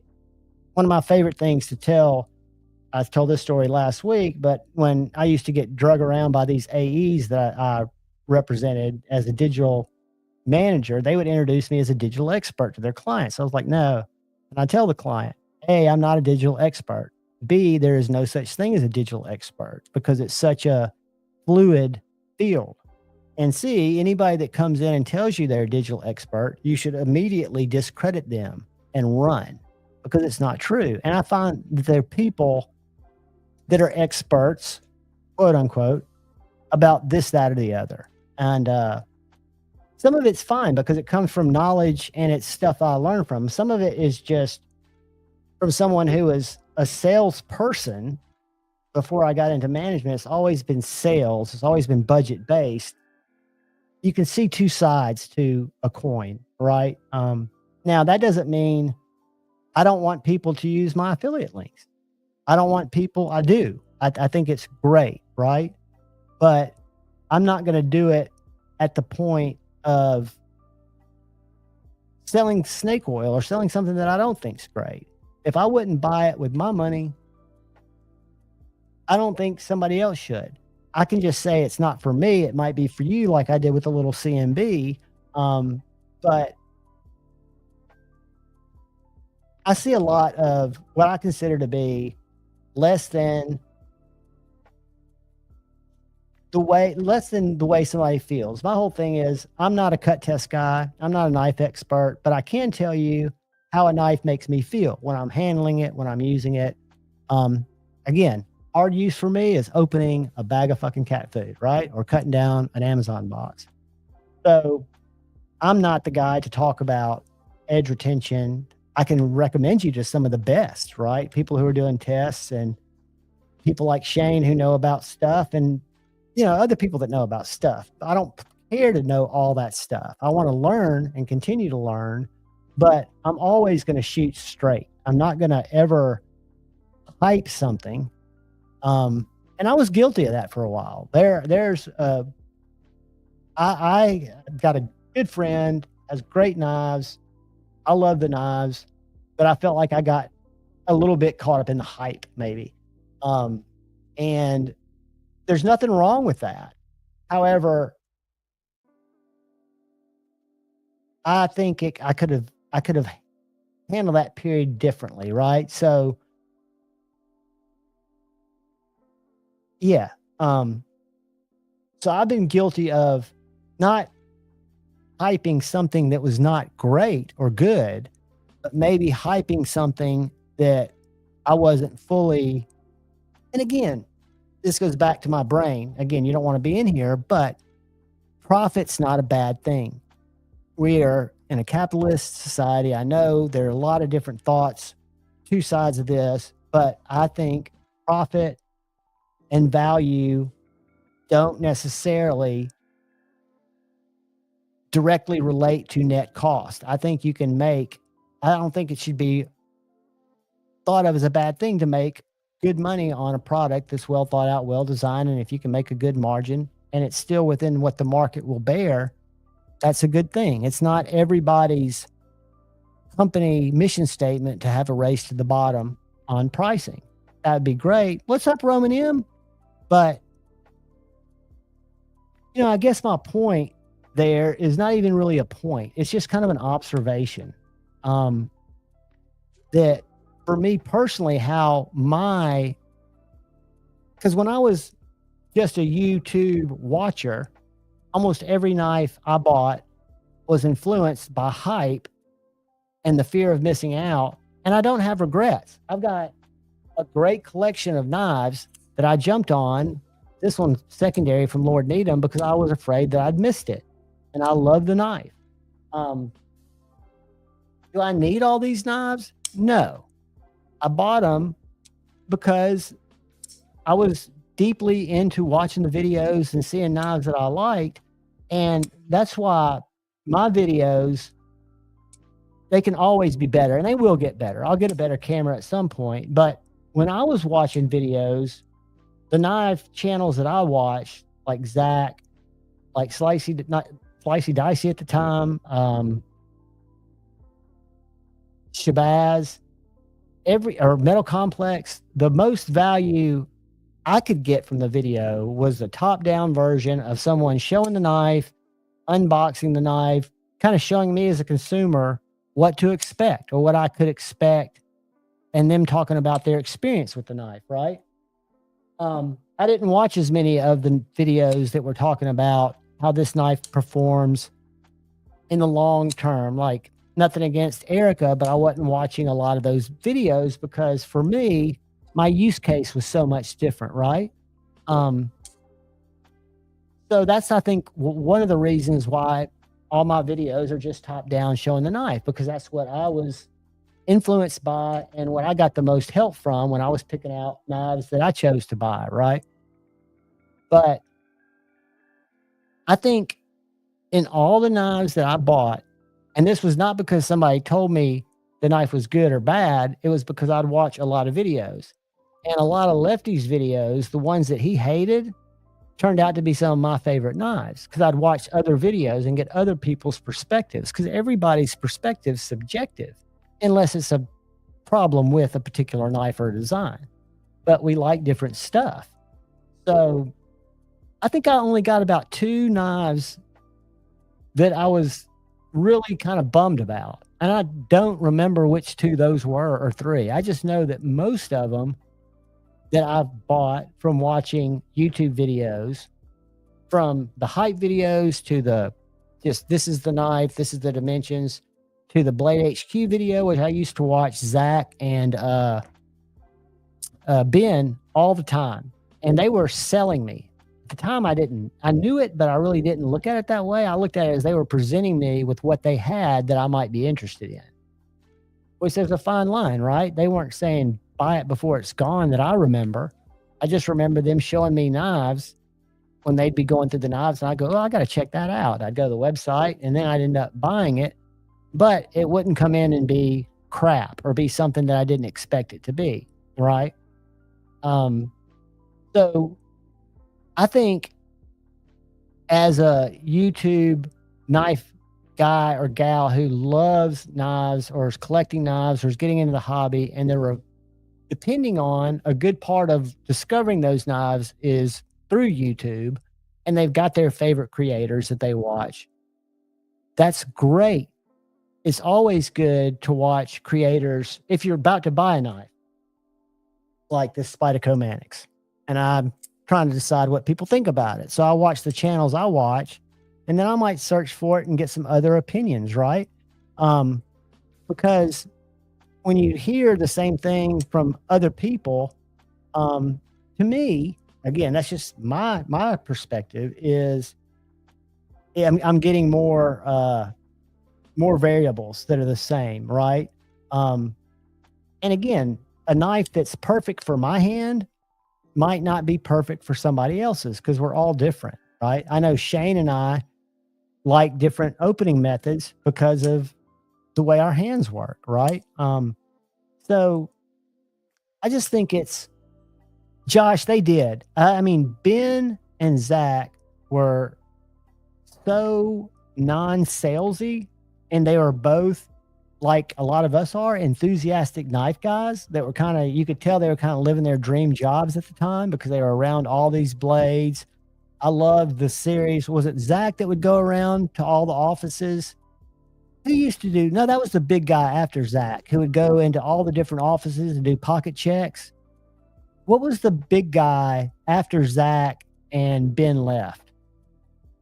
And I don't mean big. I mean, he was bigger than Zach and Ben, but he used to go around and he'd do pocket checks with like the human resources person, the purchasing department. They'd go back to shipping, and it was interesting to see what all the different employees were carrying because all of them carried a knife. Dallas. That's it, Zach. I know he went when there were some changes there, but did he stay in the knife industry? Do y'all know? I'm kind of disconnected from it because I did a one-day blade show last year that was disastrously too short. For any of you who go to Blade Show, he's still a buyer. Cool. For any of you who go to Blade Show, I urge it wherever region it's closest to, but do not do what I did this year, which is try to do it in one day. I did go with Dark Gravity and his son, and they wanted to do a one day so they could get back, which I understood. And it kind of worked out for my situation too, but it was far, far too short. I mean, we got there before it opened, stayed the whole time, and still didn't get to see any of the people, or just a handful of people that I wanted to see, but didn't get to talk to any of the knife companies that I really like. I did get to look at a lot of stuff, but it was so frantically paced. And I think the best part about Blade Show, and I don't drink, so it's not that I like hanging out at the bar to drink, but it's hanging out at the bar where everybody gathers after the show, because you're in a kind of a mixer of people, from Tim Reeves to you name it, everybody, right? It's just people that are there hanging out. A couple of years ago, Justin got in an epic arm wrestling match. Year before that, it was a classic nut thump on Super Steel Steve from Justin. There's just good times to be had. Yeah, Ben and Zach are doing fantastic, and they both are so deserving. I think Ben You know, I bought the Wii banner when it first came out, and then said Stevie sent me some Space Kitty scales about 6 months later that I love that are still on my Wii banner. But I bought that because of Ben, and I can remember him talking about the finger. I forget what his ratio was, but he was like, you know, anything that's bigger, it's not an EDC knife. Now he's gotten a little bigger than that, but my Banter and my baby banner are both basic bitch knives, but I love them. Zach, have a great night, buddy, or a great morning. Have a great be up day. We're gonna fold it in here shortly. I don't want to keep people up too late, but you know, what's the point? We're here. It's Tuesday, and I'm gonna be up, so I might as well be here with y'all. Have a great day, Zach.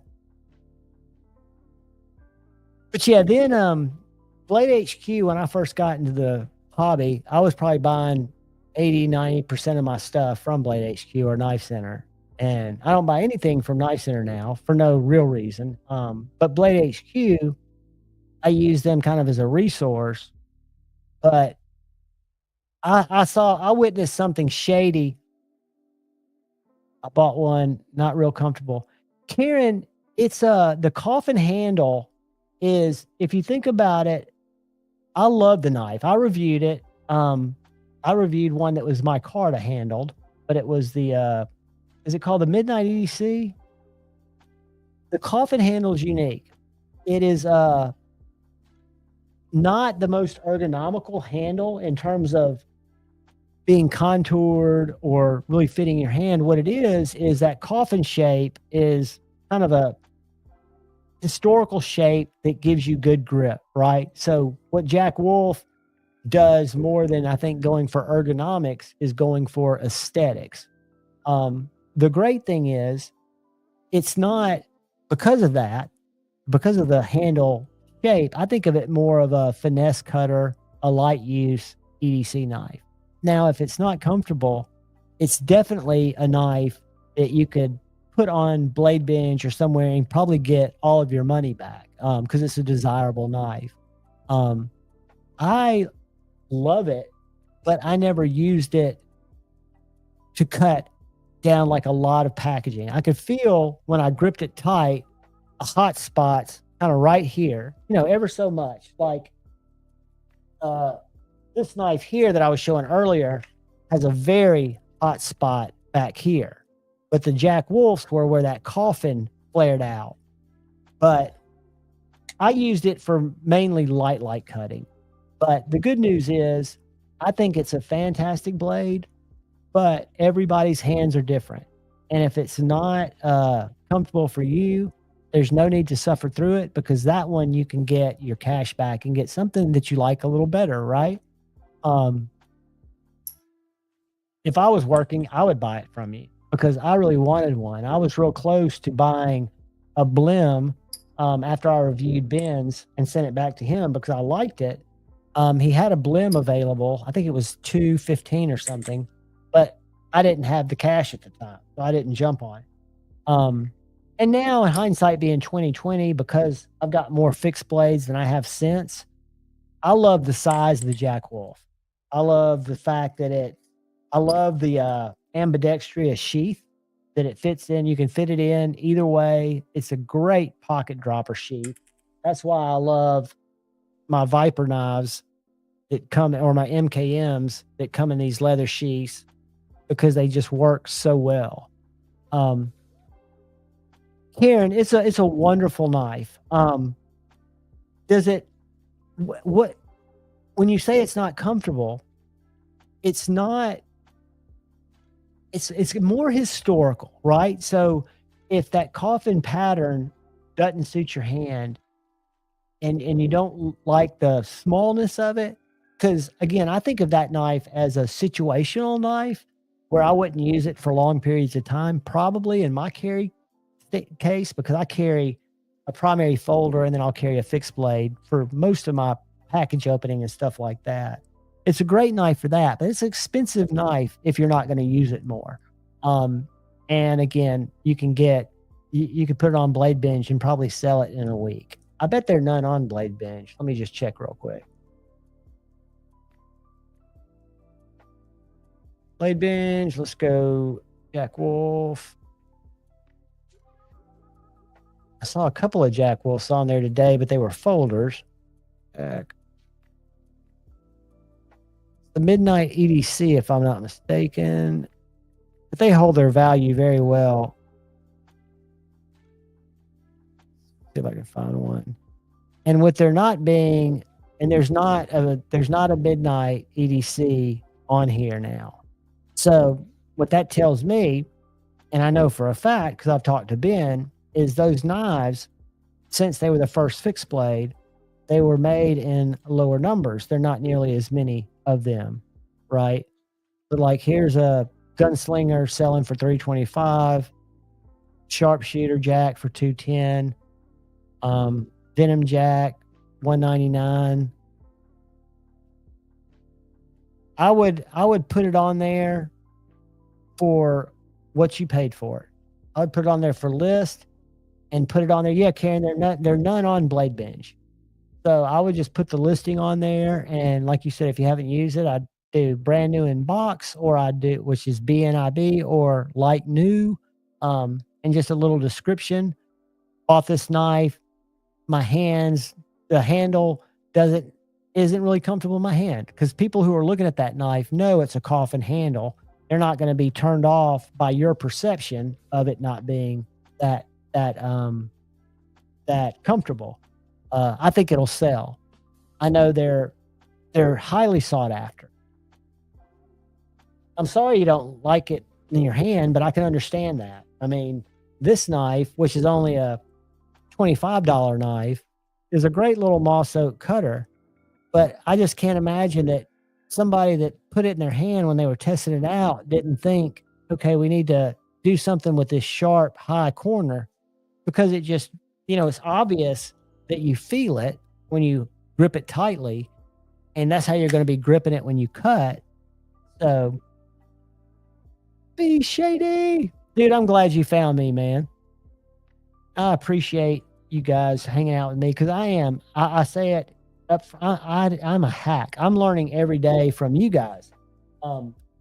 I can show off something that I'm carrying or I'm trying out, like this knife, which is very interesting. This Concept Tough Knife collaboration doesn't have what I would normally choose for an opening method, because I'm a finger flick guy. However, I can flick this off the blade.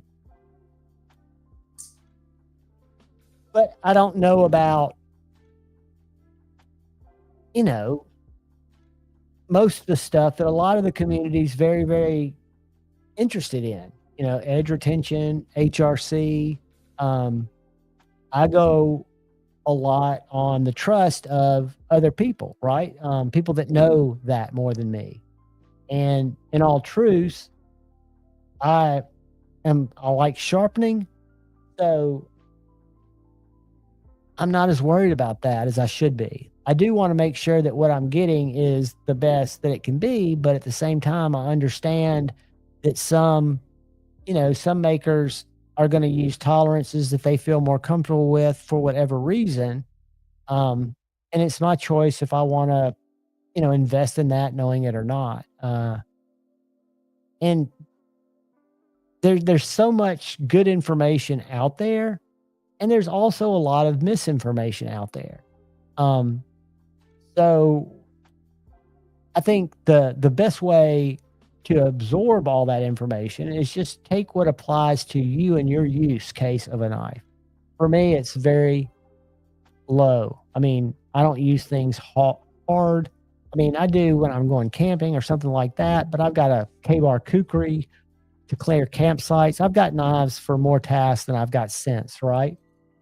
But I'm not the typical use guy. So I try to be very open, and I'm not cutting 1,000 feet of rope with this knife and finding out how long it's going to hold an edge.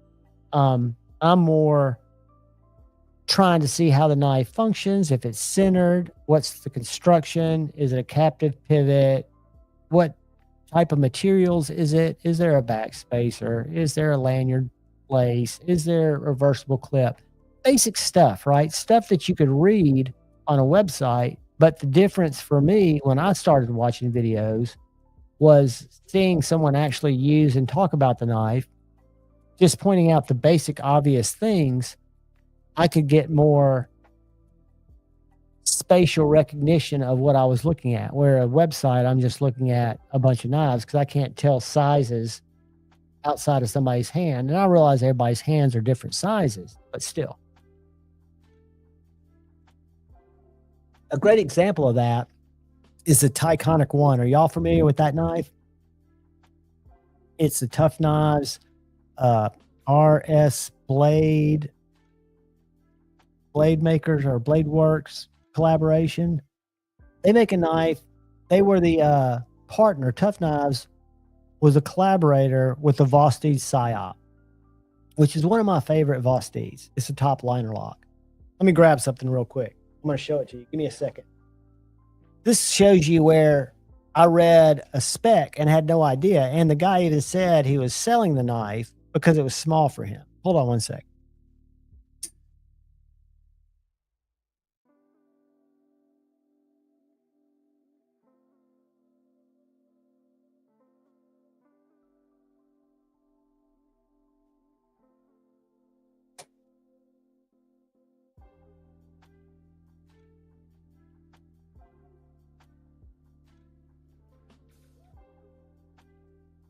So I love the Vosteed Psyop because it had that top liner lock, it had a front flipper, it had a deployment hole, and then I saw this knife when it came out, Tyconic, a new company, and it's very similar in style to the Psyop, but it's different because it doesn't have a flipper tab, it doesn't have the front flipper, and the Psyop is about that long where my middle finger is. This is a little dude. Now, for my hand, which is 3.5 inches all the way across, it's freaking perfect. It fits my hand perfect. However, I was not expecting it to be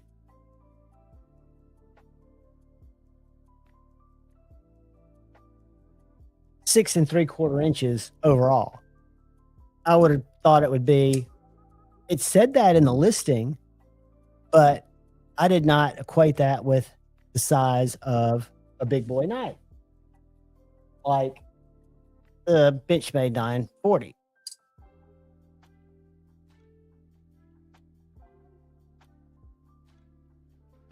Or the Spyderco Mannix. So it's a little dude. Whoops. Oh, it's a little dude. And I was surprised when it came in, right? I was like, oh, that's kind of a little dude.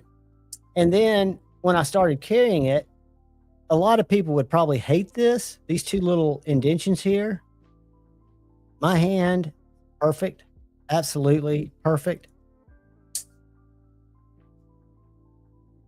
But I was surprised at how small it was. There are things I don't understand about it. I did take it apart and put skiffs in it. Really, really nice construction. It's got steel liners on both sides that are milled.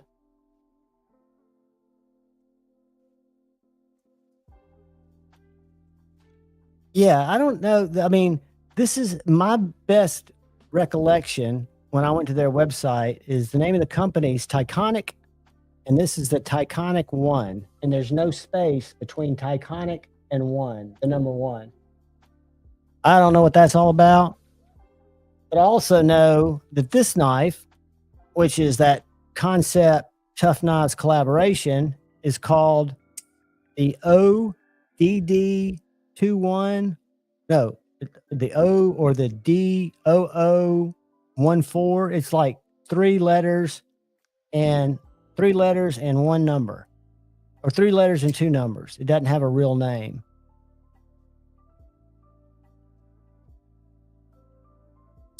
Got a super low profile regular flipper tab, which is kind of in the go-to now, and it's not all that. Do that kind of whant. Then if you light switch it, You've got to kind of give it some juice. It's definitely tuned for the front flipper. All right, let's check it out. The VV Odd 22.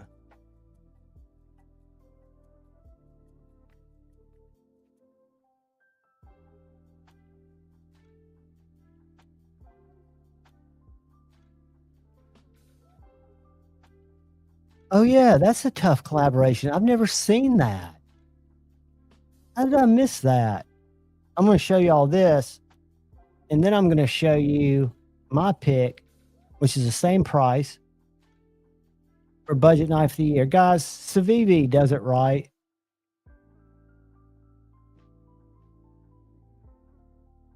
That would be the one I would get right there. 2.97-inch blade. Yeah, that's perfect. My pick for budget knife of the year is a Civivi also. Yep.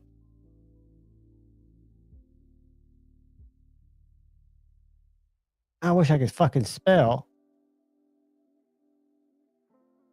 3X ON. Well, that's it right there, guys. I purchased it in September. It is a Brian Brown collaboration.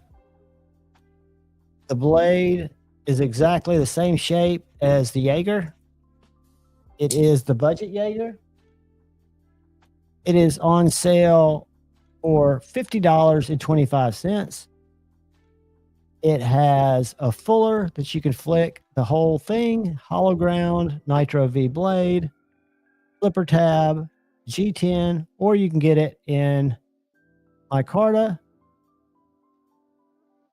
wood, or ivory G10. And I will drop you a link in case you want to check it out. But if you like the Brian Brown Jaeger, or you're a fan of Brian Brown designs, it's not the flashiest knife. It's a liner lock, but it's got a deep, deep hollow ground blade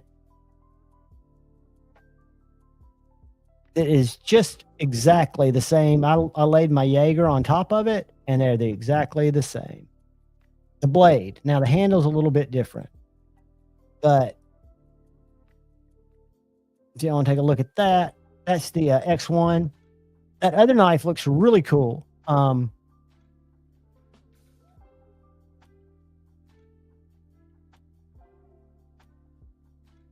know what else is interesting? And I don't get it, because I don't get a lot of stuff that WE does. And Civivi, what is the latest WE with the Snex lock? The skeletonized one. WE, Snex, lock.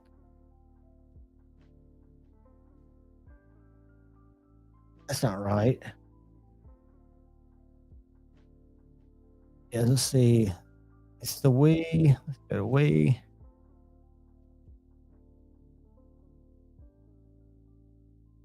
All right. Sorry, guys. All right, let's go from newest. It's this guy right here. Where is that? This odd bitch. And I wouldn't get the Damastil. $569. Got the Snex lock. Let's go to a regular one. Hold on.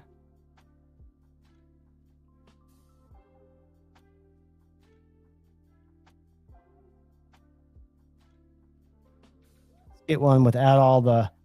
A lot of the WE stuff does not speak to me. Now, the Nefarious, I have that. That's a great knife. Where is it? Where is it?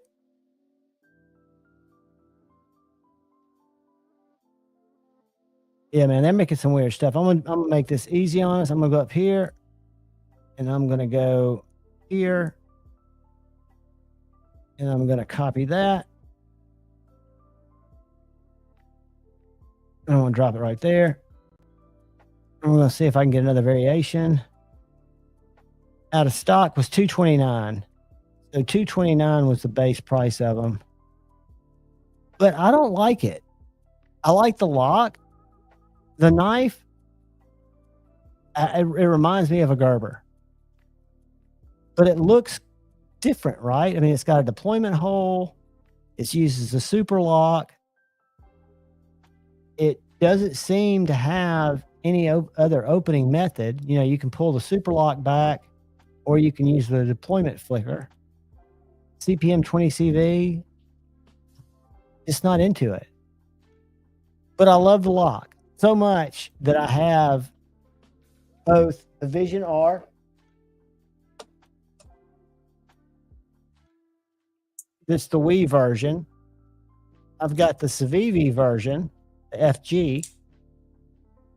And one of the things, the difference is that people thought was a flaw, but it's not. It's a maintenance deal. You can pull this lock out. And you can see that the spring's down here, much different than a Demco Shark lock. But people were always like, well, that's kind of janky that you can pull that out. And it's not at all, because it allows you to disassemble the knife. Now, my Vision FG, it has an extra stop pin that you can take out if you want to have this come out. The other thing I like the Civivi better. The thing I wish the Civivi had that people hated about this one, that I think they just missed the point, the people that hated it, this little clip that's on the side here, it actually goes in my pants perfect and falls flat to the side. So I think every Snex lock that has come out, whether it be the two Wii's or the licensed version of the Chupacabra, I think those are the only. No, there's also the there's that little dendritic cobalt knife, Sandrin, that uses the Snex lock. I don't own that.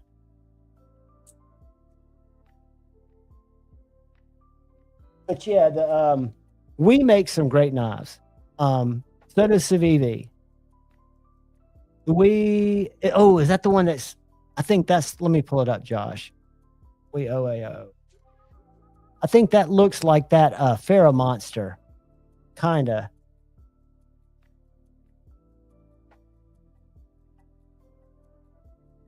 Oh yeah, that's gorgeous, dude. Let me share this. This is an integral, isn't it? I know it's.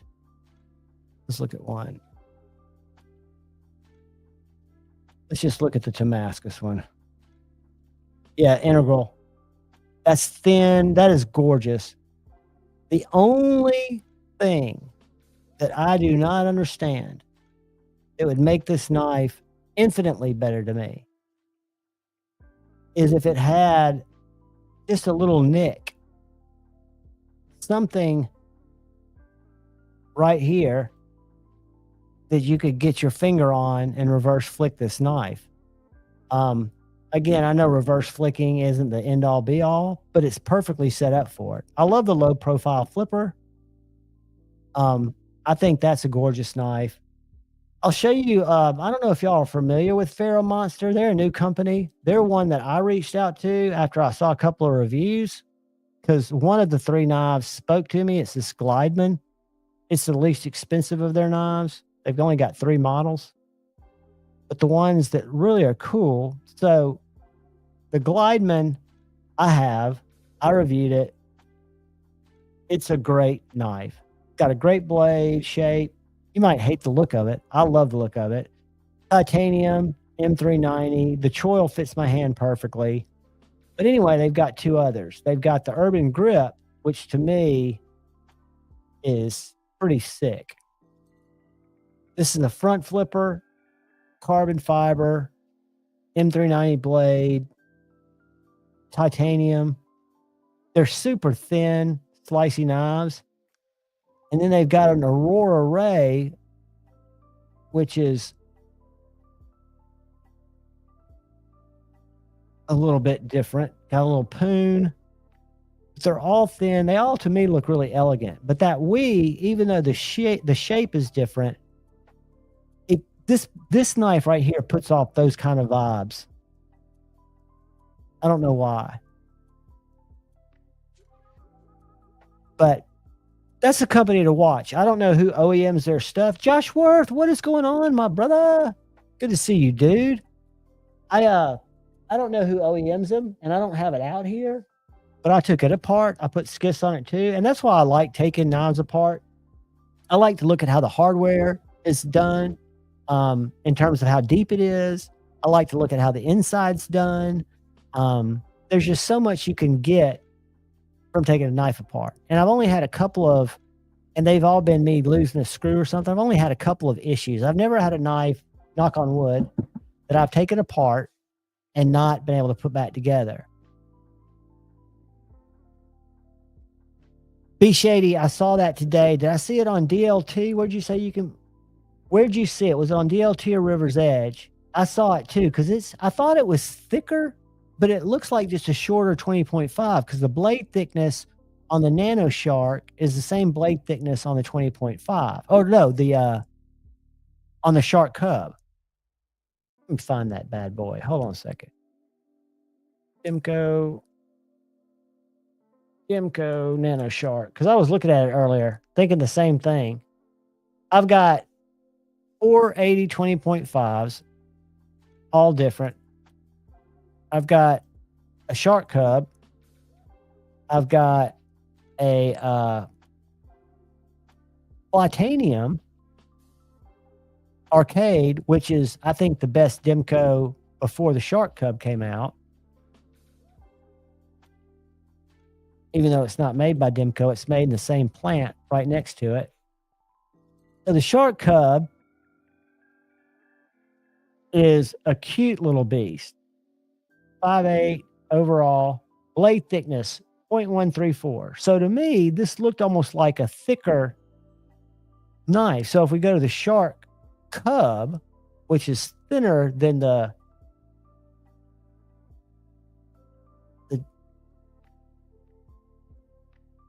80-20 and thicker than the 20.5. Like the slicer is the one I've got, which is the thinnest grind. Blade thickness is much thinner, 0.09 on the slicer. So if we go to the, whoops. We go 20.5.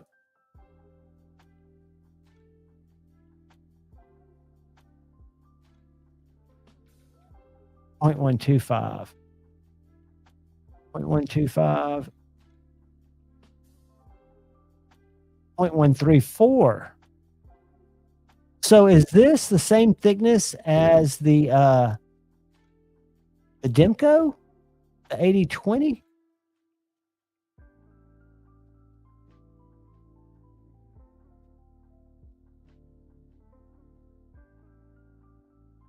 Do they not have any sold out 80-20s yet? Let's see what we got here.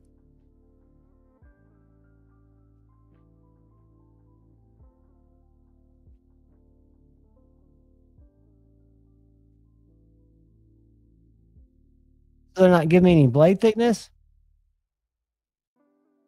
I like that little chode. I really do.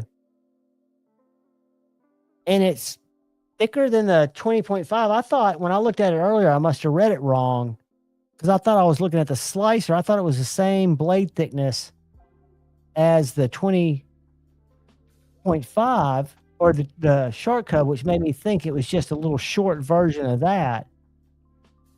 But that's only 0.125 and 0.134 is bigger, right? I mean, I'm not a measurement math guy. But I think it's bigger, right? Yeah, that's a chody little knife. I bet you that thing would cut carpet. I bet you it would rip into packages. Do they have other blade shapes? Let's go Nano Shark. Or are they all...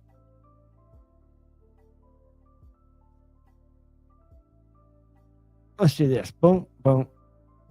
Nope, that's it.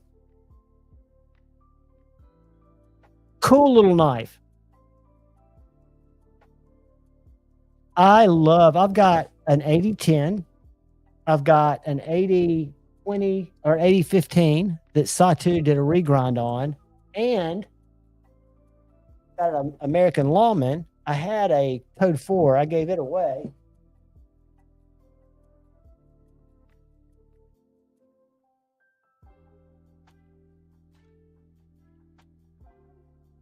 This guy right here.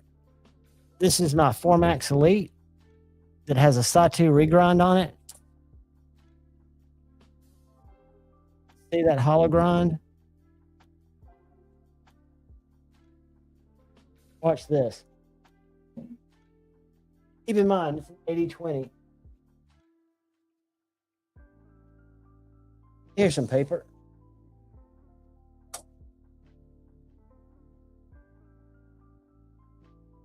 Oh.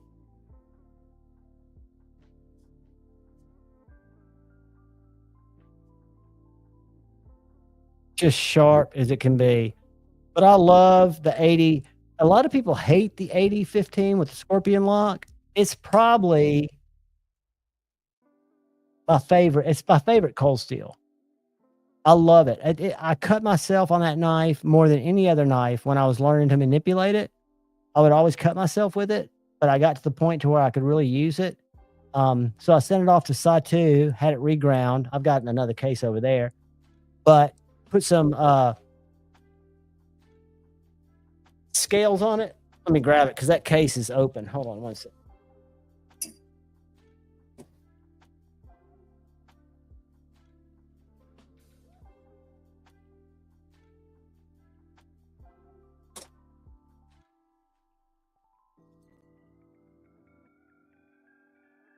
So the reason I wanted to grab this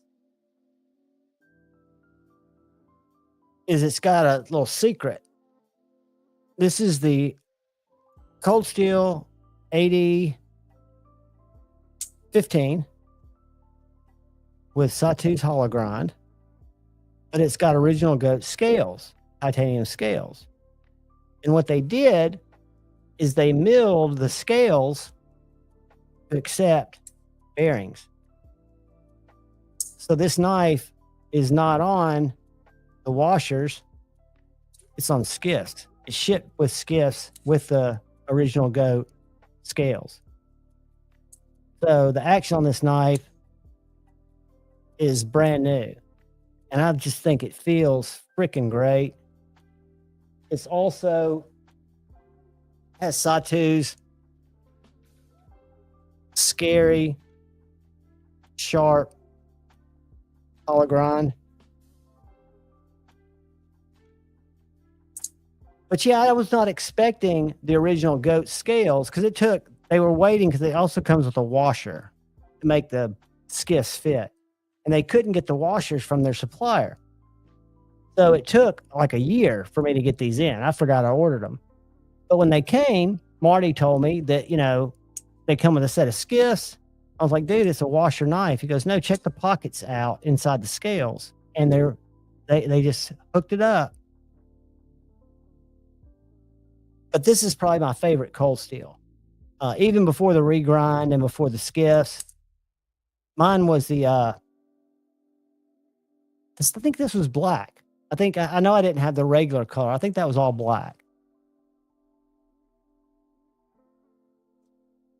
Cold steel knives are great. I mean, I love a knife bigger than I ever need, right? I never need a knife like that, but I like it. Not like Scotch, Scotch and things carry some, what I call boat anchors. They're beautiful boat anchors, but I like to carry a big chunky knife, and cold steels were that big chunky knife that got me loving big chunky knives. The 80/15, I think, was the first big one I got. And then I got the 80/10 because I wanted something bigger. The Formax Elite was on sale at Midway. I don't know if y'all have ever been there. They're a huge cold steel dealer. But it was on sale Black Friday a couple years ago for $199.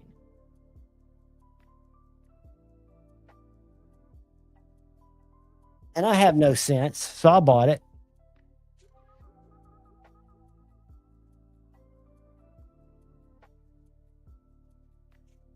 Let's go to Midway. I don't know if y'all have ever been there, but they've got probably more cold steels than anywhere. They also sell a lot of optics, hunting stuff. So they're I guess you'd call them a superstore of all this stuff, right? Then you go to if you go to All Knives, you've got these different machetes, swords, bayonets, multi-tools, knives. Let's just look at knives. Then you can choose hunting, tactical, EDC, Bowie, karambit, kukri. I mean, it goes on and on. Or you can just look by new arrivals, and you'll notice that they've got a lot of cold steels. 8010 light, $39.99. That's not the 8010, that's the light. But if we go down here, the Blackout Mayhem, $249. Here's an 8010 limited edition. That's got titanium. That's going to be expensive. American Lawman. I've got that knife. That's one of the thinnest cold steels that I have. That's about what I paid for it. I think I paid $99. That's not that great of a deal. Here's the 8010. $104 for the S35 VN. Or they've also got the Tanto. But yeah, this company is legit, and they've got typically a very wide selection of cold steel knives. Here's the 8015, $139. The color I had was black. This is the one I had, $185. So I would buy the OD green because it's much cheaper.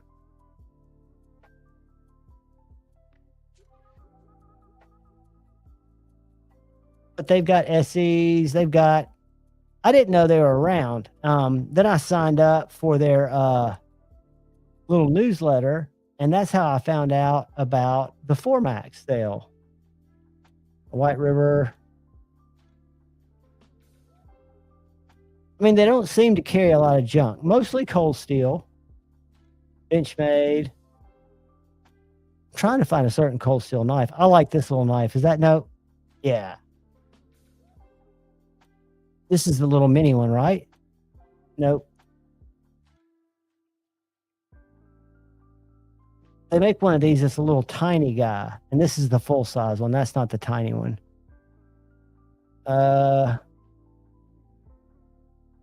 See, where is that? NAF.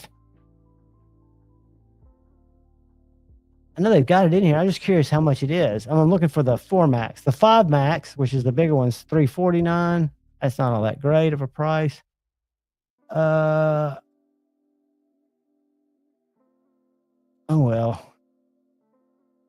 I'm going to just search for it.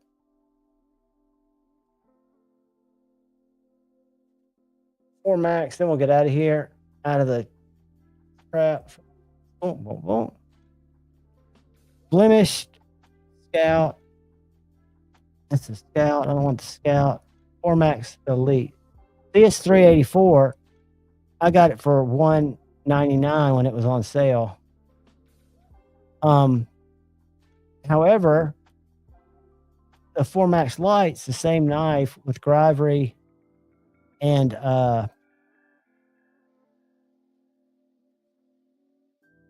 cost 10.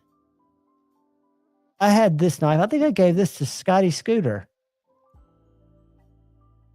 But yeah, Midway, a place I never went. Yeah, Be Shady. I mean, they've got some different stuff, and they've got, if you like gear, like hunting gear or, camping gear or just like outdoor stuff, EDC stuff, they've got a lot of that crap. A ton of that crap, really.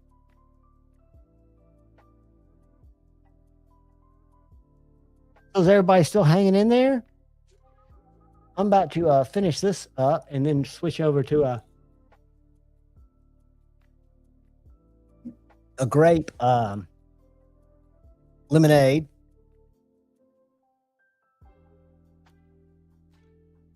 Jet Life.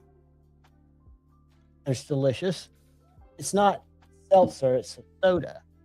So it's sweet. Okay, the bird and game.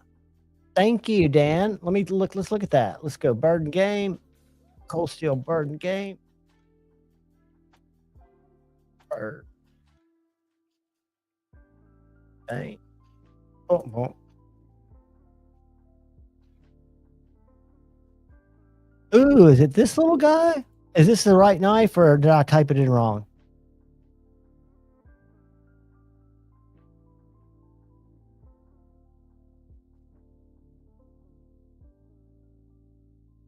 Is that it? Is that it, Dan?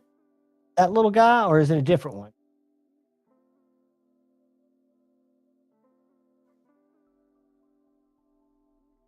That is a cool little dude right there. I gotta change the music up, guys. Find something with a little bit more groove to it. Hold on.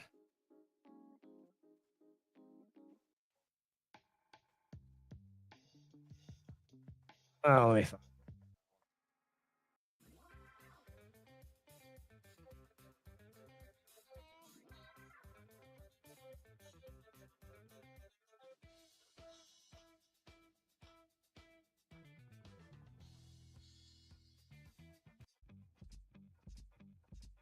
Yeah, we'll go with that. That's sweet, Dan. Let's see how long it is. I assume that'll be under specs. Oh, yeah, 7.25 inches. That is just about perfect. $19.35. I mean, that is awesome. $20.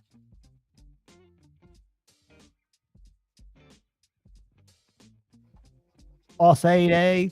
Perfect. Here's another one. A little skeletonized. But they've got some cool stuff there. I haven't bought a lot of cold steels recently, but I did used to buy a ton of them. Yeah, Paul, just drinking coffee, chatting. As long as people are hanging out, we'll go for a little while. If I go to bed by 4 or 5, I'll get plenty of sleep before the rest of Be Up Day. And happy Jason Brown Be Up Day. Happy birthday, Jason. I love all you guys.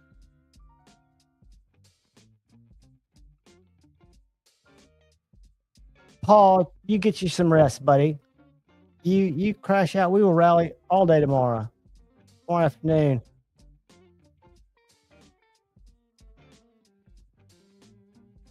See, I'll show you a really cool little knife. It is very economical.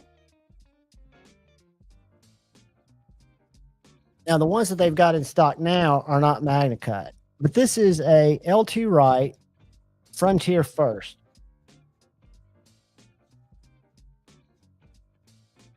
It's a little American made. My Micarta handle. Whoop.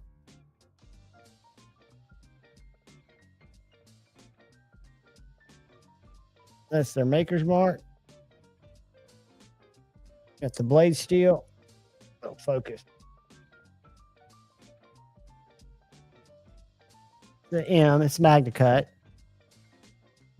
This knife's available now, I think in we'll look at it in a second. But it's not in MagnaCut. This is MagnaCut. It's got a really sharp spine, so it's a ferro rod striking fiend. It is only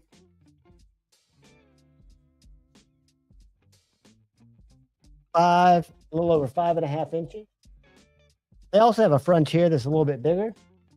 But this guy, when I bought it, which was last year, at River's Edge Cutlery with this sheath, was 95 United States dollars.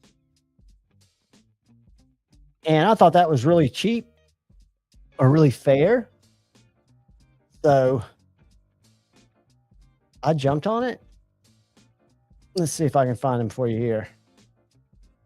Frontier first. And they make other size knives too. Keep in mind, I like the little guys. All right, I'm gonna have to go to another source. So here's one in 3V for $84.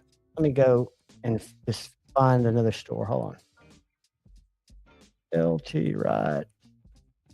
Frontier first.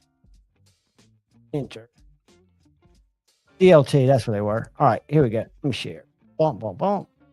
Bump, bump, bump. All right, so they're out of stock now. They've gone up a little bit, but what dictates the price? You'll see that they're all over the board because of the handle material. So this is like the one I got.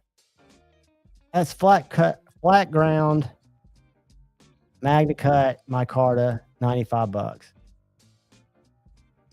That worked for me. They also have them with, more expensive handles. This one's an A2. I'm not sure what A2 is. I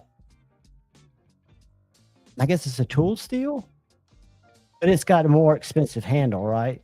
It is a godlike bone.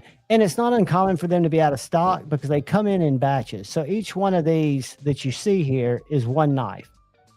So they're going to be different prices based on if they have a liner or if they just have scales, blade material, but they make good knives. They really do. I've been pleased with it. And then the knife that I'm doing a comparison, the reason I've got it out there is I'm doing one of my knife comparisons.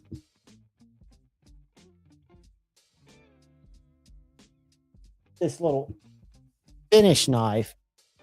This is a Brissa Scara 60. Very similar little knife. A little bit different. Got a taller blade, but it's a little shorter. This is RWL 34.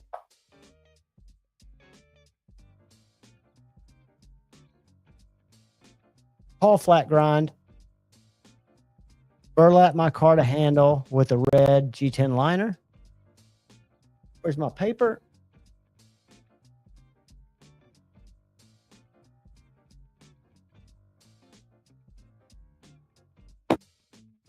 Wake up. Wake up. Very slicey. Great little chode knife. 3-finger knife, but you can put a lanyard on it. I can get 4 on it.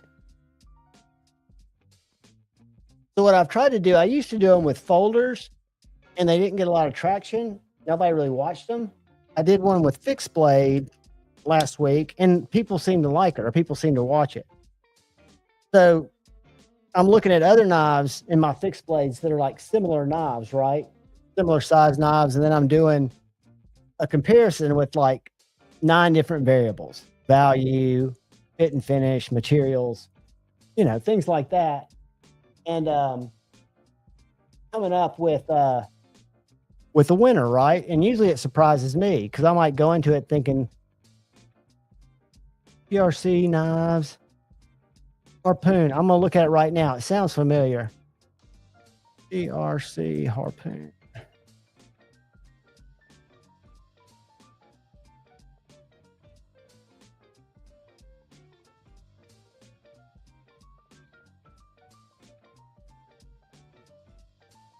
Open up.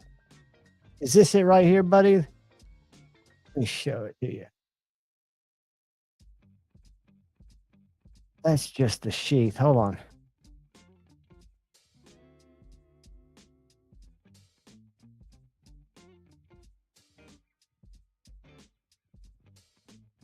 How long is it? Is this it right here? I mean, it looks like a really good knife. And it used to be sold at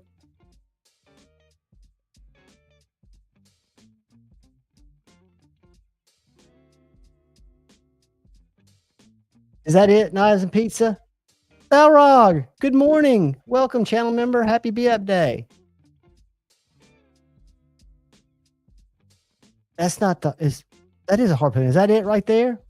Yep, that's it. All right. I've never experienced it. The materials look like they're excellent. I love the compound grind. I love the fact that it was sold at Knives and Tools, which sells really only the coolest shit. I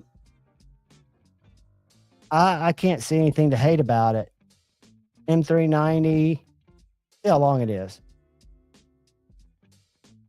Oh, centimeters.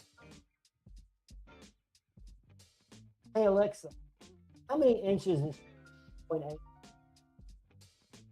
21.8 centimeters is about 8.58 inches. 8.58. So I think it's a super, super cool knife. It's a little big for me, unless I was using it for like a camp knife or something. But the grind, that blade looks sick. I think everything about it looks sick. I love the sheath. Perfect pocket dropper. So without experiencing one, where it's sold, who it's sold by, and new one is M398. Even better. And I don't know, when I say even better, I only assume it's better. I've had a knife in M398, a Tucson that I gave away. I think it's a great knife. Looks like a great knife. Because again, fixed blades are so subjective to the use that you're going to put into it, to what it looks for. To me, that looks like a work ready, hard use knife. What did I just knock off the table? Oh, looks like a hard use knife. Kind of reminds me, not in style, but in beefiness. That song's too short. Give me something a little long. But just something that's big and chunky, right? That knife seems big and chunky, like you could drive that blade through a car door.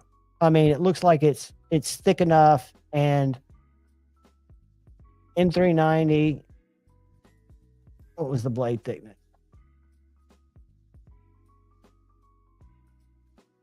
I'm gonna have to do centimeters again.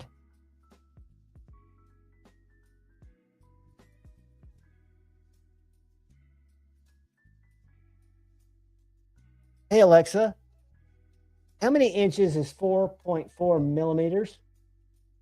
4.4 millimeters is about 0.173 inches. Okay, 0.173, so less than a quarter of an inch thick. I love that blade. Is that a swedge or is that sharpened?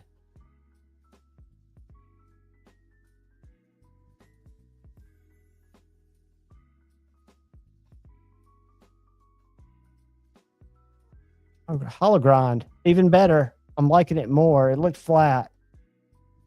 Exceptional, nice and thin. I like it. Harpoon tip, very thin, small handles made from a unique type of carbon fiber. Case, blah, robust. Without a belt loop. Yeah, I think that's a great looking knife. I've never been aware of it. I've learned something new. Country of origin, Lithuania. That's a positive. Andreas Trickius. I'm not familiar with him as a designer.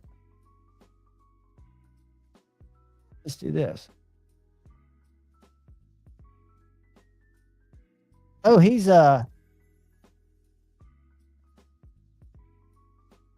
he must be one of the workers there. Maybe he's the okay, so he's the founder of the knife company. Yeah, I give them, they look like they all have mad credibility. That's a gangster picture if I've ever seen one. I'd be happy with this dude making my knife. He looks thug. This guy's got the crazy eyes. I bet he grinds knives. He's kind of like an emaciated Shane. I like it.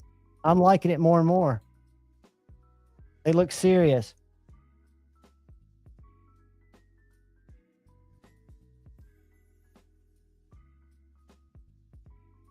Josh, are you talking? Which one are y'all talking about?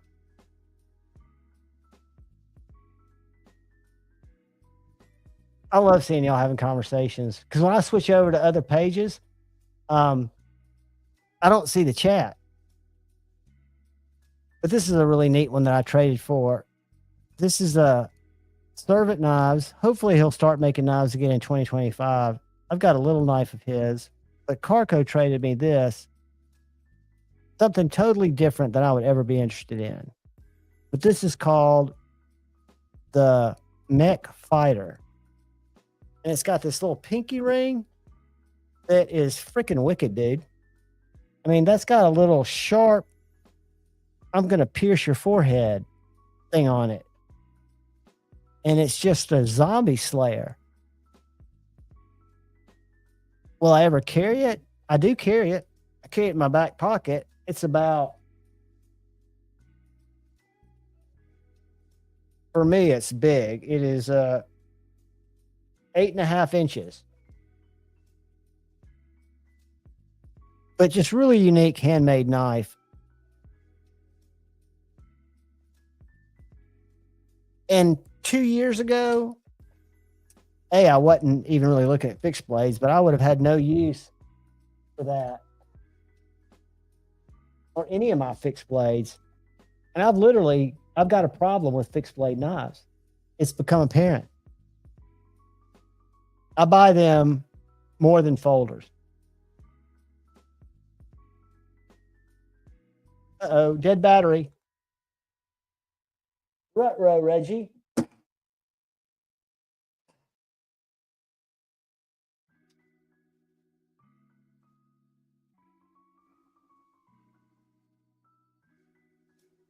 Aries EDC, what's going on, Scott? Good morning, buddy. Happy Bee Up Day to you, my friend.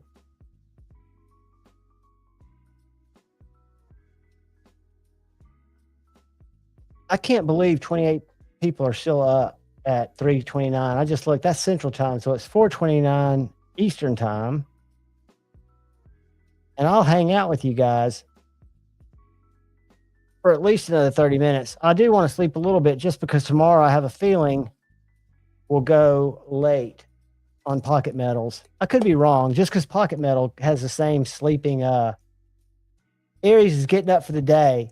Buddy, I love your videos. I am what you'd call a creeper in your shop videos. I just never want to interrupt, and I never have an intelligent question.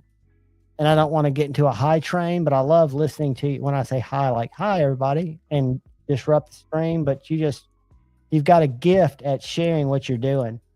I love watching Shane's streams. Last night on Pocket Metal stream, we just all watched Shane's stream. We sniped it and watched him grind shit without a respirator, and all talked about him. Good morning to you, Aries. I love, by the way, guys, I wish lights were. Brother Paul Mills, DKSF sent me this little pedal. It's got glow carbon fiber and glow G10 handle. I'm about to put some light on it and maybe it'll glow. But this little chode is wonderful. And there is Aries Maker's Mark. Right there. Let me see if I can get it to show on the flat. Yep, there it is. But this little guy,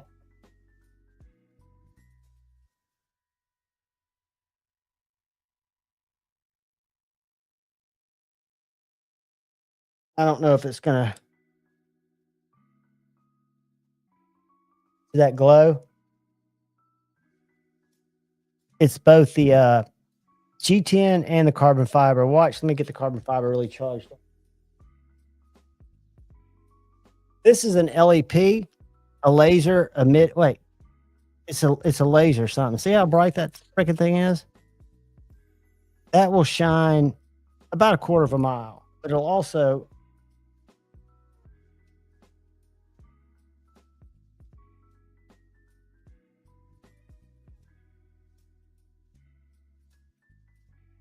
you can see it glow through the lights that I have, and I've got lights, but this is a great little knife.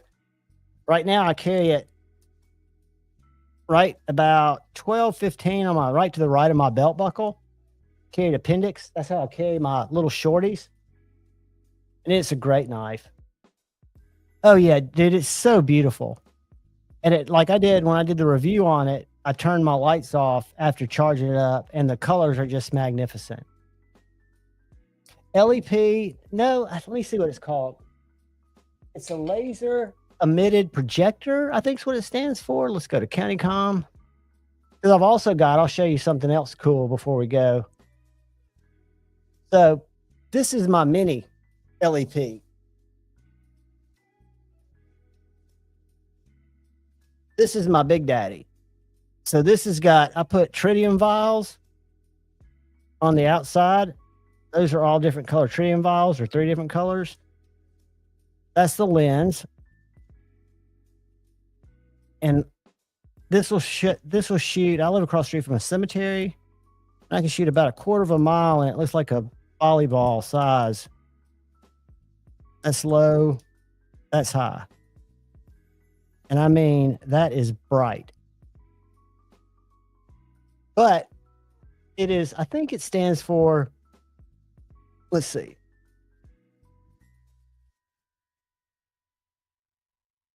All light products in stock, blah, blah, blah. LEP. God, why are these songs so short? All right, there's the mini LEP. So this is the little guy. $94. It is a new laser projection system. It converts the blue laser beam emitted by a semiconductor into a broad spectrum, divergent, safe, and bright, incoherent white light through high performance phosphorus, blah, blah, blah. Output, let's see, distance 2,600 feet, 1/2 mile throw, visible for over 25 miles. And then if we get to the big one,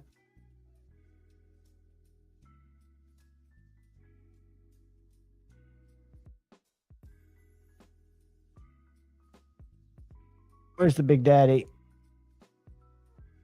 All right, there's the big daddy with the tritium. And it didn't come with the tritium. I put the tritium in, but that's what the beam looks like when you shine it. I mean, it doesn't break up at all. It's just a throw beam, a hardcore throw beam. But, and that's the size difference. But this one has a 1/2 mile throw, 6,300 feet. The other one was a 1/4 mile, visible for over 42 miles. I don't know how that means. I guess if you're 42 miles away and somebody's shining at you, I don't see how you could see it. Earth would be freaking, as I looked at from space. But LEP is an LEP emitter, which is, I guess, a laser projection device. I did a video where I went outside and I shot it across the street at some trees in the cemetery. And it is bad shit. Hitting the glow stuff with a black light. Oh, absolutely. I've got, is it? All right. I'm not listening to that piano intro again. All right. Can't remember if this has got a black light or not yet. That's got the black light.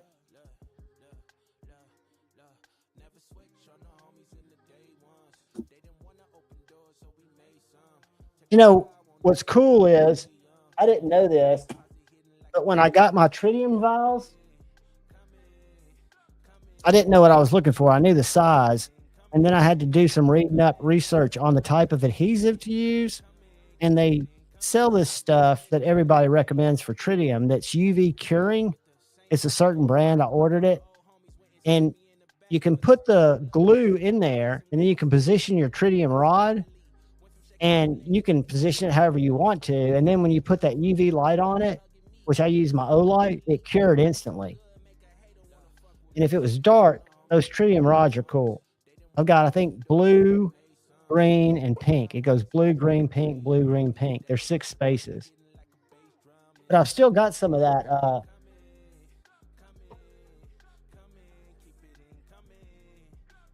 That place I was showing you, CountyCom. I don't know if y'all ever shop there, but I've got a discount code, I think.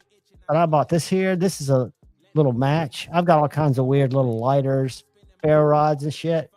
But I remember these. I think my granddad had something similar.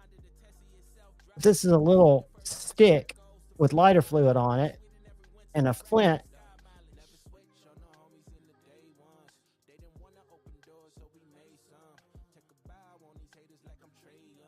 Why is it not striking? It might be out of juice. Hold on. Let me put some juice.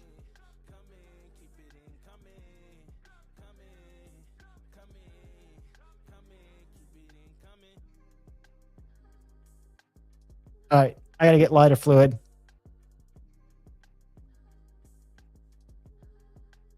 Means I have to get my bug out bag.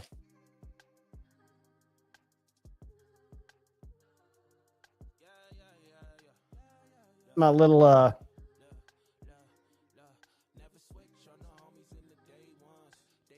canister of lighter fluid.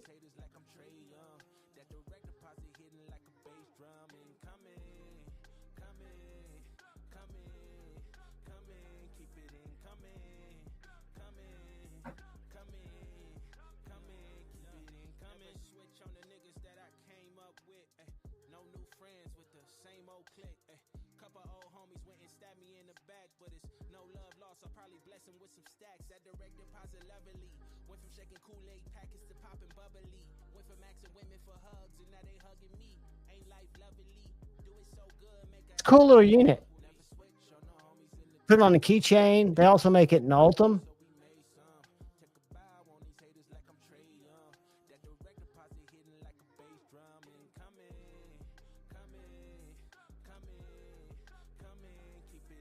But they've got all kinds of little gadgets there. Oh, the UV light on the flashlight, not a black light.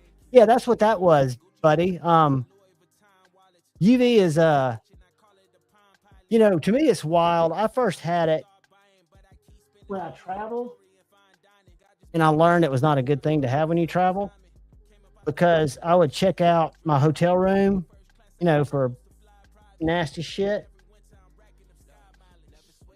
Ooh. That's full. If y'all use Zippos, and my survival Zippo is one of those. I've got a little thing that carries my fluid, but this is a lighter that uses Zippo fluid. It's got an O-ring in it, so it never evaporates. Called Exotech. And then I've got this little vial of lighter fluid. And then if y'all want to see a light show,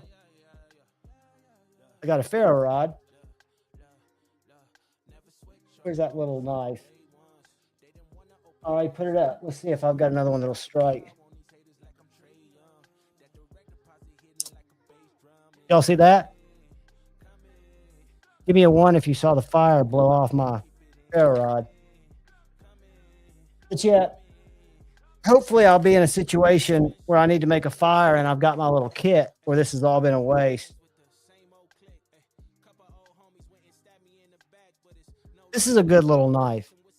If you're looking for a thin EDC slicer, this little Vosteed, I don't think it's as good of a value necessarily as this little Kaiser. They're both in Nitro V, but this is cheaper and thicker. Not that that makes a difference, but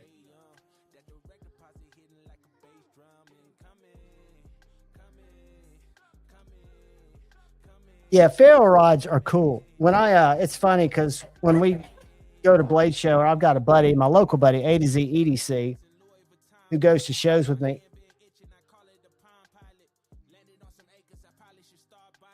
And he lets me review a lot of his knives because he's got a cool collection.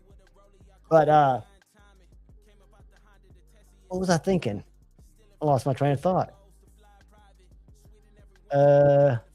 Duh.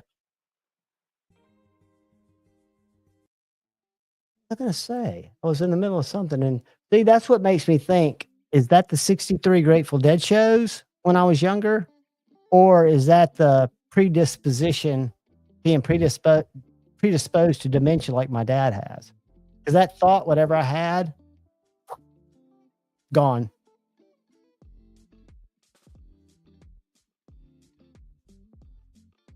Get a little pulse in here.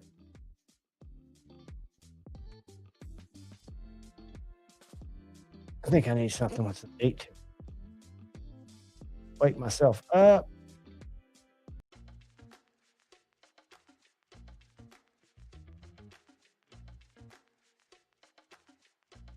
Get a little loud.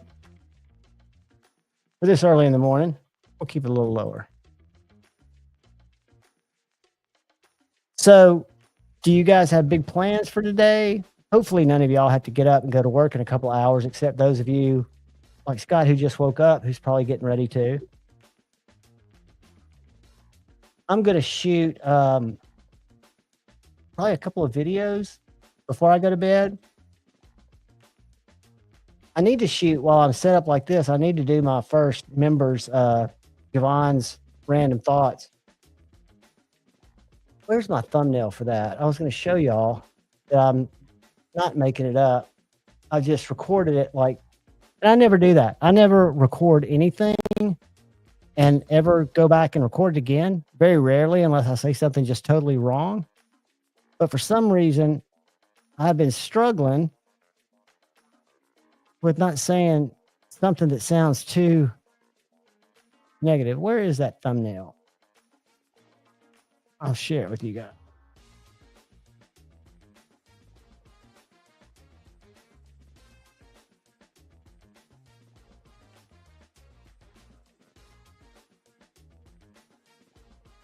All right. I don't see it.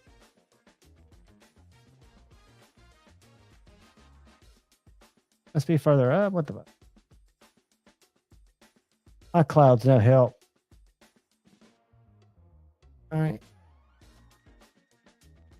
Scroll up. If I lost that thumbnail, no, there it is. I was about to say, if I lost that thumbnail, I'm going to be hosed. Let's go download. Let's open it. And let's show it.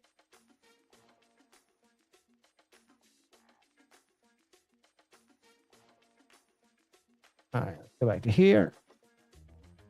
Go here, and let's share screen. Here is the thumbnail that members will see when you know that I've finally recorded it.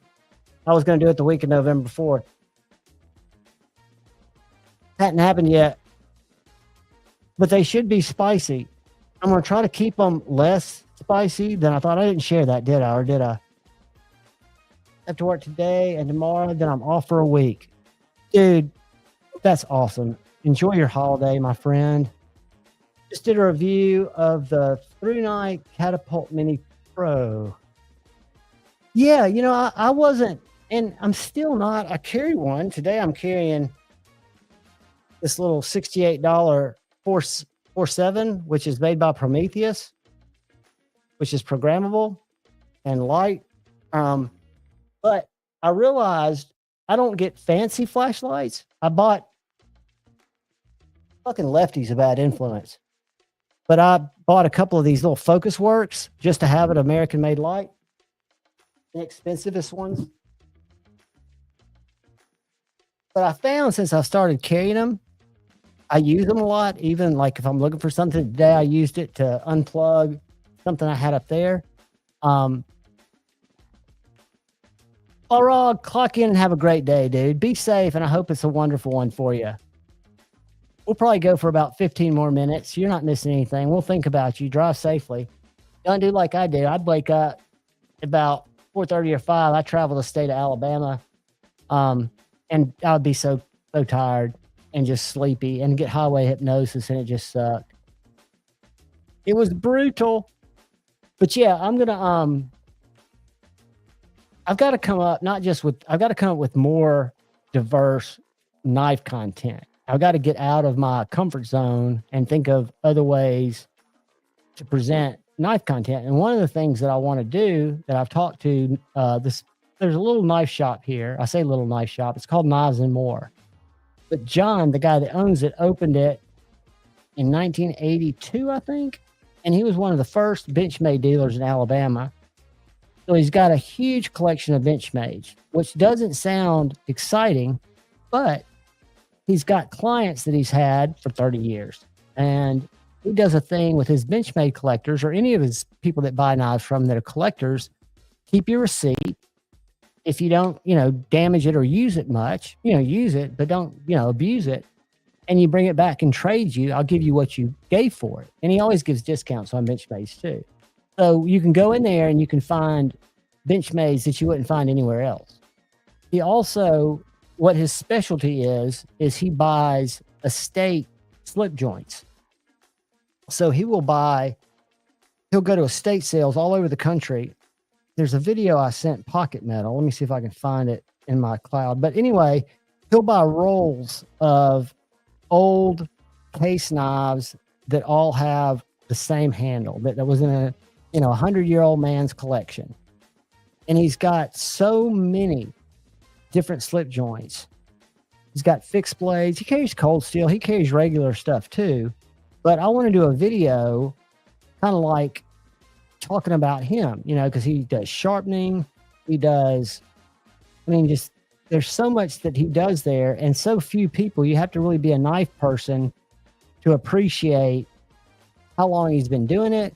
Because he said, I asked him, how'd you get into it? He was like, I was a knife junkie. It started out as just like all of us. He liked knives, and then he had so many, he figured, why not give it a go?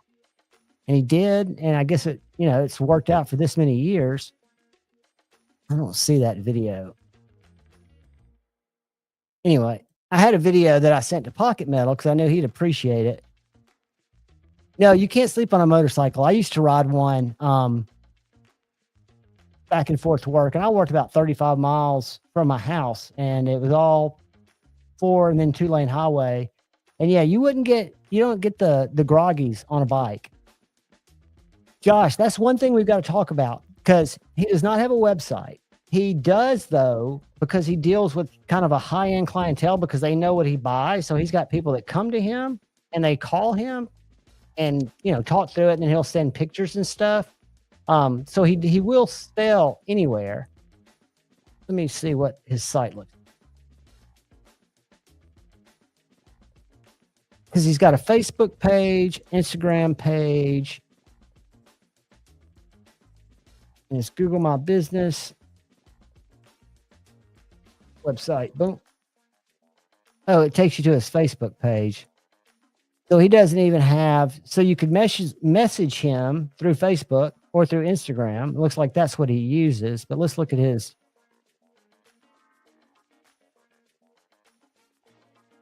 Some of his photos. So a lot of this stuff is local makers.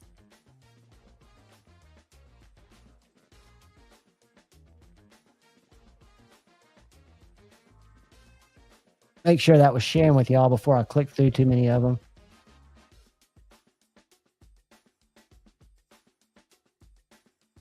Carries a lot of Microtech. Ton of Benchmade. A lot of this stuff's people that bring into him to sell. But I think it would be a very interesting, his slip joints. These are all slip joints. So he sits back here. He's got a sharpening wheel.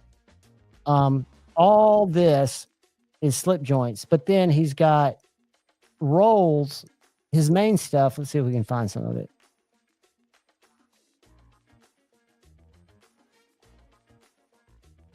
So this is what his slip joint collections will look like. And he'll have hundreds of these. And he buys them at estate sales. So he's buying them from single collectors. And these are not, last week's cases. These are all. I'm not slip joint crazy. But when you see them in such numbers, collections that are so you know, you could tell somebody was collecting like cards. He's got some nice stuff.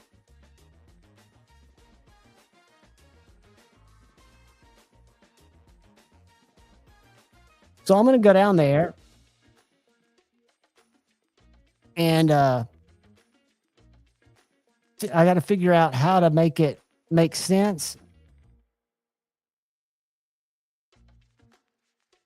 But definitely it's a cool shop. He's got a lot of local makers, like quality local makers. I mean, the guy's got, for a little shop in Huntsville, Alabama, that's in a strip mall. Let's see, let's go do something real quick. Let's close that. Let's go back. Let's go to his Google My Business. Where was it?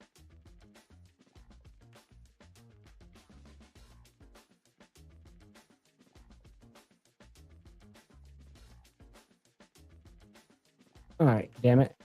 Close that.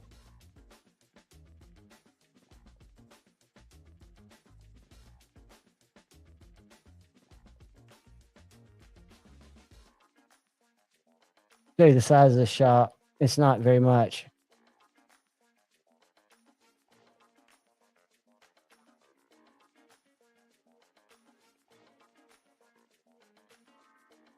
Oh, stop sharing. Present. Share screen. Knives and More. That's it right there. Between Metro by T-Mobile and Valley Trophies. Right in there sits all that goodness.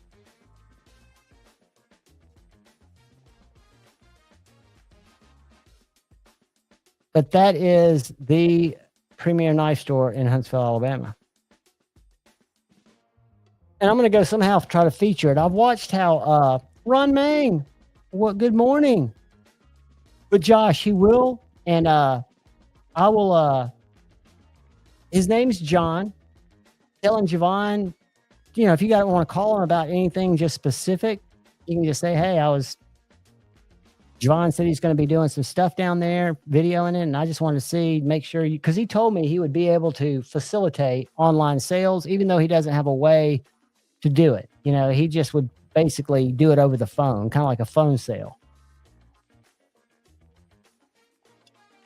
But let me show you, let me share his Instagram. Hold on.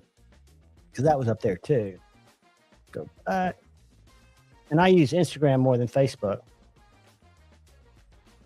So it's Knives and More HSV. So if I go copy and paste, this is his IG. And let me share it. Look at it for a sec.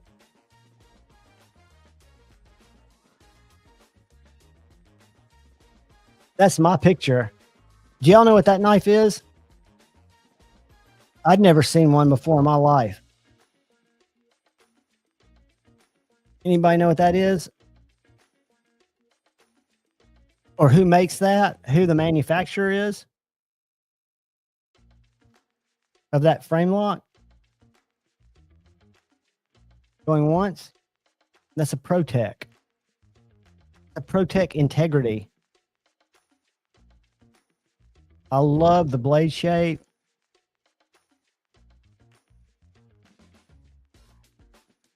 Is that not different? But that's the kind of stuff he gets in on trade, he carries.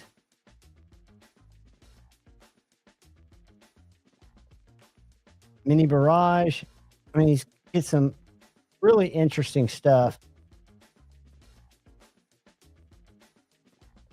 And he's a sharpening guru. But I'd use Cleaning Works Kyle Coonley.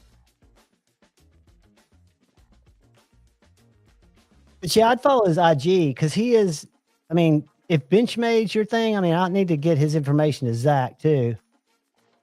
Do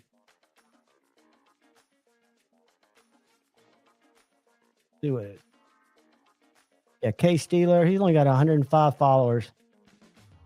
He's chronically underfollowed. Y'all go follow Knives and More, please.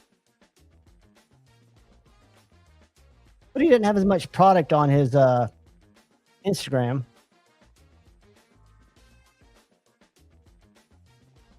But again, like he said to me, when did ProTech make that knife? Hold on, Josh. Let's pull it up. ProTech Integrity. ProTech Integrity. Not button lock, because they also did it in a button lock. Go. Nope, I don't want the button lock. Frame lock. Hold on. Lock.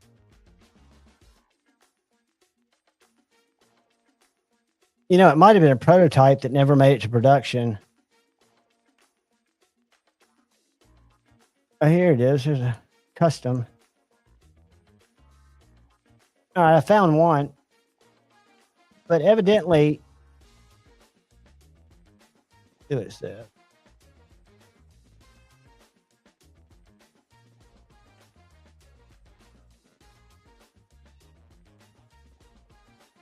That's it.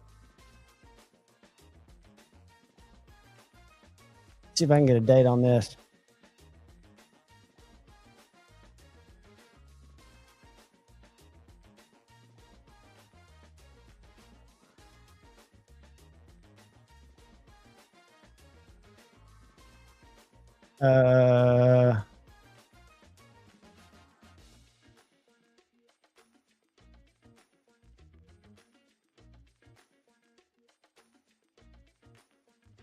Sorry, guys. I'm looking at the source code for the date of this post. I'm not seeing it. So let's do this.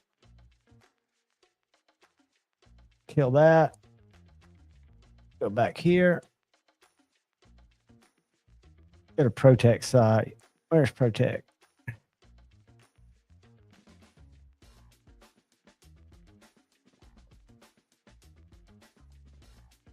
I'm curious because I think it was made right after.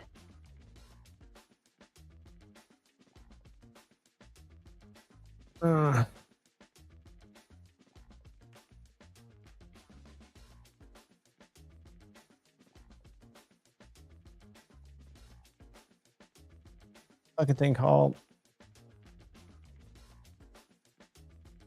Integrity Frame Lock.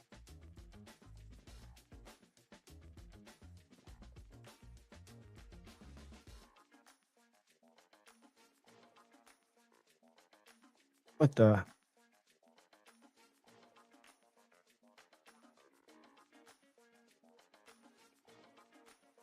What was the number of it? This is frustrating me now. I'm about to get ill. All right, I'm gonna go back. 2, 3, 4, 5. I'm gonna go down here.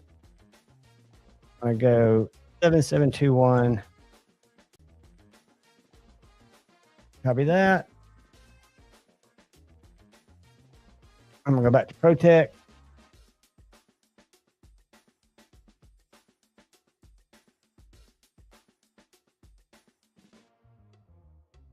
Drop that search in there.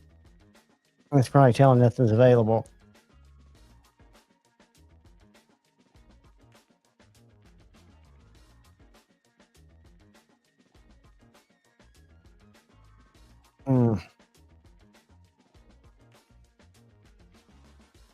It was right around the time that Chris Reeves first did the frame lock. So when was the Chris Reeves integral lock introduced? Do y'all know?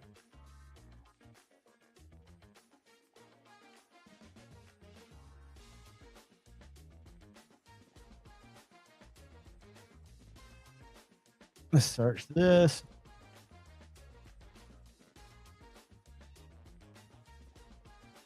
Blade HQ. That's the button lock. All right, here we go. See if this shows it.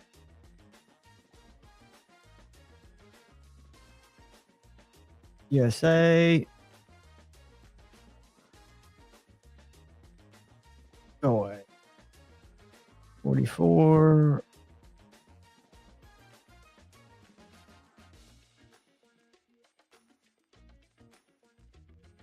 And I don't know if we're going to find out the date because all of these other ones are button locks.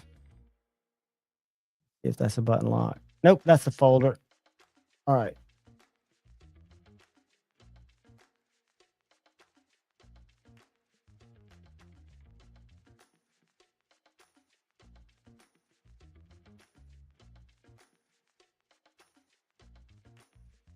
I wish I knew how to do the Google Wayback so I could find out what the date of this web page was. So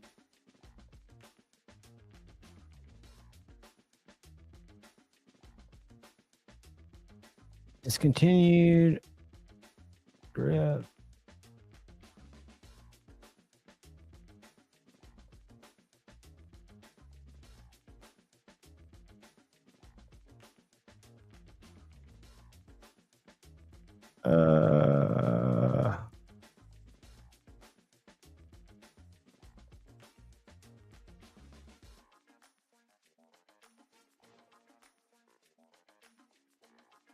Yeah, I'm not going to be able to find it.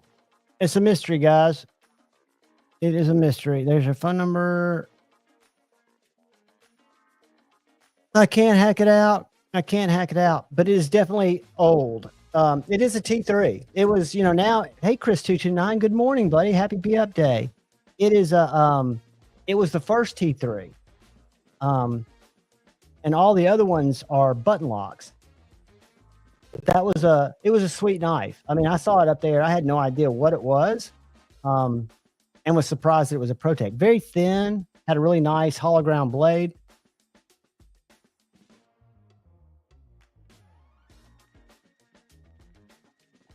Well, guys, it is 4 o'clock. Y'all need to go to bed because we've got to be at Maddie's channel at 5.